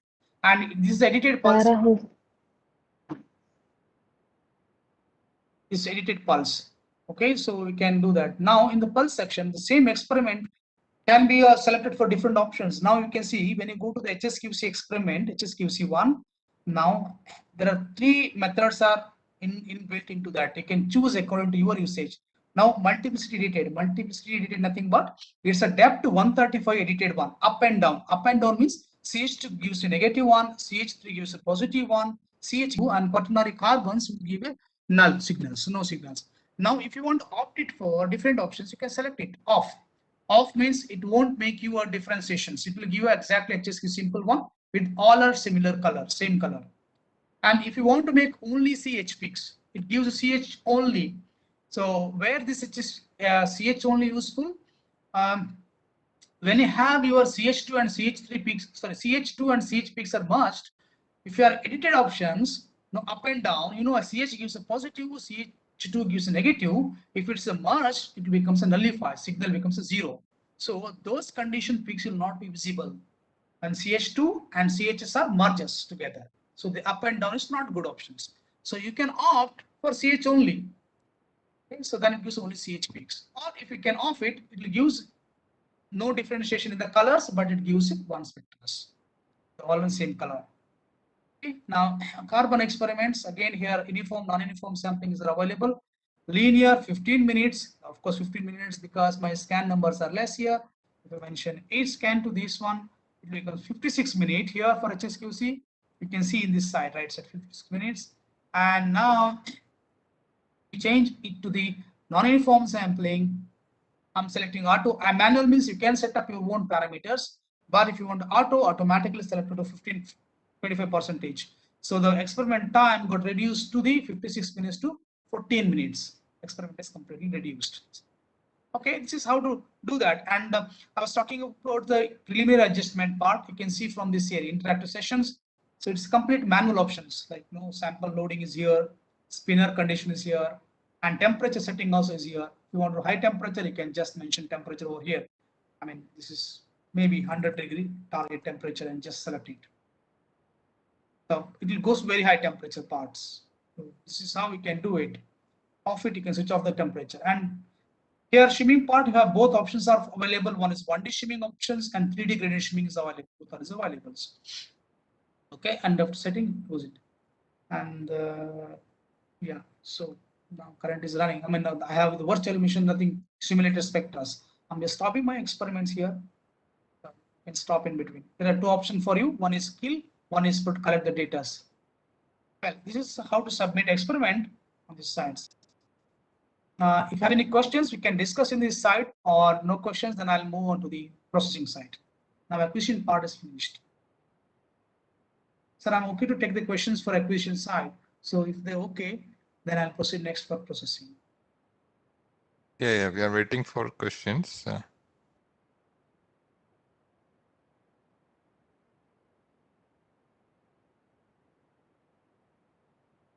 Any questions? Okay, we can proceed then. We'll go ahead. Okay. Next is the processing. After collection of data, data will be saved into a particular folder. You can see the folder information after finishing experiment. So it shows the folder information. Now Srinivasa Proton 1 JDF file is saved. JDF file is nothing but your raw data. This is saved in this drive. Now you can call that data and processing. When you have installed your processing software in your PC or laptop, you can see these 3 information. But this is spectrometer control is not available because only for processing side. So instead of this icon, you can see this icon. This spreadsheet will be available over here. This place. Now let's start a processing. Click and take a data file. Just click on this folder and go to the data raw file, and then select your experiment. Let's go to the Proton. Now we can see when you select experiment, you can see the numbers in the right side. Number 1 is nothing but your pure FID file, just a time domain functions, no processing done. And number 2 is nothing but it's a processing, means you have done integration, peak picking, all that. Let me open and show you that. You can see this is integration and peak pickings, everything is done onto this. And number one is nothing but just a raw file. You can see this is a raw file. So there is no integration, no peak picking done. Let's start the processing. I'm just closing this data. So let me open number one file window. So FID window is available also. Show the option, show FID. You can see the top side is FID. This is a real spectra. And if you don't want to see this FID file, so you can just hide it. Options, hide this. It shows only spectra. Now on the right side, you can see there is a processing list for processing list. Now, whatever the processing we mentioned here, that will be visible in the FID side. You can see it's a good part. No, this is the one is the weighting function or the line broadening factor is applied. Now see SXP means single exponential function plus trapezoid at the end of the bottom side. What percentage? Yeah, 80 after 80% apply the trapezoid is applied. And SXP single exponential function. So you can change the function as well. If you want to change the functions, just go here. And the pre-transform options are available. Windowed functions, you can see these window functions are available. You can select that any function. Now, so zero fill is nothing but the improve the resolution side, adding the more points to that. Let me just hide my FID file. Spectra is here, FT is here. Okay. The another next is the referencing side. What is my solvent? Yeah, DMSO. So this resolution you can see is very bad. Okay, spectral resolution. It means basically it's a points are less. You can see points are less. To improve that, just zero fill it 4 times. Means you are taking the 4 times of the actual FID files or data files, digitization form. 4. Yeah. For this, what is the data point collected? So X points.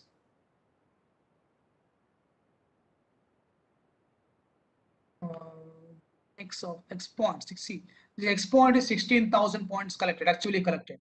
Now 0 for 4 times means 16,384 into 4 times. It will become 64,000 points for this. Okay. Then resolution improves, increases. Process it. Now if you see the resolution of spectral will improve.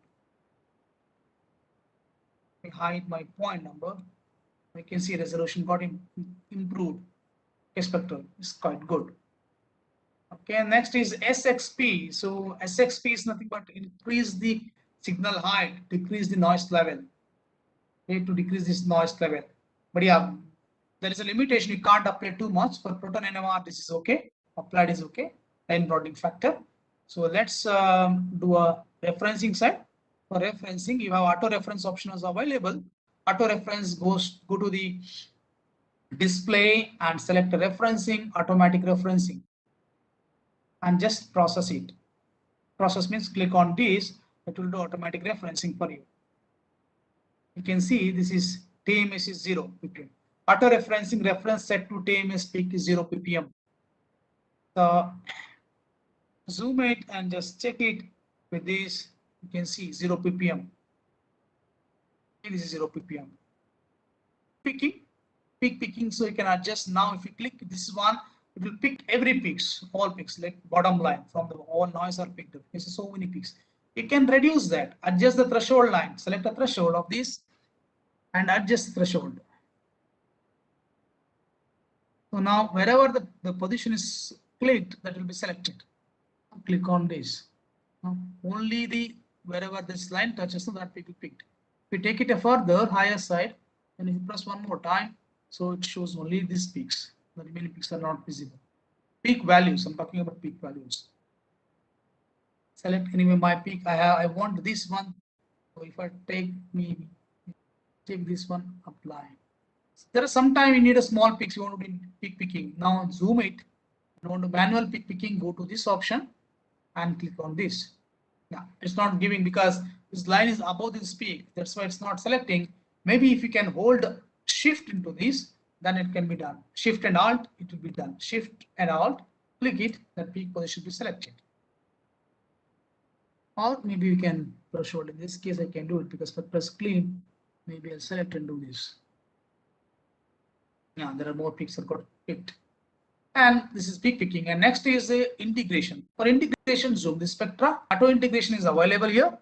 You can just click on auto integration, it will automatically integration for that. Okay, according to your threshold line, a threshold line touch to this, done it. And if you make it further and if you click it here, it will do integration only for these peaks because this threshold is touched to only these peaks. So now I need for all the peaks, maybe I'll do this one. Click it, auto peak picking. And yeah, you know that TMS you should not reference peaks, delete. And maybe solvent also same thing. This is solvent mine, select and delete. So see deleted. Well, so next is the normalization for the peak picking values integral, and maybe you want to make a particular values for that. Select this one, make a value normalization. In the right side corner, you can see the normalization button. Select the normalization button, press this number and press it. Automatically, that values will get changed accordingly. Normalization. Now spectra is ready. Zoom it and then maybe print. Here both options are available. Delta, if you want a processing list, you can select a processing and print parameters, and where you want to press right, left, bottom, you can select in this area, and maybe right side if it's the right side, and color black and white you can select, print.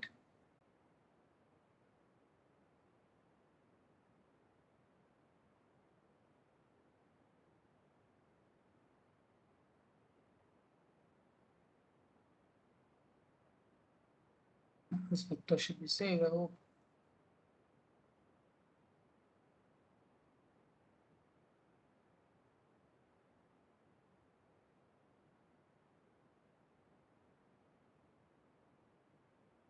I can see the spectra. It will be saved.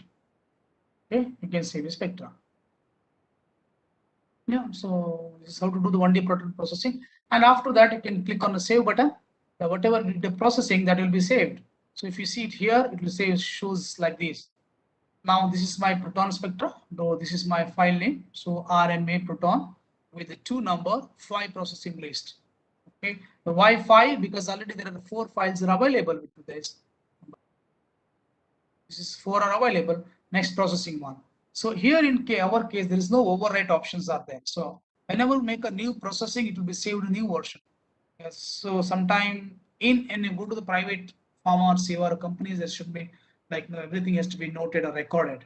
So that's the reason there is no overwrite options. Suppose you don't know all these things, you can select and delete it. It's possible to do that. Okay. This is how it can do the proton NMR processing. Now let me go to the. I'll take one 2D experiment for processing side. Maybe HSQC. I'll take it. HSQC data is here. For one file.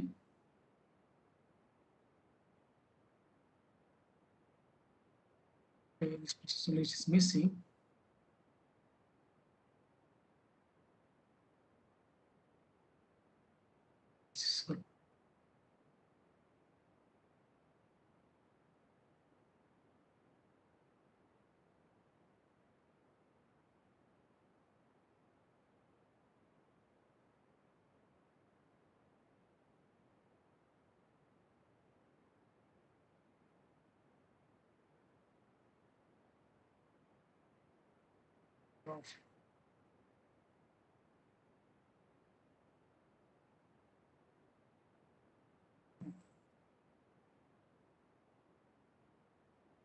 Processing generally this data are collected in different place. It was not updated with the processing list. Otherwise, automatically that will get updates. So the one parameter is missing. Let me make it actions on this.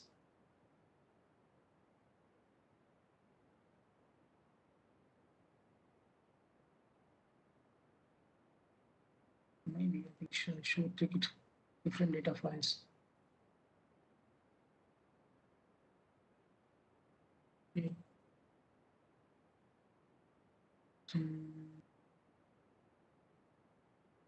This is a processed one.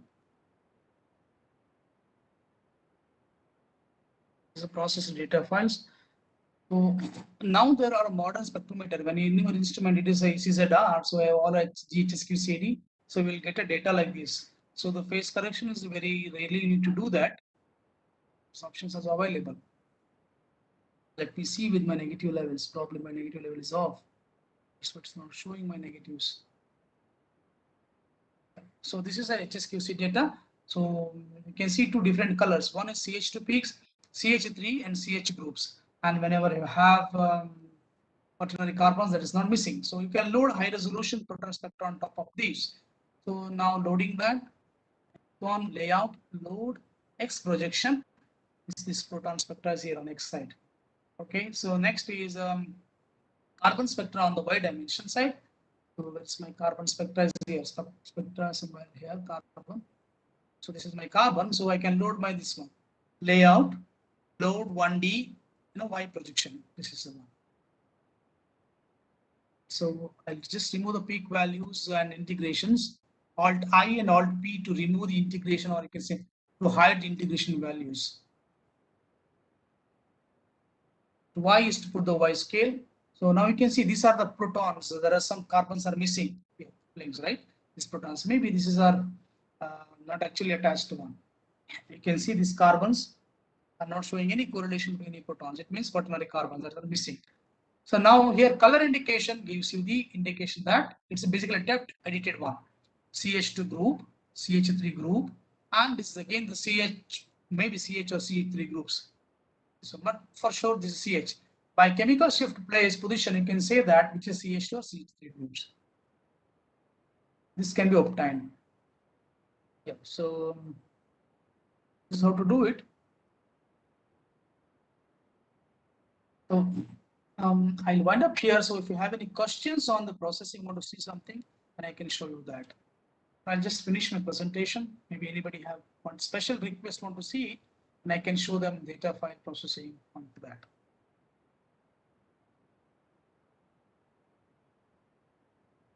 Yeah, participants.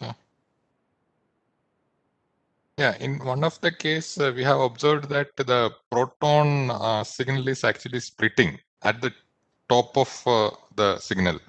Here. What could be the reason? Splitting means how far it is, the distance. Maybe less than 20% of the peak height. Just only the tip portion is splitted. Okay, that's because of shimming issues. So shimming. Two possibilities. One is like if decoupling is not applied. When I show the HSQC experiment file, so there is a decoupling in the indirect dimension. This HSQC experiment. So okay. If you see your diagram, so here this is a direct dimension observation, proton observation. So in the direct observation, there is a decoupling on the carbon channel. Okay. Decoupling is not set up properly, then you can see splitting of all the carbons. Means you will actually getting the carbon with the proton coupled spectra. Coupled spectra. Okay. Yeah, okay. And this 180 degree to decouple the indirect dimension part. Okay. So now there is two reasons. One, if this is not set, you will get a splitting for all that. The splitting distance, the one proton splits in doublet kind of, all a doublet. If you measure the distance between the two, you will get around above than 120 hertz to 200 hertz in between. It's a proton carbon one bond coupling value, basically. If that's not the case, if it is a very small splitting, that could be reason that shimming might be a problem, maybe on the high resolution proton side. How do we check that the shimming is perfect and the system is perfectly okay? So with the standard samples, or you can take a standard sample. Otherwise, you have a proton spectra with you, right? In proton spectra, look into the reference peak position. Let's take on my reference and just zoom and see this pentate. Your DMS pentate should be a properly pentate, or CDCl3. If it is a CDCl3, peak should be singlet, very sharp singlet. If this shape is not a proper, maybe splitting. You said a small splitting, right? Whatever the splitting of sample, same splitting should be here also in solvent. Oh, okay. Okay. I got the point. Yes, if it is a coupling, it happens only for selected wherever the carbon coupling is there. Coupling is observed. Okay. Yeah. This is a good idea actually. You can look at the solvent peak and then identify whether it is a shimming issue or the coupling issue. Okay. Yeah, that's good. Yeah, there are different questions. Okay. One is, does suppressing CDCl3 signal will suppress any partially merged in nearby signals of interest also. Maybe this refers to the NODI experiments. NODI or maybe a proton NMR. I think I showed here one suppression options. Oh, okay. This is a proton NMR. I was talking about this suppression side, the pulse side here. Yeah, here, so if it is completely merged, this pre-saturation position, if you suppress the CDCl3, if it is completely merged, then it will suppress for sure. But it is a small difference, like 0.1 ppm difference, then it won't suppress. So the suppression capacity is around 50 hertz. So that is what the values we keep it. 50 hertz or at the max 100 hertz it will suppress, not more than that. So if your interest peak is in that range, 100 hertz range, then data peaks also get suppressed. If it is not, then it won't suppress. Okay, I think that answers one question. Then there is a second question. Is there any way to generate typical FID file from JDF file so that it can be opened in all processing softwares? Now, the JDF file is nothing but FID file itself. You can open in any software. Yeah, that. We have observed that it is we can open it in all Masternova, Mastertrack, everywhere we can open it. Yes. Another options I'll give it to you, that you can convert the FID file into ASCII format, ASCII or text format. Probably you might be knowing that. So that will open in any of the Excel sheet, or maybe you want to make it a Word file or printing in the. That we'll be able to analyze it again on this Geo software. No, that is just a Spectra is converting into the text format. Text format. Yeah, that's fine. Suppose if I converted it into this ASCII format, and then again I want to integrate or pick or something like that. Actually, converted is this different numbers. Actually, that FID is different. I mean, when I say let me take this one carbon. Okay. I'm making conversion now. Save as. Now when I save as it, so maybe desktop. You can see this is a format, different format, right? You can select it, ASCII format. Now you can ASCII format data, it is separate set. It will save it in different set. It won't make a disturbance to your Spectra. FID will be as it is. Okay. Let me make a test on this.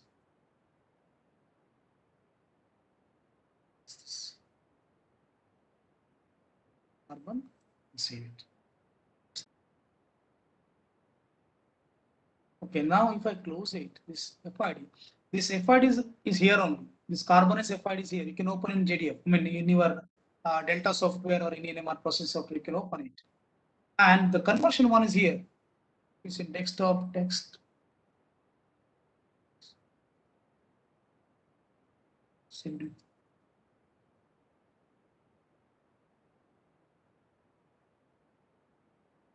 Is it saved? Not saved. Let me make it one more time of this. Proton. Save as. So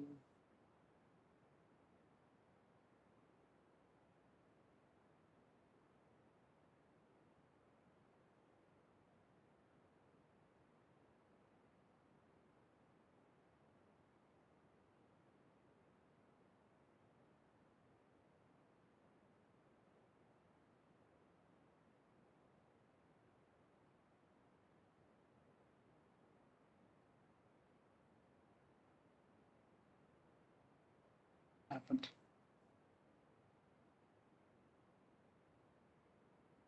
Yeah, but it won't disturb actually when you make it becomes a format here. Yeah, that's fine. I got the point actually. Yeah, but the FID is as it is, no problem. It will be like that. Okay. And there is one more question.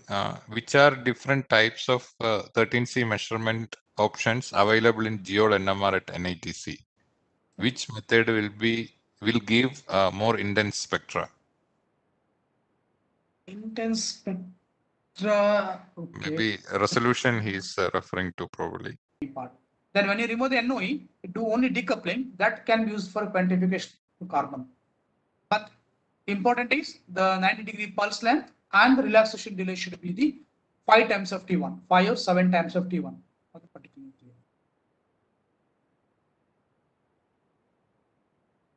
Yes. Yeah, I hope that answers the question. So there is one more question.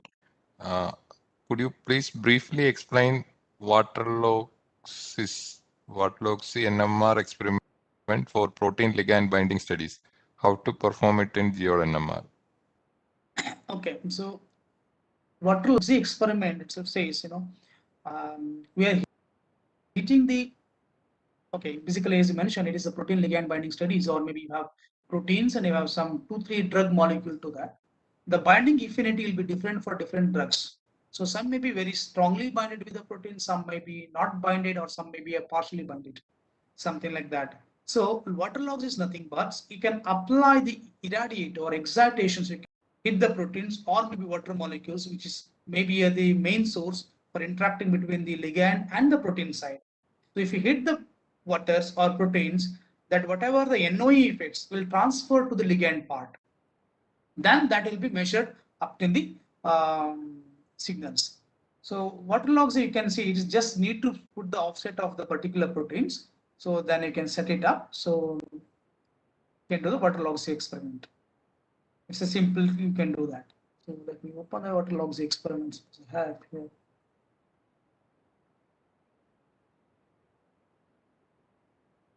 So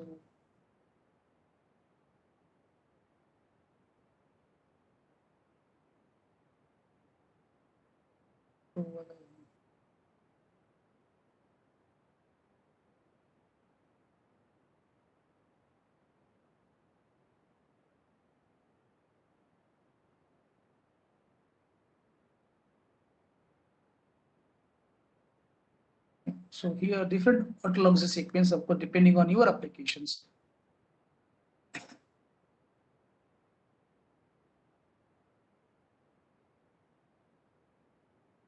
This is part for the suppression side, but here it is again the selection part. So this is this side here. It is basically a water suppression part, a water gate sequence. But actually, water logs starts from this point only. Here it is itself. Okay. So this is mixing time. Here heating, it's basically a NOE. So what you have to do is, so here you have to offset or set it on the proteins. This side. Now start measuring with the 16 scan. So if it is a transverse, if it's a binded, it gives a different sign of the peak, and if it's not binded, it will give a different sign of the peaks. So from that you can identify which drug or which ligands is binded to the particular proteins can be identified with this. Setting is very simple, so you can mention this is the value here. So again, it's an NOE effects. Basically, you can say this is a mixing time is used here into this. This is okay to answer, or, Yeah, this did this answer your query, Jitin? Ah, okay. Oh, he says okay.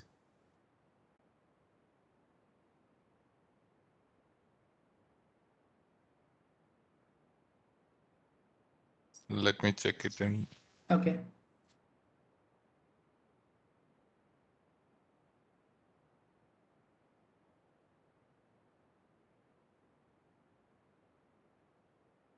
No, if any more questions, please type in your questions so that we can address it.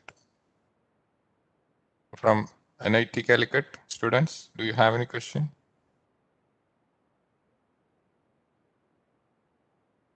No question. You know everything.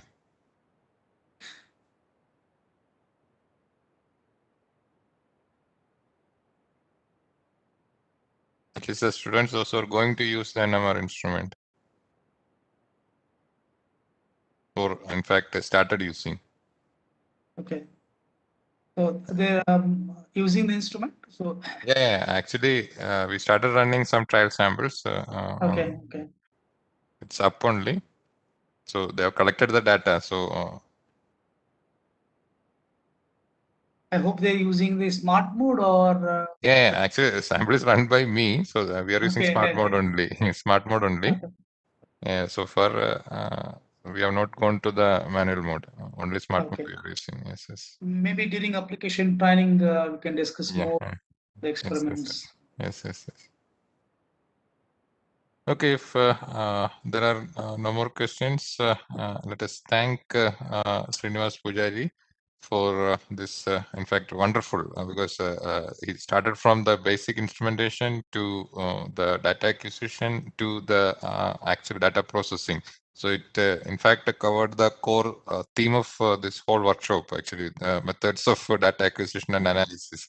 Both the part has been covered by Srinivas Pujari.